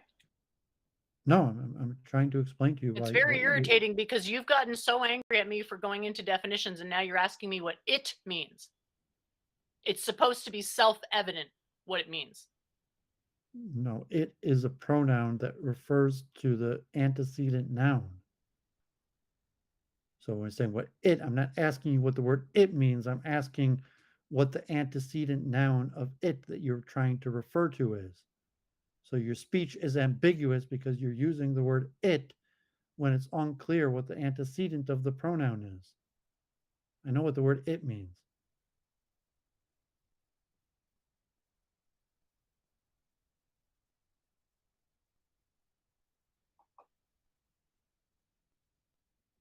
How many times? I don't know how many times I mean, Daryl's saying it lacks clarity. Any And clarity? again, you both don't have the authority to judge what is clear enough on a writing about consciousness. So you It should is. I mean, this is adjust your basic attitude writing. to be a little bit more humble, because neither of you is an expert on consciousness. Neither of you. Let's remember that for a I'm moment. not talking about consciousness. I'm talking about We writing. actually are talking about consciousness. This is a No, model I'm on talking about your poor panpsychism. usage of pronouns. Panpsychism is all about consciousness, okay? I'm talking about your poor usage of pronouns. Or perhaps you are just insisting that the writing has to be in a format that it can't exist in due to your cultural bias. It. The writing existing in the format that the writing. You want me to keep using the same noun, the same proper noun each time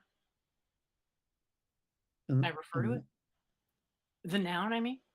I'm going to start using the same noun every time I talk about the noun?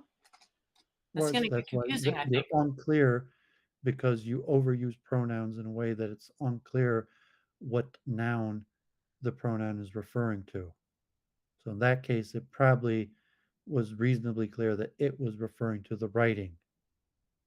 But in most of the case, you overuse pronouns, and it's not clear what the pronoun is referring to, what noun the pronoun is referring to. I just can't believe you keep repeating that so much. If there was something in a different system that I didn't understand, I would never, ever, ever try to insert my own suppositions on it. I try to understand it on I'm its own talking about terms, your writing. I was which is saying a I reflection read of your my writing, knowledge. and I said the biggest problem in your writing is your unsignified pronouns.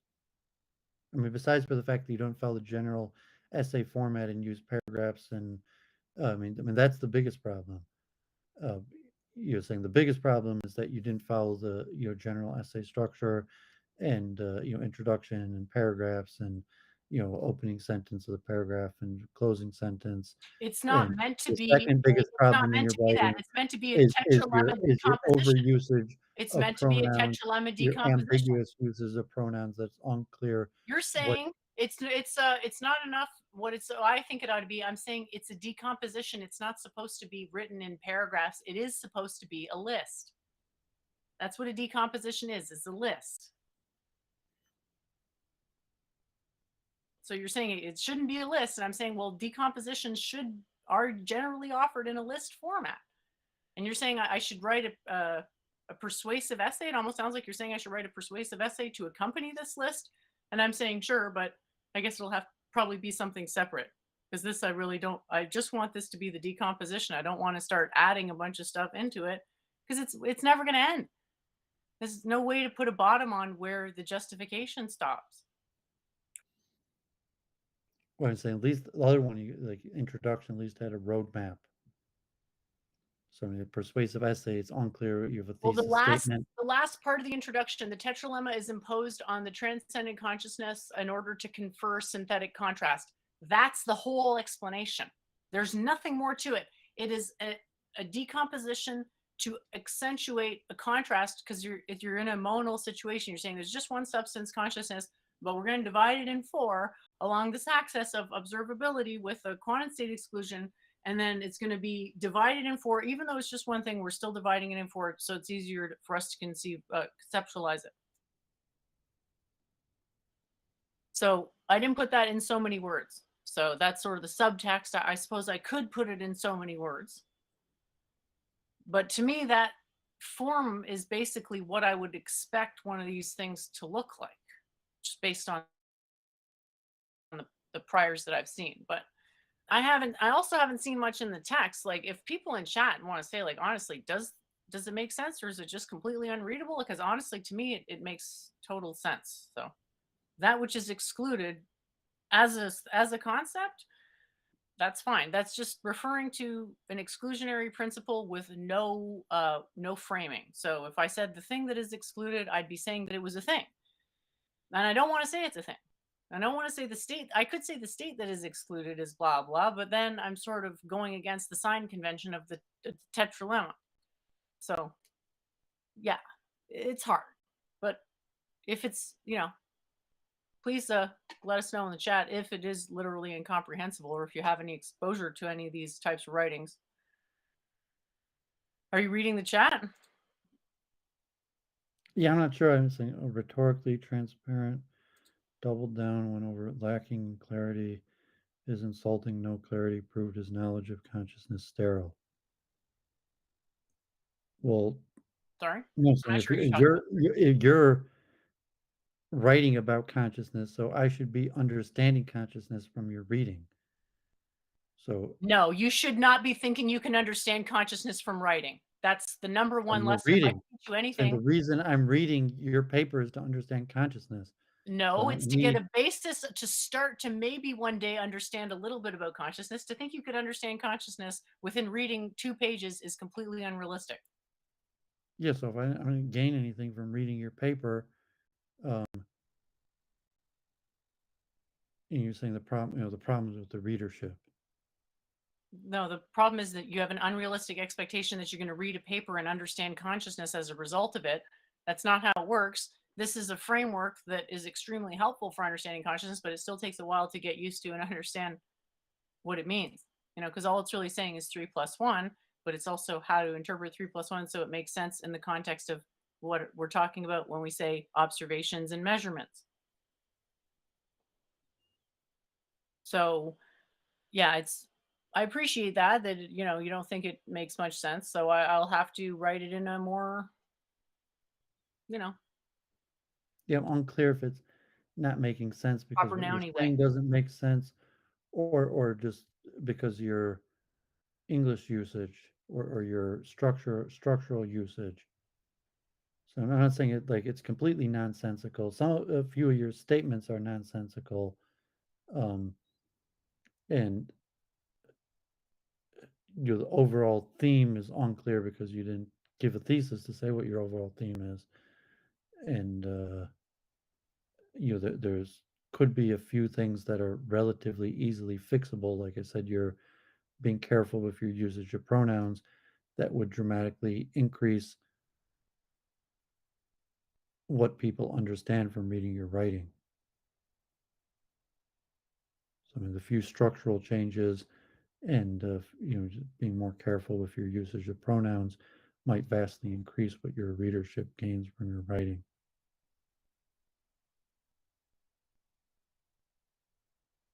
Possibly. I have a hard time believing that that would make a difference, but maybe. I mean, it will certainly remove some impediments. I don't know that it will. I mean, to me, there's almost no difference in intelligibility and including a noun somewhere or not, the proper or whatnot. I don't see a difference, but I'm not the judge. Yeah, the difference is the ambiguousness that a person's trying to understand a complex idea, and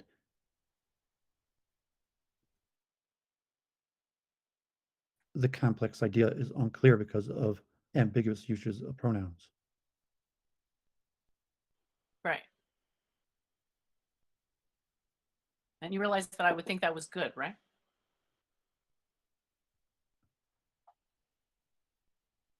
It I would think the fact that pronouns were ambiguous was good. Wow. Some memory.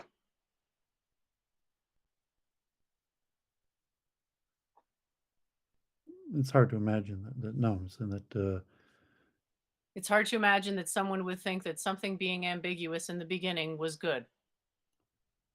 possibly your use of that, and if you have some sort of like technique, but I'm saying like your it's and the just that which was just one example, but I'm saying it's a common theme in your writing is ambiguous pronouns.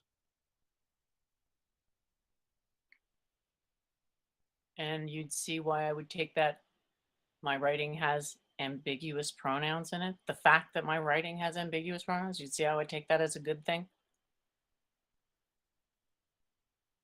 No.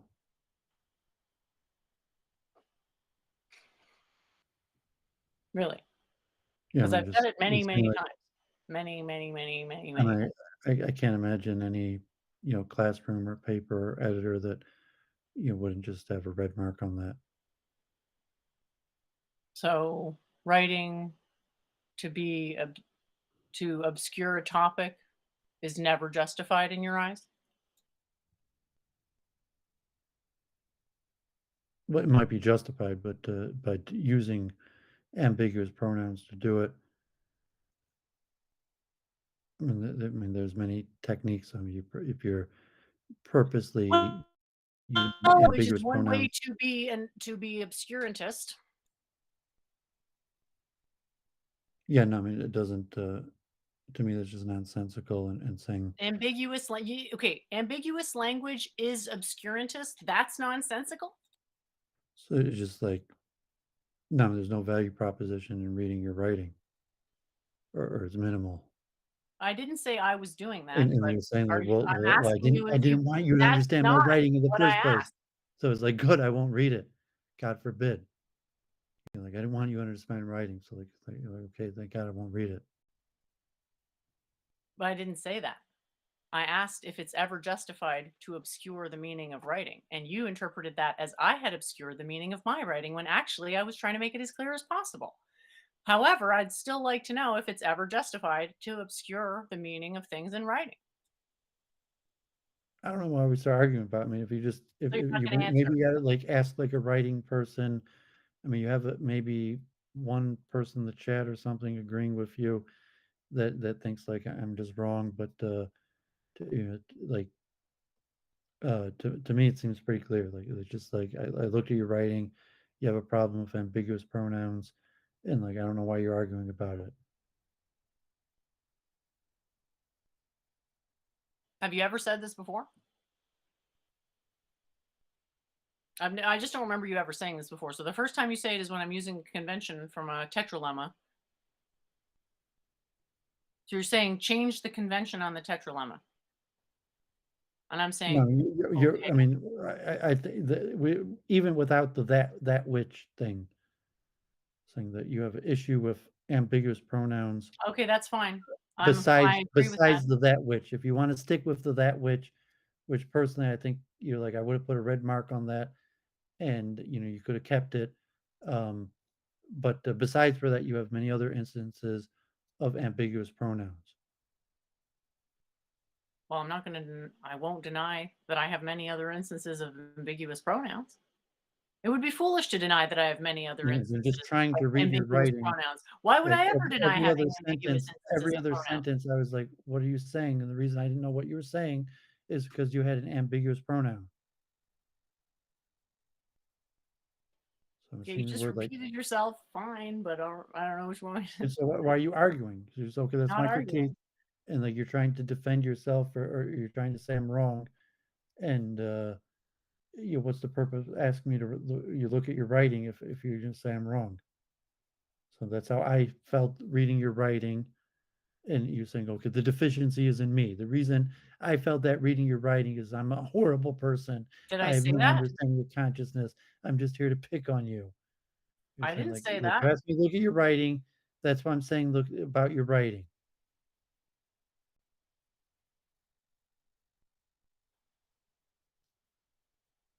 Yeah, it's vague. And then maybe parts of it aren't vague. Maybe some more vague parts than others.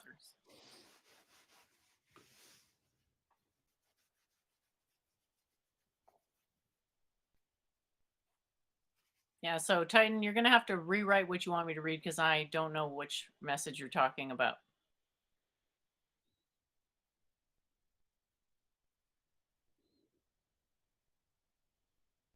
So anyway, just to restate that it is purely expressible as a, It is. yes, the substance of that paper reduced to a single term, That paper? the paper we just discussed, the one you just yelled at me for, and while you were reading. Do you not remember that paper? It references a There were two four-fold papers, version and when you model. use the word that, that's ambiguous. We just looked at two papers. Obviously, the one That we just paper, looked at. The one we just and looked at. because The one we both of just your looked at. papers had the same problem, but that's the exact point I'm making. That why are you using the word that as opposed to the paper on panpsychism or the paper on substantiation? When you use the word that, I think it's pretty obvious. But if you want to get you down think to that that level, that's fine. you think that no pronouns obscure meaning. Yeah. It's saying it's not just a problem in your writing; it's a problem in your speech. What is? Your use of ambiguous pronouns. Oh,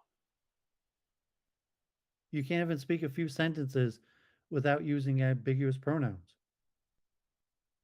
So I mean, it's like in your that's writing, it's on me for problematic in thinking your the writing. contents of It's conversations problematic were in your obvious. speech. I guess it was dumb of me to assume that the contents referenced in a conversation were obvious. So I'm good. You work at it. I said like it's you're not the only one who has this problem, and it's a common technique, a common thing. Writing coaches, I've heard it. People tell to me. I've heard many people say it. Just to try not using pronouns.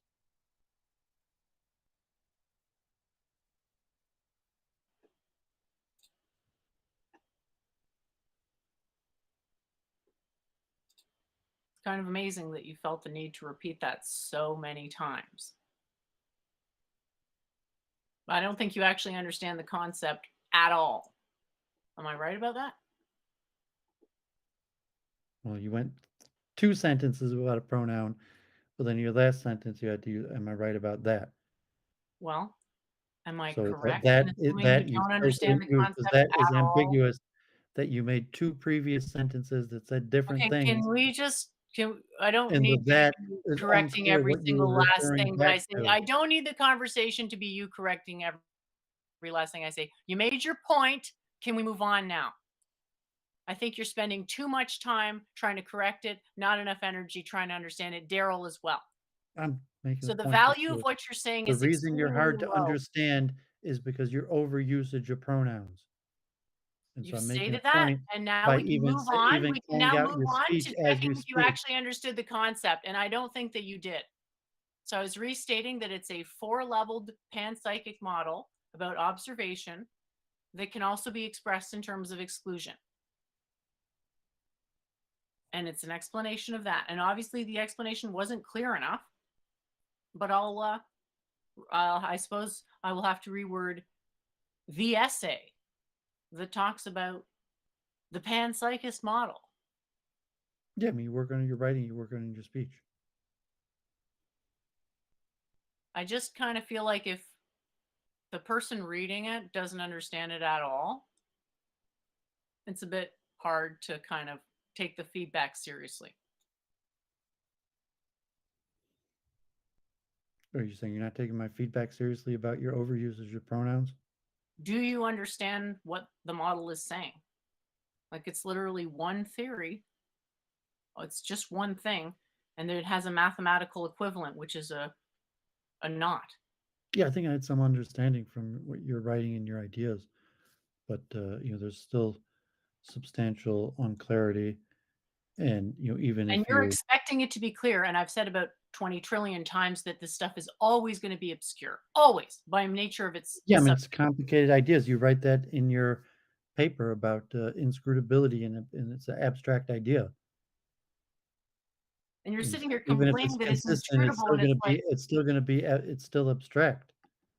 So yeah, clearly you're talking about abstract ideas, and coupling that with poor grammar.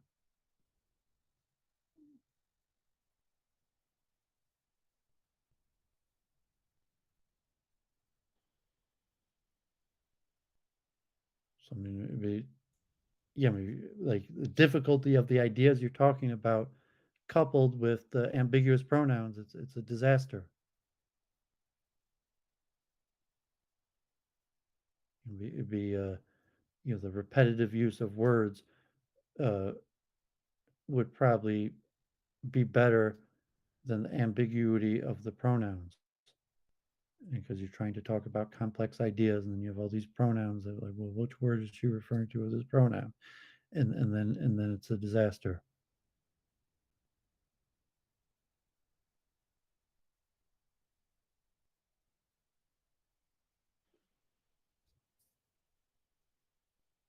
yeah, I guess so. And so it would probably substantially increase the comprehensibility. You We just realize it's never going to be comprehensible, right? There's only ever going to be I gradient It would substantially thinking they increase the understand it. comprehensibility, uh, you 30-40%, How do you know uh, that? immediately, if you just were careful about your pronoun usage.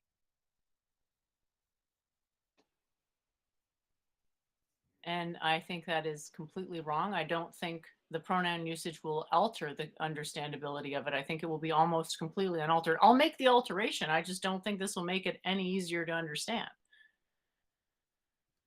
I think what needs to happen is people need to accept that it isn't going to be easy to understand, period, and then to go from there, rather than being so arrogant as to think you can dictate the We're saying form it, of you mean transcendental. I.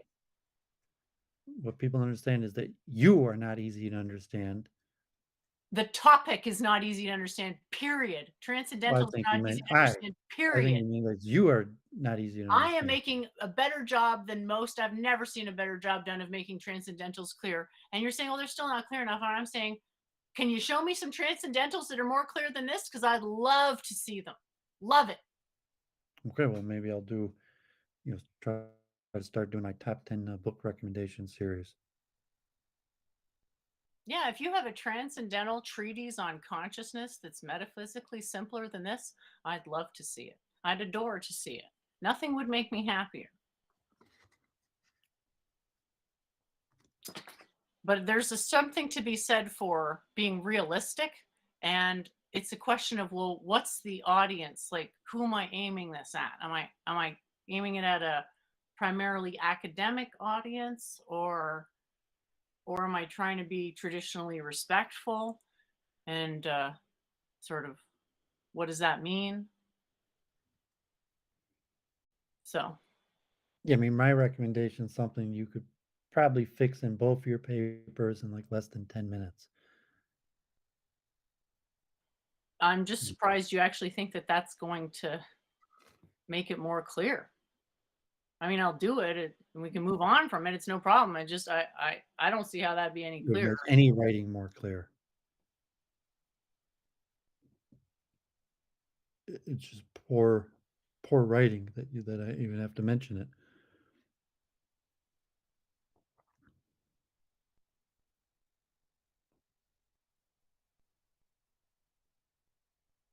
And so I don't know the last time you had someone look over one of your papers, to even have like basic edits, or someone, just like No, a question mark on a pronoun asking what the antecedent is. no, I don't get help like that. Everybody's too busy insulting me and demeaning me and spitting on me and telling me how I should be and how I'm not good enough. So there's very little time And left if it over was my for mom, actually like helping me and doing if a it, meaningful if it service. was my mom, like, just put like a question mark, like I think she has a notation for it that I think she just put a question mark on top of the pronoun, but know that she means what's the antecedent. So that's really all she would do. Just put like a question mark on the pronoun, or maybe because like she's done it enough that but she write like uh,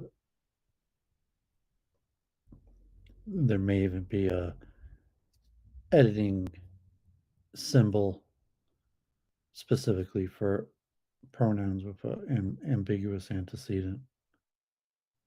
Let me check on the online.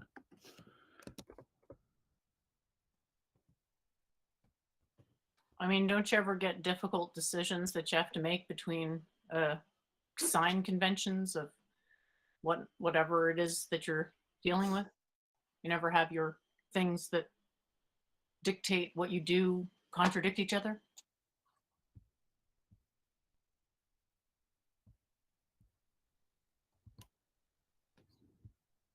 Yeah, I mean that's why like when my mom, who has no science background,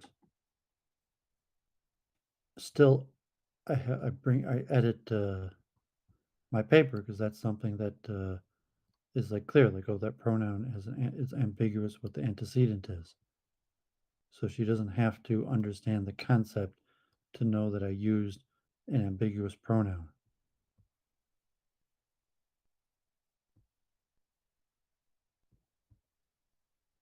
It's actually one of the most common writing problems that people have.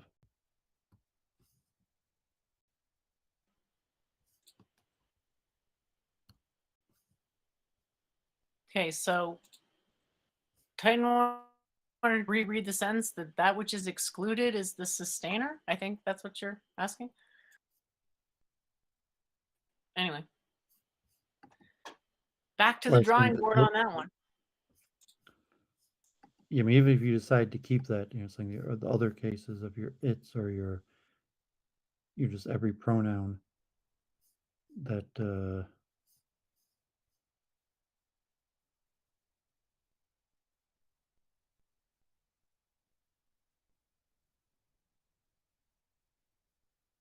yeah, I'm not sure if there's a symbol for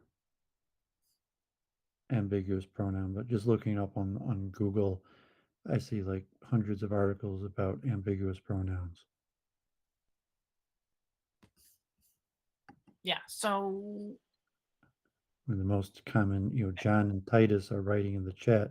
He said, John and Daryl were writing in the chat, and he said, well, which one did you mean? So it's one of the most common writing. You use the word mistake that people make. sure. And spell check usually won't pick it up because it's not grammatically incorrect to use a pronoun.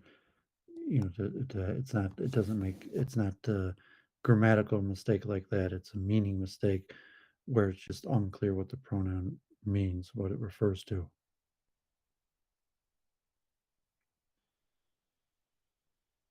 You've said this like 100 times now. So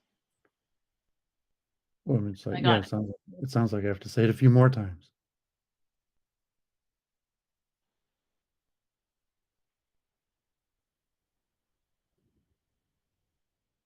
Well, it's a good thing to take into account, and we'll see if there's any greater comprehension as a result of it.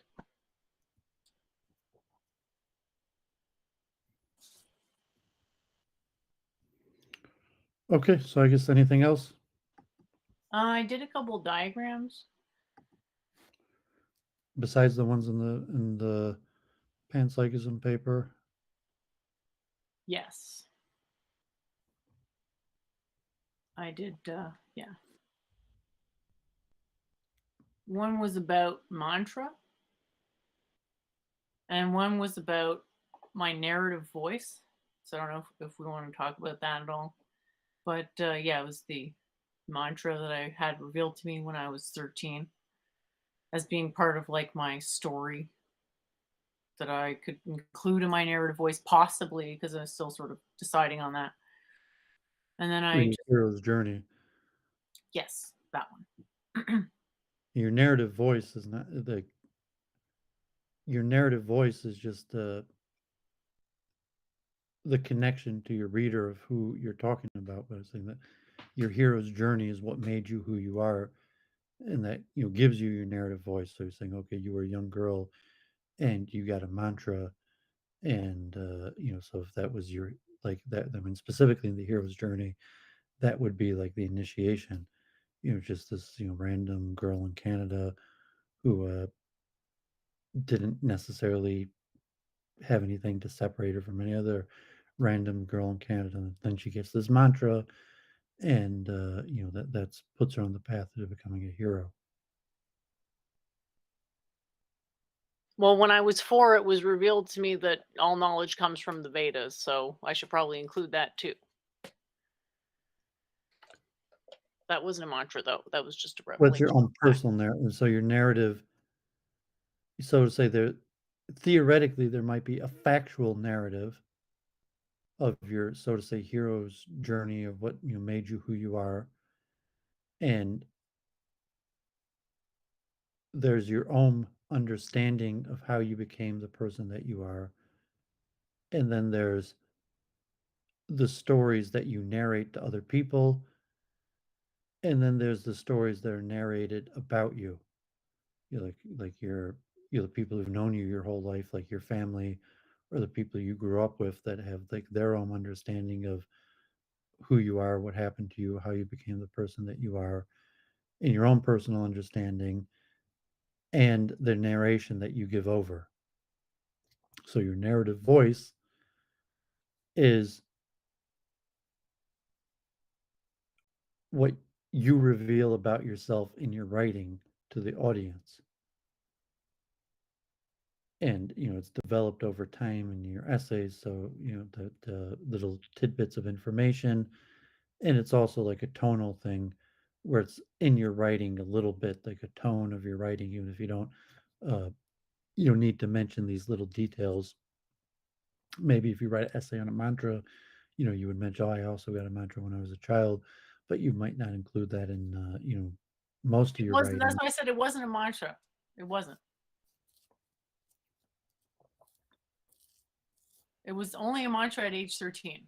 And Daryl says no one cares. So again, I thought that would make it make more sense to include those 2 anecdotes. But if Like, you're saying I don't have to include this information and I misunderstood, then that's fine too. right, and saying we're talking about the technical understanding of narrative identity, and then there's narrative voice.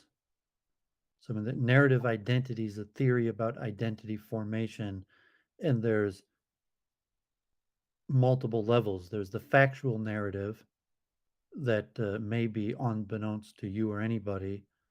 There's your internal narrative.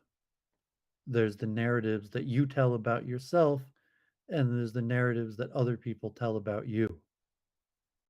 Narrative voice is something else. Narrative voice is the voice of the narrator that comes across in your writing, where the people appreciate that there's a narrator who's narrating. And like it's a not like a bio where that you're necessarily telling your own bio. It's the voice overall that comes across in your writing.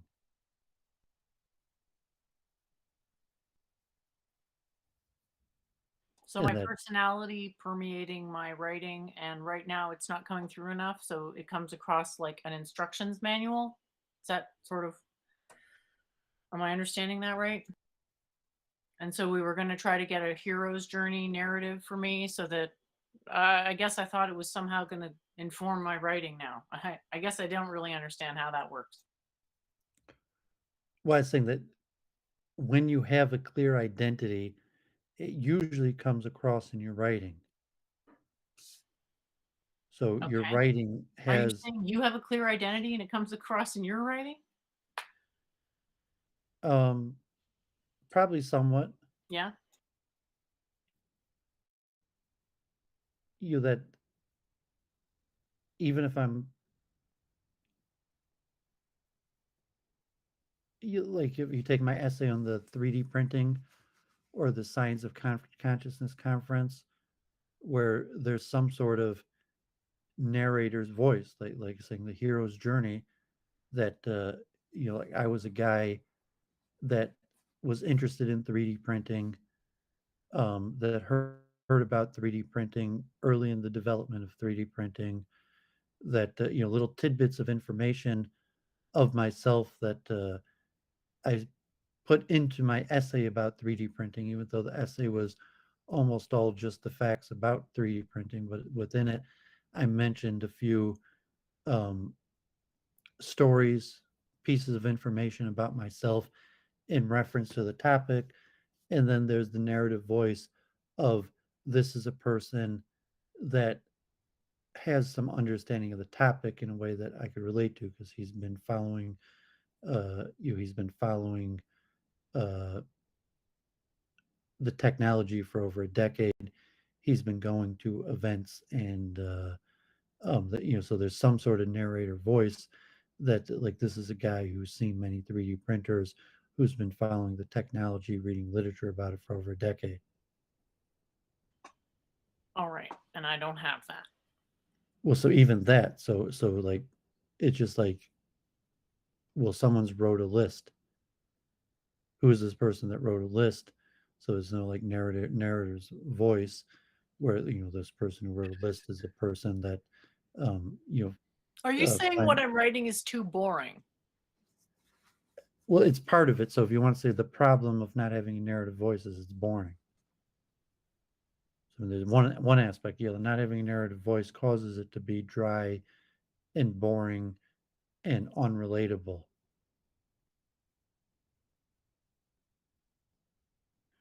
Like, and a voice from heaven comes down and gave me this list. And it's saying like, like, oh, I got this really great list. Like, who wrote it? Like, well, I don't know, just I don't know. But it's a list, it's really great. My husband is laughing because he can empathize with how annoyed you are right now. And I apologize to both of you. Um, this is hard for me to talk about this stuff, but I think these conversations are really helpful in moving understanding forward. Well, I So mean, you need a writing coach, and it's like your writing coach is a little bit needs like an identity coach. So that's why I said like you don't need like I don't. I don't think I want to have. I don't want to look at it as having an identity coach because I don't want to talk about myself unless I have to. So it's more about What's the which point of parts of my making it? You don't. Your writing what do we coach talk about? is your writing coach needs to be your identity coach because you need a narrative voice, but it doesn't mean you have to tell me a whole bunch of things about yourself. So in terms of like, okay, I wrote an essay on 3D printing. I didn't have to tell you a bunch of stuff about myself besides for like pertinent stuff to like, yeah, like I've been to a lot of 3D printing shows. I've been following the technology. Like, I was at University of Michigan when they got their first 3D printer. I went to, early uh, Michigan Israel business bridge event where they demonstrated the technology, and but you don't need. I didn't have to reveal a bunch of private or personal information, just the facts that were relevant to my narrative voice on the topic. So if you're writing about panpsychism, like you need an identity coach, and that doesn't mean like like I'm going to ask you like a bunch of personal questions. It means you have to find your narrator's voice for this specific uh, essay, and that includes certain amount of relational information to the reader that provides credibility. It doesn't mean like you know how much money your dad has, or like who your boyfriend, who your first boyfriend was. It's relation to what you're writing. So if you're writing about panpsychism, like I don't even need to know your name. I don't need to know I just need to know some sort of credible history of why this person is writing about the topic and why I should listen to them. And that, like I'm giving the example of the 3D printing because like I'm a guy who's been following the technology for over a decade from, when it first started coming out, and read a bunch of literature and going to conventions. So you're saying this makes it, you're the guy to talk about, excuse me, 3D printing because you've been to all these conferences. You're the right person to talk about 3D printing. once in the right guide, but I have a narrative voice where it's sensical to Yeah, the it's sensical. reader. So That how it's is it established to be sensical to be speaking about consciousness as an authority? because you've found the topic interesting for a long period of time and have done certain things to make yourself informed about the topic. When So in any like the actuality, Science of that Consciousness isn't true conference, though, in actuality. when like my We Science of know that. Consciousness conference, I didn't give much information besides that consciousness always interested me. Reading about it, I followed the Science of Consciousness conference for a few years, and this year I decided to sign up and attend. And besides that, I didn't give any, but it was enough to have some sort of like, okay, like I'm writing about this. I attended it this year online. I'd watched it in the past. I've been following consciousness, like some sort of uh, a relational identity that gives you a narrative voice. So whatever it is, like consciousness, like who is this person informing me about the subject, and saying this is a narrative voice that so this person knows something about the subject and some sort of narrative voice that was relational to And where I'm it's saying, how sensical much to do the I have to talk before people accept my authority and consciousness? And I'm saying there's no such thing as talking long no, enough you can't cause to them to establish accept that. your authority. The narrative voice isn't the acceptance of authority. It's a relational uh understanding that there's a person that's writing and their connection to the person that's writing, their understanding Okay. of the narrator voice. I'm still really lost. You're saying, who am I to be talking about consciousness? But it's not a question of authority. It's just a question of the relation that I have to consciousness. Well, the narrative voice is the relationship to the reader. It's the voice that comes through that's saying like there's a person that wrote this the thing that I'm reading, and I hear their voice through the reading. And so the conception of the person, like I just read this essay on consciousness, and it's saying, well who wrote it? Like, like, well, what do you know about the person that wrote it? And saying that that's your narrative voice, and there's got to be some answer to that question. Well, I don't know, nothing. Why? And my question is why? Well, it's saying it's part of literature theory, narrative voice, Literature theory. Why do I care? You know, because you're writing. why do I have to live up to someone else's theory about literature? See, that's kind of the level I'd be looking at it at where it's like, Well, I mean, because you want to be a good writer, so you do study I? the wisdom of writing, and you're saying, okay, like your writing's not that good, and one of the reasons it's not that good is because you don't have a narrative voice. And you're saying, well, what's a narrative voice? And it's like, well, it's what the writing experts talk about. And so, well, why should I believe the writing experts? Because your writing's not that good.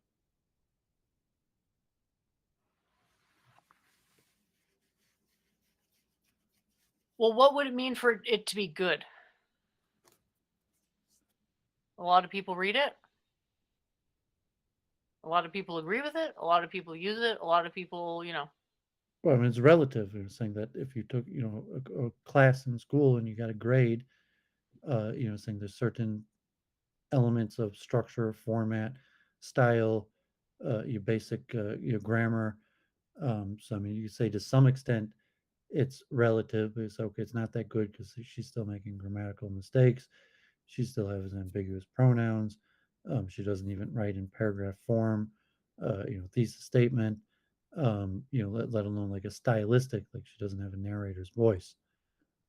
So it's got bad form. I'm okay. Didn't have spelling mistakes, thank God. But has bad form. Didn't comport to any accepted standard of format. Um, such as like paragraphs, introduction, roadmap, basic structural norms, sure. um, and then a stylistic thing like she doesn't have a narrative voice.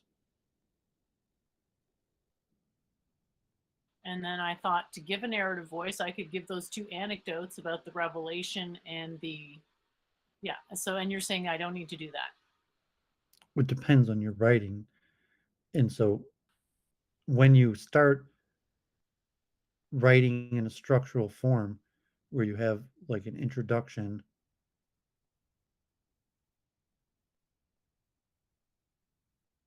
it may pay to add in a little information about yourself in relationship to the topic. And the purpose of that could be multiple fold, could be relational, just to make some sort of personal relation with the readers.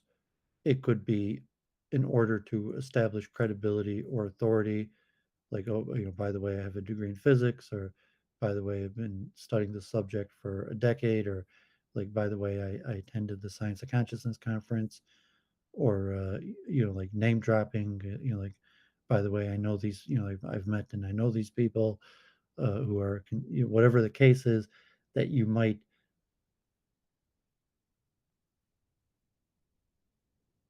cause you to put that information in the paper. And when you start comporting your writing to basic format, like a paragraph, um, that you don't have to use the word I, but you're saying that I am about to do this as the narrator, and then you do it. And you do, the purpose of that is for the benefit of the reader, that it's well structured and ordered, that I am writing on this subject, and I will do it in this format and style by uh, by the thesis statement. And so your typical most typical 5 paragraph essay that includes introduction, 3 body paragraph, and conclusion. And the most basic form would be topic sentence, um, a sentence about each of the 3 paragraphs you're going to write in support of your arguments, like what you're the topic, um, the 3 main arguments, and your thesis statement that has what you're trying to do. And then the paragraphs would have your 3 supporting arguments, and then you would have your concluding paragraph. It's your most basic 5 paragraph structure. It could be 3 paragraphs, introduction, supporting paragraph, and conclusion. And within that, there's many reasons that you would give personal information about yourself. When I say personal, I don't necessarily mean like intimate details, but just in relation to the topic at hand. That so like if you're talking about Stuart Hameroff, you say, oh, like, by the way, like, I know Hameroff, or I've read his books, or if it actually has an I, but the I comes out because there's an I that's the narrator that is trying to do something, that's informing the reader about what you're trying to do and how you're going to do it. And so once that I starts coming out, and to some extent that I has to come out. That's why you just have a list, because you don't have an I that comes out to say this is what I'm trying to do, and this is how I'm going to do it. So you just have Yes. an So you're ultimate. saying there's no I, and I'm saying I agree. And then I'm saying we have to make one up, and then it's like, which one? Take your pick, and then we're just sort of at this giant wheel of spinning, and that's where I feel like we're at now. Yeah, so if it's like, okay, I is the author of this manual that is completely impersonal, but there's still an I because I am explaining to you how to understand this manual, and that includes the roadmap and the explanation of the ordering and structure of the manual. So the I is the author of the manual. I'm here to tell you that I ordered it and structured it in this way, uh, for your benefit and easy understanding. So that's that's why your writing is just a list, because it doesn't even have the impersonal I that is explaining to the reader what you're trying to do and how you're going to do it. And you realize I take that as a huge compliment, right? I realize it's also a problem, though, and we need to Yeah, deal with it's a huge problem. And so within that, if you just have the I, that like the I that is going to first do And this you can and say, then I'm do this and Doovid, and then I do know that. someone who doesn't have an eye, and their name's Jen, Well, you do. It's saying you just have poor writing or because the I I don't is have an there. eye. The I is there that if you use the Well, you're even if you don't. assuming it's there, but maybe it's not Yeah, I'm saying this way you just have poor writing. And so because I don't have an eye. well, the I is still there. Except that it's not. Because if it was, it would be a lot easier for me to write. Well, That's I'm the whole saying point. the I that has identity issues. But the I is still there. The I just has identity issues. No, you're inferring that. I don't have identity issues at all. I just don't think it's a good idea to talk about myself because it's going to confuse people. And I thought I made that clear last time. And you're saying I have to, and I'm saying okay, and I agree with you. And then No, you're I saying mean I because have you to take come up up with an because you're eye. doing something like the I that doesn't use my turn signal because I don't want to confuse people. It's like no, the I that uses my turn signal because I want people to know I'm making a turn. Yeah. So You know, that the I that follows rules, the I that follows social conventions so that other people know what I'm trying to do. You know, the I that waits in line, or whatever the I is, but that follows social conventions, so you're able to interact with other people and they know what you're trying to do, so that they could, like if you're making a left turn, that they know you're making a left turn because the I exists and the I is making a left turn. And if other people, you don't have your turn signal on, it could cause extreme confusion. yeah. So contextualize. If I take your meaning, you're saying that what I'm saying isn't contextualized well enough. Well, I mean, it's like, okay, you could go to the post office, or you could, and when you get up to the desk and what do you want? You just, like grunt, like, it's like, oh, you want a stamp? You're like, and it's like, no, like you say, there's an I that am trying to do something. Like when you go to the grocery store or whenever your interaction with your fellow humans, there's an I that's trying to accomplish something, and you don't have to use the word I, but there's like, what's my intention? What am I trying to do? In the clear expression of to signify to other people what I'm trying to do, and that relatively it's usually semi clear why there would be reason to clearly signify to other people what you're doing. Like Trying a to more give optimal definitions for consciousness. well, I mean, if you're writing for other people, or you're putting it out there that so there's an I, and so So other people can use those definitions. even if you're not, you don't want to open up about your intentions of why you're writing for, who you're writing for, Ahimsa uh, is the answer.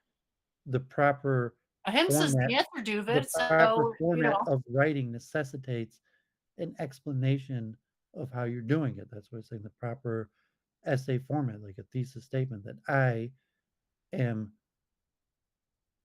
trying to make this argument and I'm going to do it in this format, and I'm informing you of this format that I'm about to take, because you know that there's limitations of short-term memory and in understanding concepts, and for the benefit of the reader, you have to explain to the reader what you're going to do.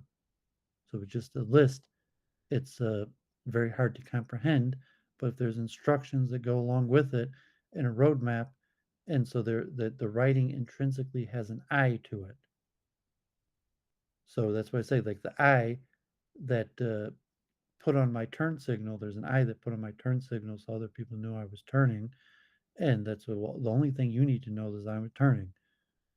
And but through writing, the I that's explaining what you're trying to do and how you're trying to do it, there's more ability to personalize with the readership.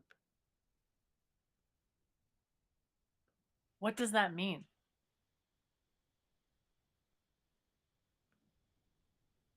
It means through giving over, I mean, the technical terms, by creating a narrative voice, but by giving Giving over over technical terms and creating a narrative voice, to me, those are different things. Because when I think technical terms, I think a glossary and a textbook. And as John Williams points out, those don't have a first person voice. all books, like even here, this encyclopedia, I mean, the dictionary has an introduction, explanatory notes, preface. Only half of this dictionary has been especially created to serve the needs of a broad audience.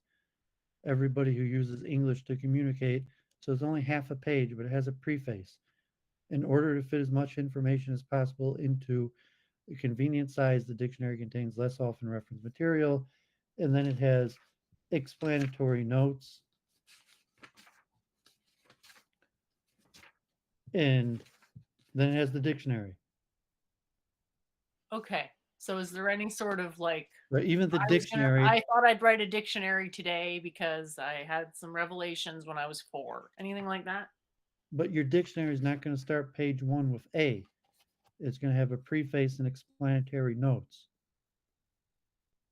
And so, this dictionary was edited so it doesn't even have a name, because Webster, it's a team of people. It doesn't even have a single name person. The preface, there's no like attached name. Some dictionaries or other things would have an attached name. But you could say like the preface and the explanatory notes are from the people who wrote the dictionary, and so there is some sort of narrative voice even in the dictionary. But saying the dictionary requires some basic acknowledgement, like there's someone who wrote it, and this is what they were trying to do, and a little bit of information and instructions of explanatory notes, like dictionaries aren't self-explanatory. There's like I was telling you, it doesn't just have a word and meaning. There's a certain structure of how it's written, like so that you could make better use of it. And so that's basically universal in any form of writing, that you have to give an explanation to the reader about what's about to transpire. Like it's not just like here's the list, and even saying, well, the statement, here's the list. That and that's, so it's not just fact information. There's a personalism of the writer to the reader, and so minimally that just includes um, like intention and explanation.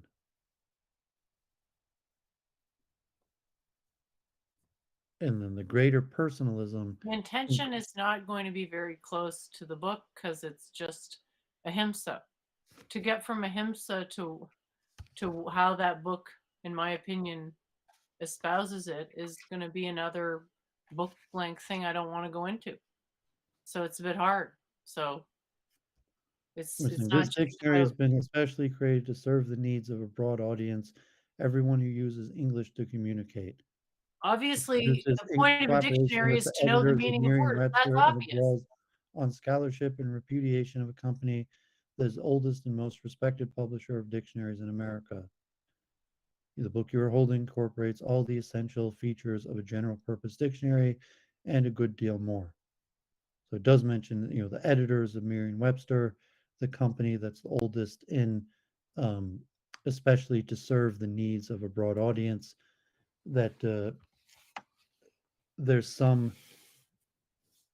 statement that, like, yeah, we're Webster, and we wrote this dictionary for as many people as possible, for any broad use of the English language, so on and so on.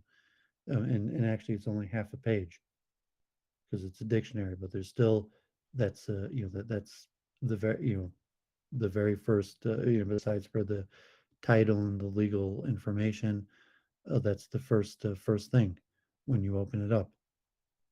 So just any essay, even a list, is even the instruction manual to like piece of technology is you're probably gonna have a preface. There's a company, there's an author, and it's established who we are and why we're writing it. And so that in the technical term, we're saying that's the establishment of the narrative voice. So we should say structurally, like, okay, books open up with a preface, but that it establishes a narrative voice, and there has to be logistical concerns, like just a note to the reader, so the reader could get the content out of the paper. That you need to explain to the reader how to get the intended content out of the writing. So you don't need that. That sets some sort of tone that there's an I that is explained to the reader how to get what is the intended content and how to get the intended content out of it. And that can include things like a roadmap, instructions. Um, that is what I say, like minimally necessary for all writing. You say no, there aren't just no lists. I don't think anything either. You don't get just lists. Like even instruction books have introduction and preface. And so the Merriam-Webster doesn't include a name. It's like the editors at Webster. So saying there's a group of editors here. They don't even give you a name. It's a dictionary. But you're writing a paper, you have a name attached. And so they say you're missing, like, that's just structural. It's like the lack of your narrative voice in terms stylistically versus what would be considered you're just poor writing, poor structure, poor format, that you don't include um, your reasonable instructions, introduction, explanation to the reader. Besides for stylistically that you don't develop a narrative voice. So there could be an impersonal I, that I, as the author of this text, who doesn't want to inform any information about myself to the reader, but still wants the reader to know the best method to get the intended message of this text out of it. And so you're saying you're not even willing to do that. Just here's a list of Oh no, wisdom. I'm willing to do that. I'm definitely willing to do that. I just don't know how to do it, but it sounds completely reasonable to have an introduction. An explanation of what the intended purpose of the writing is and how the reader should be able to go about getting that intended reading, intended You think I message. should put like you shouldn't expect to understand this inside of it? I mean, you should put like at the beginning on your essay, don't read my essay. Like, I wrote this essay for I you have to to read, lie even now? though there's no benefit for you to read. They might get a partial understanding, but I not don't a even know complete why I read understanding. it. Like, I read it just so I I know could why I argue wrote my. it. I know why I wrote it, but it's possible to get a partial understanding, just not a complete understanding. So, should I So write whatever that the or no? case is, that part is basically just a necessity for writing. Like most manuals on writing would include like just the basic. Like if it's like obviously you could scribble some scratches on a paper, but any Strunken White or my mom, even her law office had I think it was called Strunken White. If you've heard of that, like the one of the early writing manuals for the English language. There's a bunch of them, but they're just saying that's just basic format, what you're supposed to learn in grade school. And we get like philosophical, like, well, why? We're saying there's accepted format, there's I'm accept. not saying why. I'm saying fine. I just don't see it that way, and whatever. Fine. God forbid, that's where your writing sucks. Yeah, I guess so. And You're you're not saying even it's like got to be you're not great. even, you're I'm not saying even I under. don't really give a shit if it's great. I want it to be accurate, and the only way you can help me make it accurate is to understand the material. Well, I mean, I mean, because God forbid you don't have a good education, you don't know you know, accepted formats, or I mean, you're using the English language, and I mean, God forbid, like, okay, thank God, like, I had a good education. I have a mom that still helps me today. I'm in my 40s, and my mom still helps me with my writing. And my mom had a degree in English, and worked as a lawyer. She's a good writer. But and I had a good education, but I didn't. I only took the minimum required courses on writing, but I still took uh, 2 courses on writing and a few courses that required uh, your writing assignments. See, here's your problem: is you're thinking, "Oh, this is unclear. It could be more clear," and I'm saying it couldn't. It just seems like it could be. It's actually very clear compared to what the alternative, which is nothing. Because there's nothing coherent in the West about consciousness. Nothing. Just to put that out there as a fact. Not a single coherent model on consciousness. I'm not Yeah, saying that but because that of the does English nothing to do with language. I'm your just poor saying it's writing. not maybe not a total coincidence. I mean, let's say in theory that you actually, know what you're talking about. It does that doesn't have anything to do with your poor writing. What? So even theoretically, like, you have this great insight on consciousness, and like no one is giving over the information that you have to give over.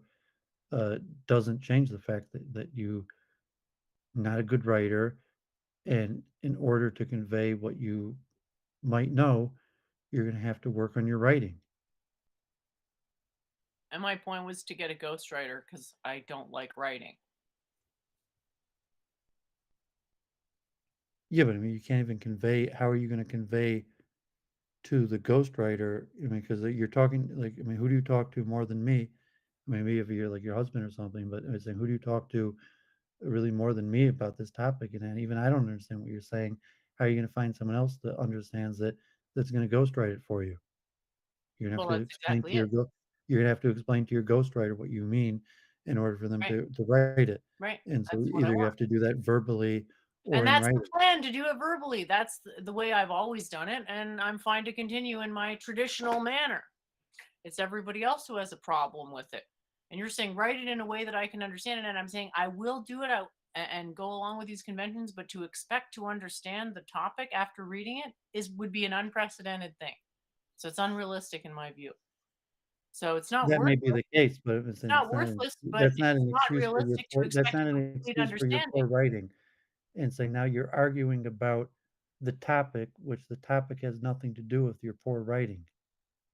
So I'm just telling you, like, as a writing coach, nothing to do with the topic at hand, pure Right. fundamentals of writing. And now you're talking to Your me about expectations of the writing are not realistic because you're used to reading stuff that's secular. And you're saying bring it no, up to a secular standard. I'm topic doesn't saying that matter. may not be possible. You're saying the topic doesn't matter, but that's false. It does matter quite a dash. I mean, it does matter to you, but I'm saying that doesn't excuse your poor writing. The fact that the topic doesn't excuse your poor writing. I'm You're fine with trying to use, like, oh, I'm writing about this certain topic, fine. I'm therefore, completely fine with that. I'm just trying to manage therefore, expectations. like, my writing's not good. And it's It because just I'm always writing sounds about. like you're expecting there to be a level of intelligibility that would be unprecedented to be present in the work. And I'm saying, make adjustments, but realistically would be unprecedented for it to be perfectly clear. No, That I'm not. doesn't mean I it's didn't make unusable. anything about purpose. I'm just really focusing on your lack of fundamentals in writing. That even if whether it's clear or unclear, like saying, like, if you maybe if you heeded my advice and we're careful about the ambiguous pronouns and put in a regular format essay style that has paragraphs, introductory sentence, thesis statement, clear roadmaps to the reader, that it would still be unintelligible. But the point I'm making is like generic, just like your poor writing, your lack of standardized format. Doesn't change my point. So you're just repeating yourself. I don't know why. Because that's my point. So I mean, if you're I know making what your point is, but there's no need to repeat it. I need to work on the format. And I'm saying, in spite of all the improvements, don't expect it to be 100% clear, because that would well, be that may be the unprecedented. case. Thing just because you write it according to convention, the rules, or become a good writer doesn't mean it's going to be perfectly clear. But like it doesn't mean that.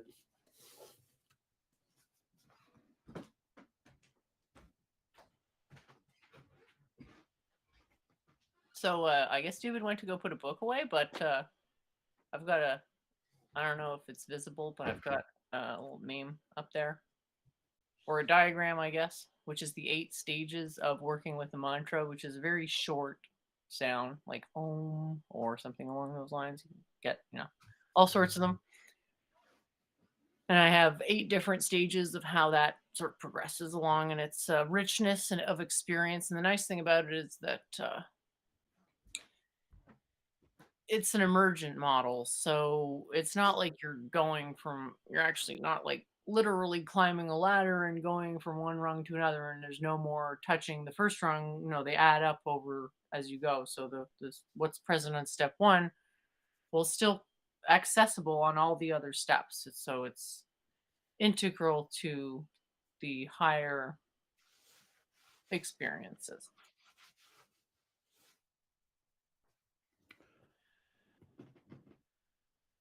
Okay. So I don't Anything else?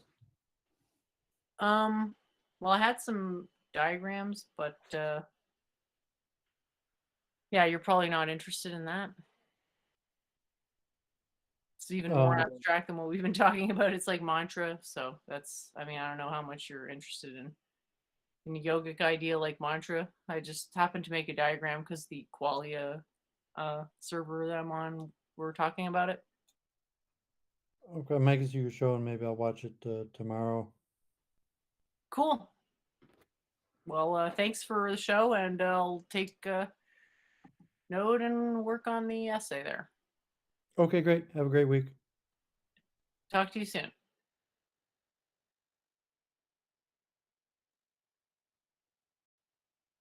Yeah, so I am going to be receiving a book hopefully this week, not sure when.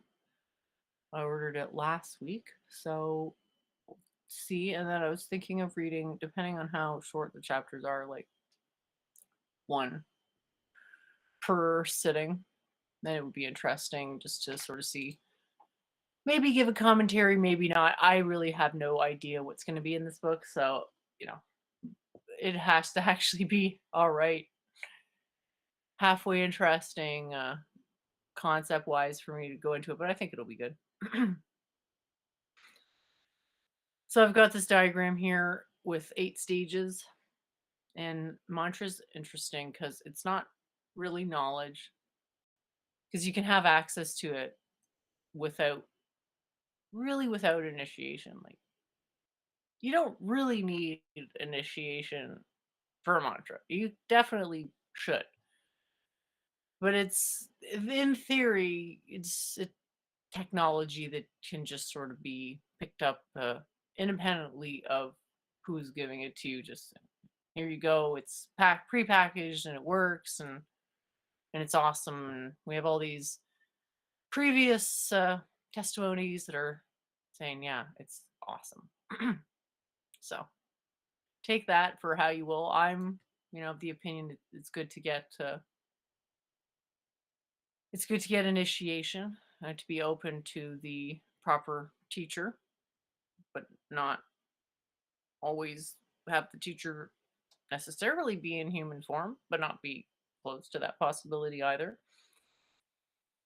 But really just about being the best possible student to receive the teachings when the right teacher appears. And a mantra is where you're not quite at the stage of knowledge, because knowledge is it's really just one sort of thing. It's integral. And mantra isn't quite integral. And when you start, it's just a tiny little vibrational bit of little bit of vibrational momentum, maybe. That's not integral. Integral is like where it takes up everything, and it's like whoa, you know, not to sound cheesy, but core shaking. Core shaking is what comes to mind. So we start off with a purely vibrational effect. And you can say a mantra out loud, like, and go, oh, but you can also say it internally. And that over time helps with visualization. I know a lot of people are interested to be able to visualize better.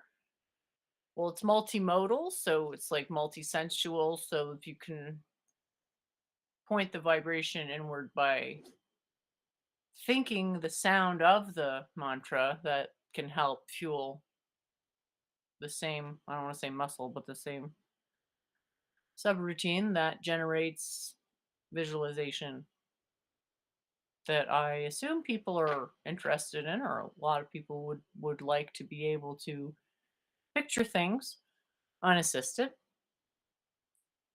All right, so the first step would just be calming focus. So at first, probably not going to be much going on. Maybe in the presence of someone experienced, you might get like a temporary uplifting sort of woo, like yeah, sort of blissed out to kumbaya. I didn't include that one. The most fundamental level that I included was a calming focus. So it's sort of there, and there's a sound, vibration, and it can predictably bring you into a calmer, more focused state. Now, we're not anywhere near arbitrary control here. This is just predictably the mantra has an effective calming focus. And the next step up would be centralizing inertia. That's where you have calming focus and you can increase the amount of it in a centralizing way. So we're still gathering. Next, you're gathering vibration control, which is the perception of a particular action and direction. And that's where the mantra is really starting to be bigger than it used to be. More of a presence, more taking up more space imagination wise or conceptually or however you want to word that, just bigger. And in being bigger, you can turn the volume kind of up and down. You can make it bigger and smaller, bring it back to where it was originally. Because remember, you can just go down the steps at any time. So big to small. So we have this range. We're starting at a bit more of a range here. So notice what's happening is that we're opening up possibility, stretching out, because this eventually going to be receiving this integral knowledge that's huge, that if there isn't a big enough space to fit it in, well, it might crash into something and, anyway, not good. Next, we have number 4, which is expanding pleasure. And this is a good place to be. This is where a lot of people sort of stop. And I'm hoping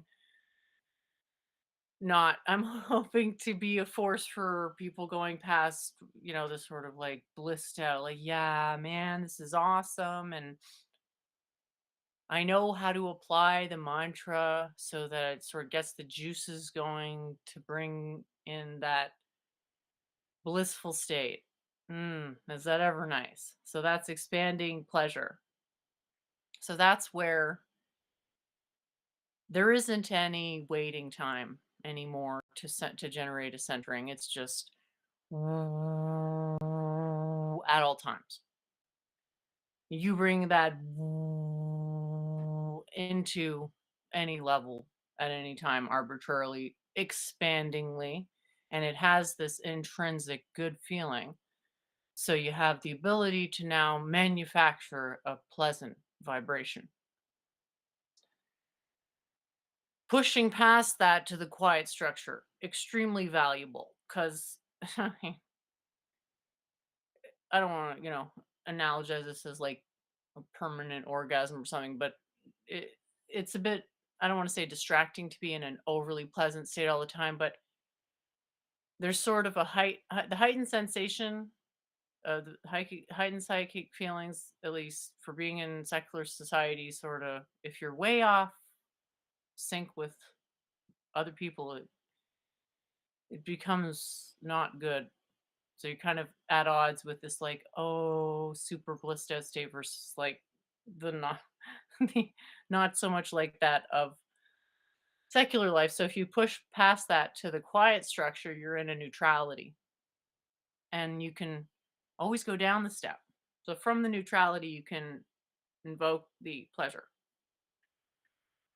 arbitrarily, but it has advantages to being in the more quiet, stabilized, minimized action because there's this always existing potential that doesn't create dissonance with, a vibe that's external that's not blissful.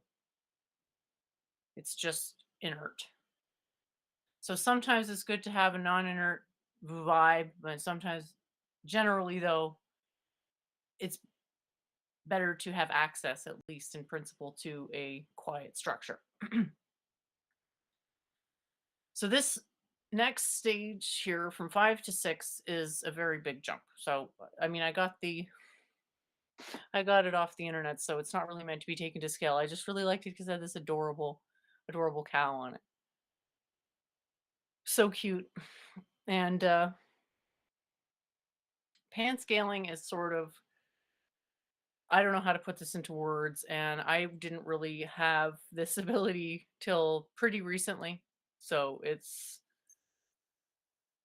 something I'll probably hopefully be able to go into better as I get more experience with it myself.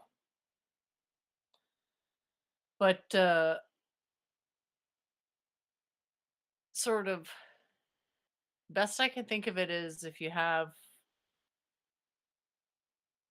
a ball, if what it would mean to see every single angle of the ball at once, even though that's not possible, what it might mean to do that, but sort of going around the ball really quickly. So you're seeing it going past you, almost sort of seeing more of it because you're going past it so fast. So that's sort of what it feels like. But really, it's that the consciousness has moved past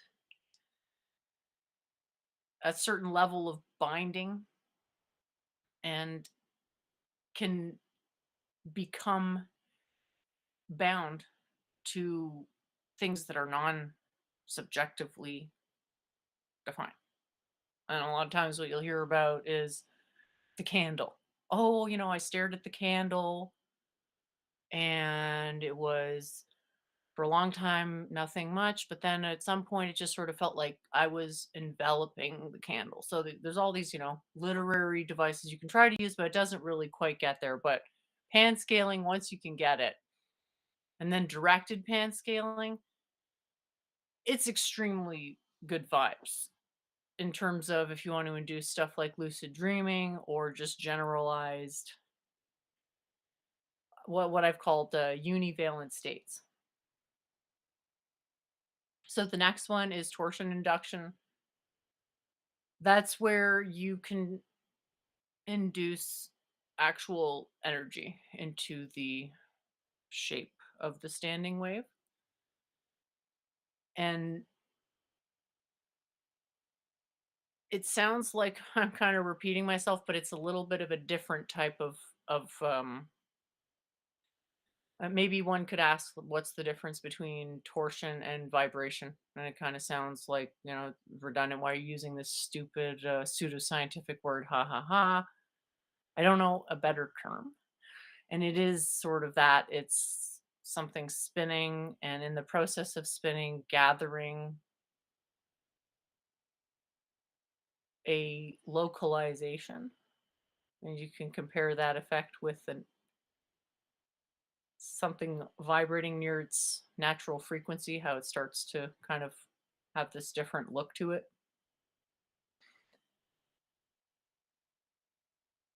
So it's okay. Let me try to think of a metaphor just off the top of my head. We'd have a spinning top. So the earlier stages, what you're doing is you're changing the color of the spinning top. So it's spinning, it's going at a certain speed, and you can change its brightness. So it can get really bright, and then it can make it bigger and smaller. But then by the time you get to 6, the structure itself of the spinning thing, of the top that's spinning, changes. It goes from being solid substance to being comprised of little lines. And then the lines, it's still spinning, so the lines then add up to one place in the spin, and then it's has its own sort of angular momentum carried within a single slice of the field. So rather than just an intrinsic vibrational energy, it's an actual spinning vibration. That's where it can start to have really powerful, not just internal, but external effects. And that's what I'm calling arbitrary visualization. And then we have the final stage, which I have listed them from vibrational at the bottom to superfluid at the top. And that's something that is, I don't know how to really explain it without actually experiencing it directly, is just that the amount of torque you can extract from the mantra changes, like the nature of it changes as you go, and it's more vibration like as when you start, and then it's more super fluid like as you go, which have certain similarities, but then there's like all these intermediary stages where it's like in between those, and sort of looking at it as a gradation can be very helpful. And Daryl asked why the cow has horns. I mean, some questions were just they were just never meant to be answered. But yeah, I had a lot of fun with that. And I just, oh yeah, it came up because I was trying to like work out some four corners decomposition so that there was enough examples of how it worked. The meta analysis could yield insight, or wait, wield insight into the apparently forgetting how to talk here, but give insight as to the definition of the term, because it's hard to define something like the four corners, the tetralemma. We can point to diagrams, but without actually going through many examples of it applied, it's sort of very limited in terms of an actual deep understanding that can be conveyed.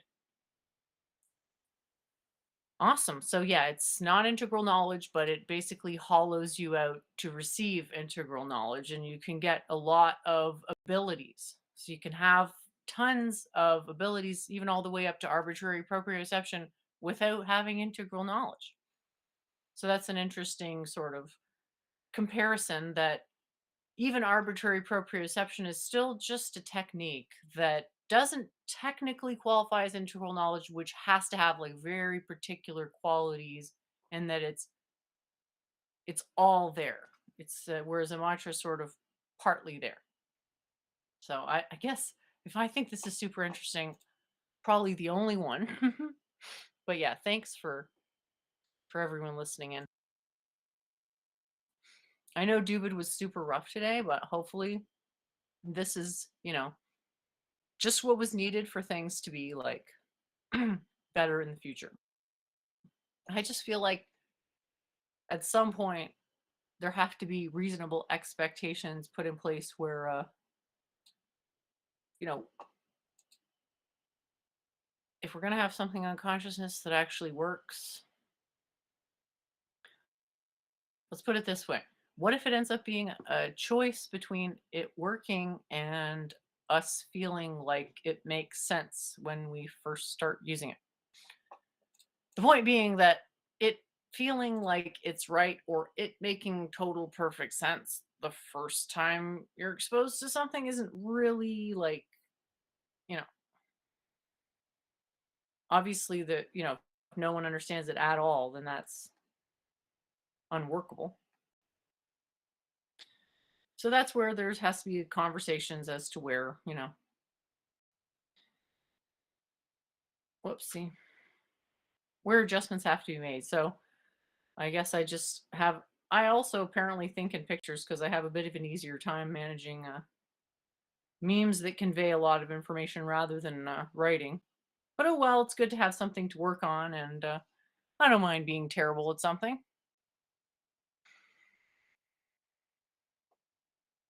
So that was one of them. And I thought that was pretty hilarious because I replaced, because all these people are trying to argue based on the Cartesian. Well, I don't know if they realize it, that it's a kind of projecting realism on the Cartesian coordinate system. So I had the scene from The Matrix where Agent Smith is saying, "Oh, you believe that you are special, that the rules do not apply to you," and so I replaced it with spatial. And you get it. So I don't know if that's too obscure or what, but anyway, that's that, and then this one too.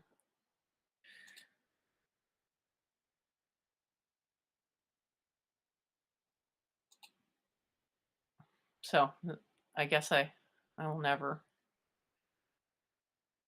I'll never tire of Matrix memes. All right, so I think that's pretty much, yeah, that's about it. So thanks for tuning in, and I really appreciate all the contributions in the chat, and hopefully we can get something slightly less confusing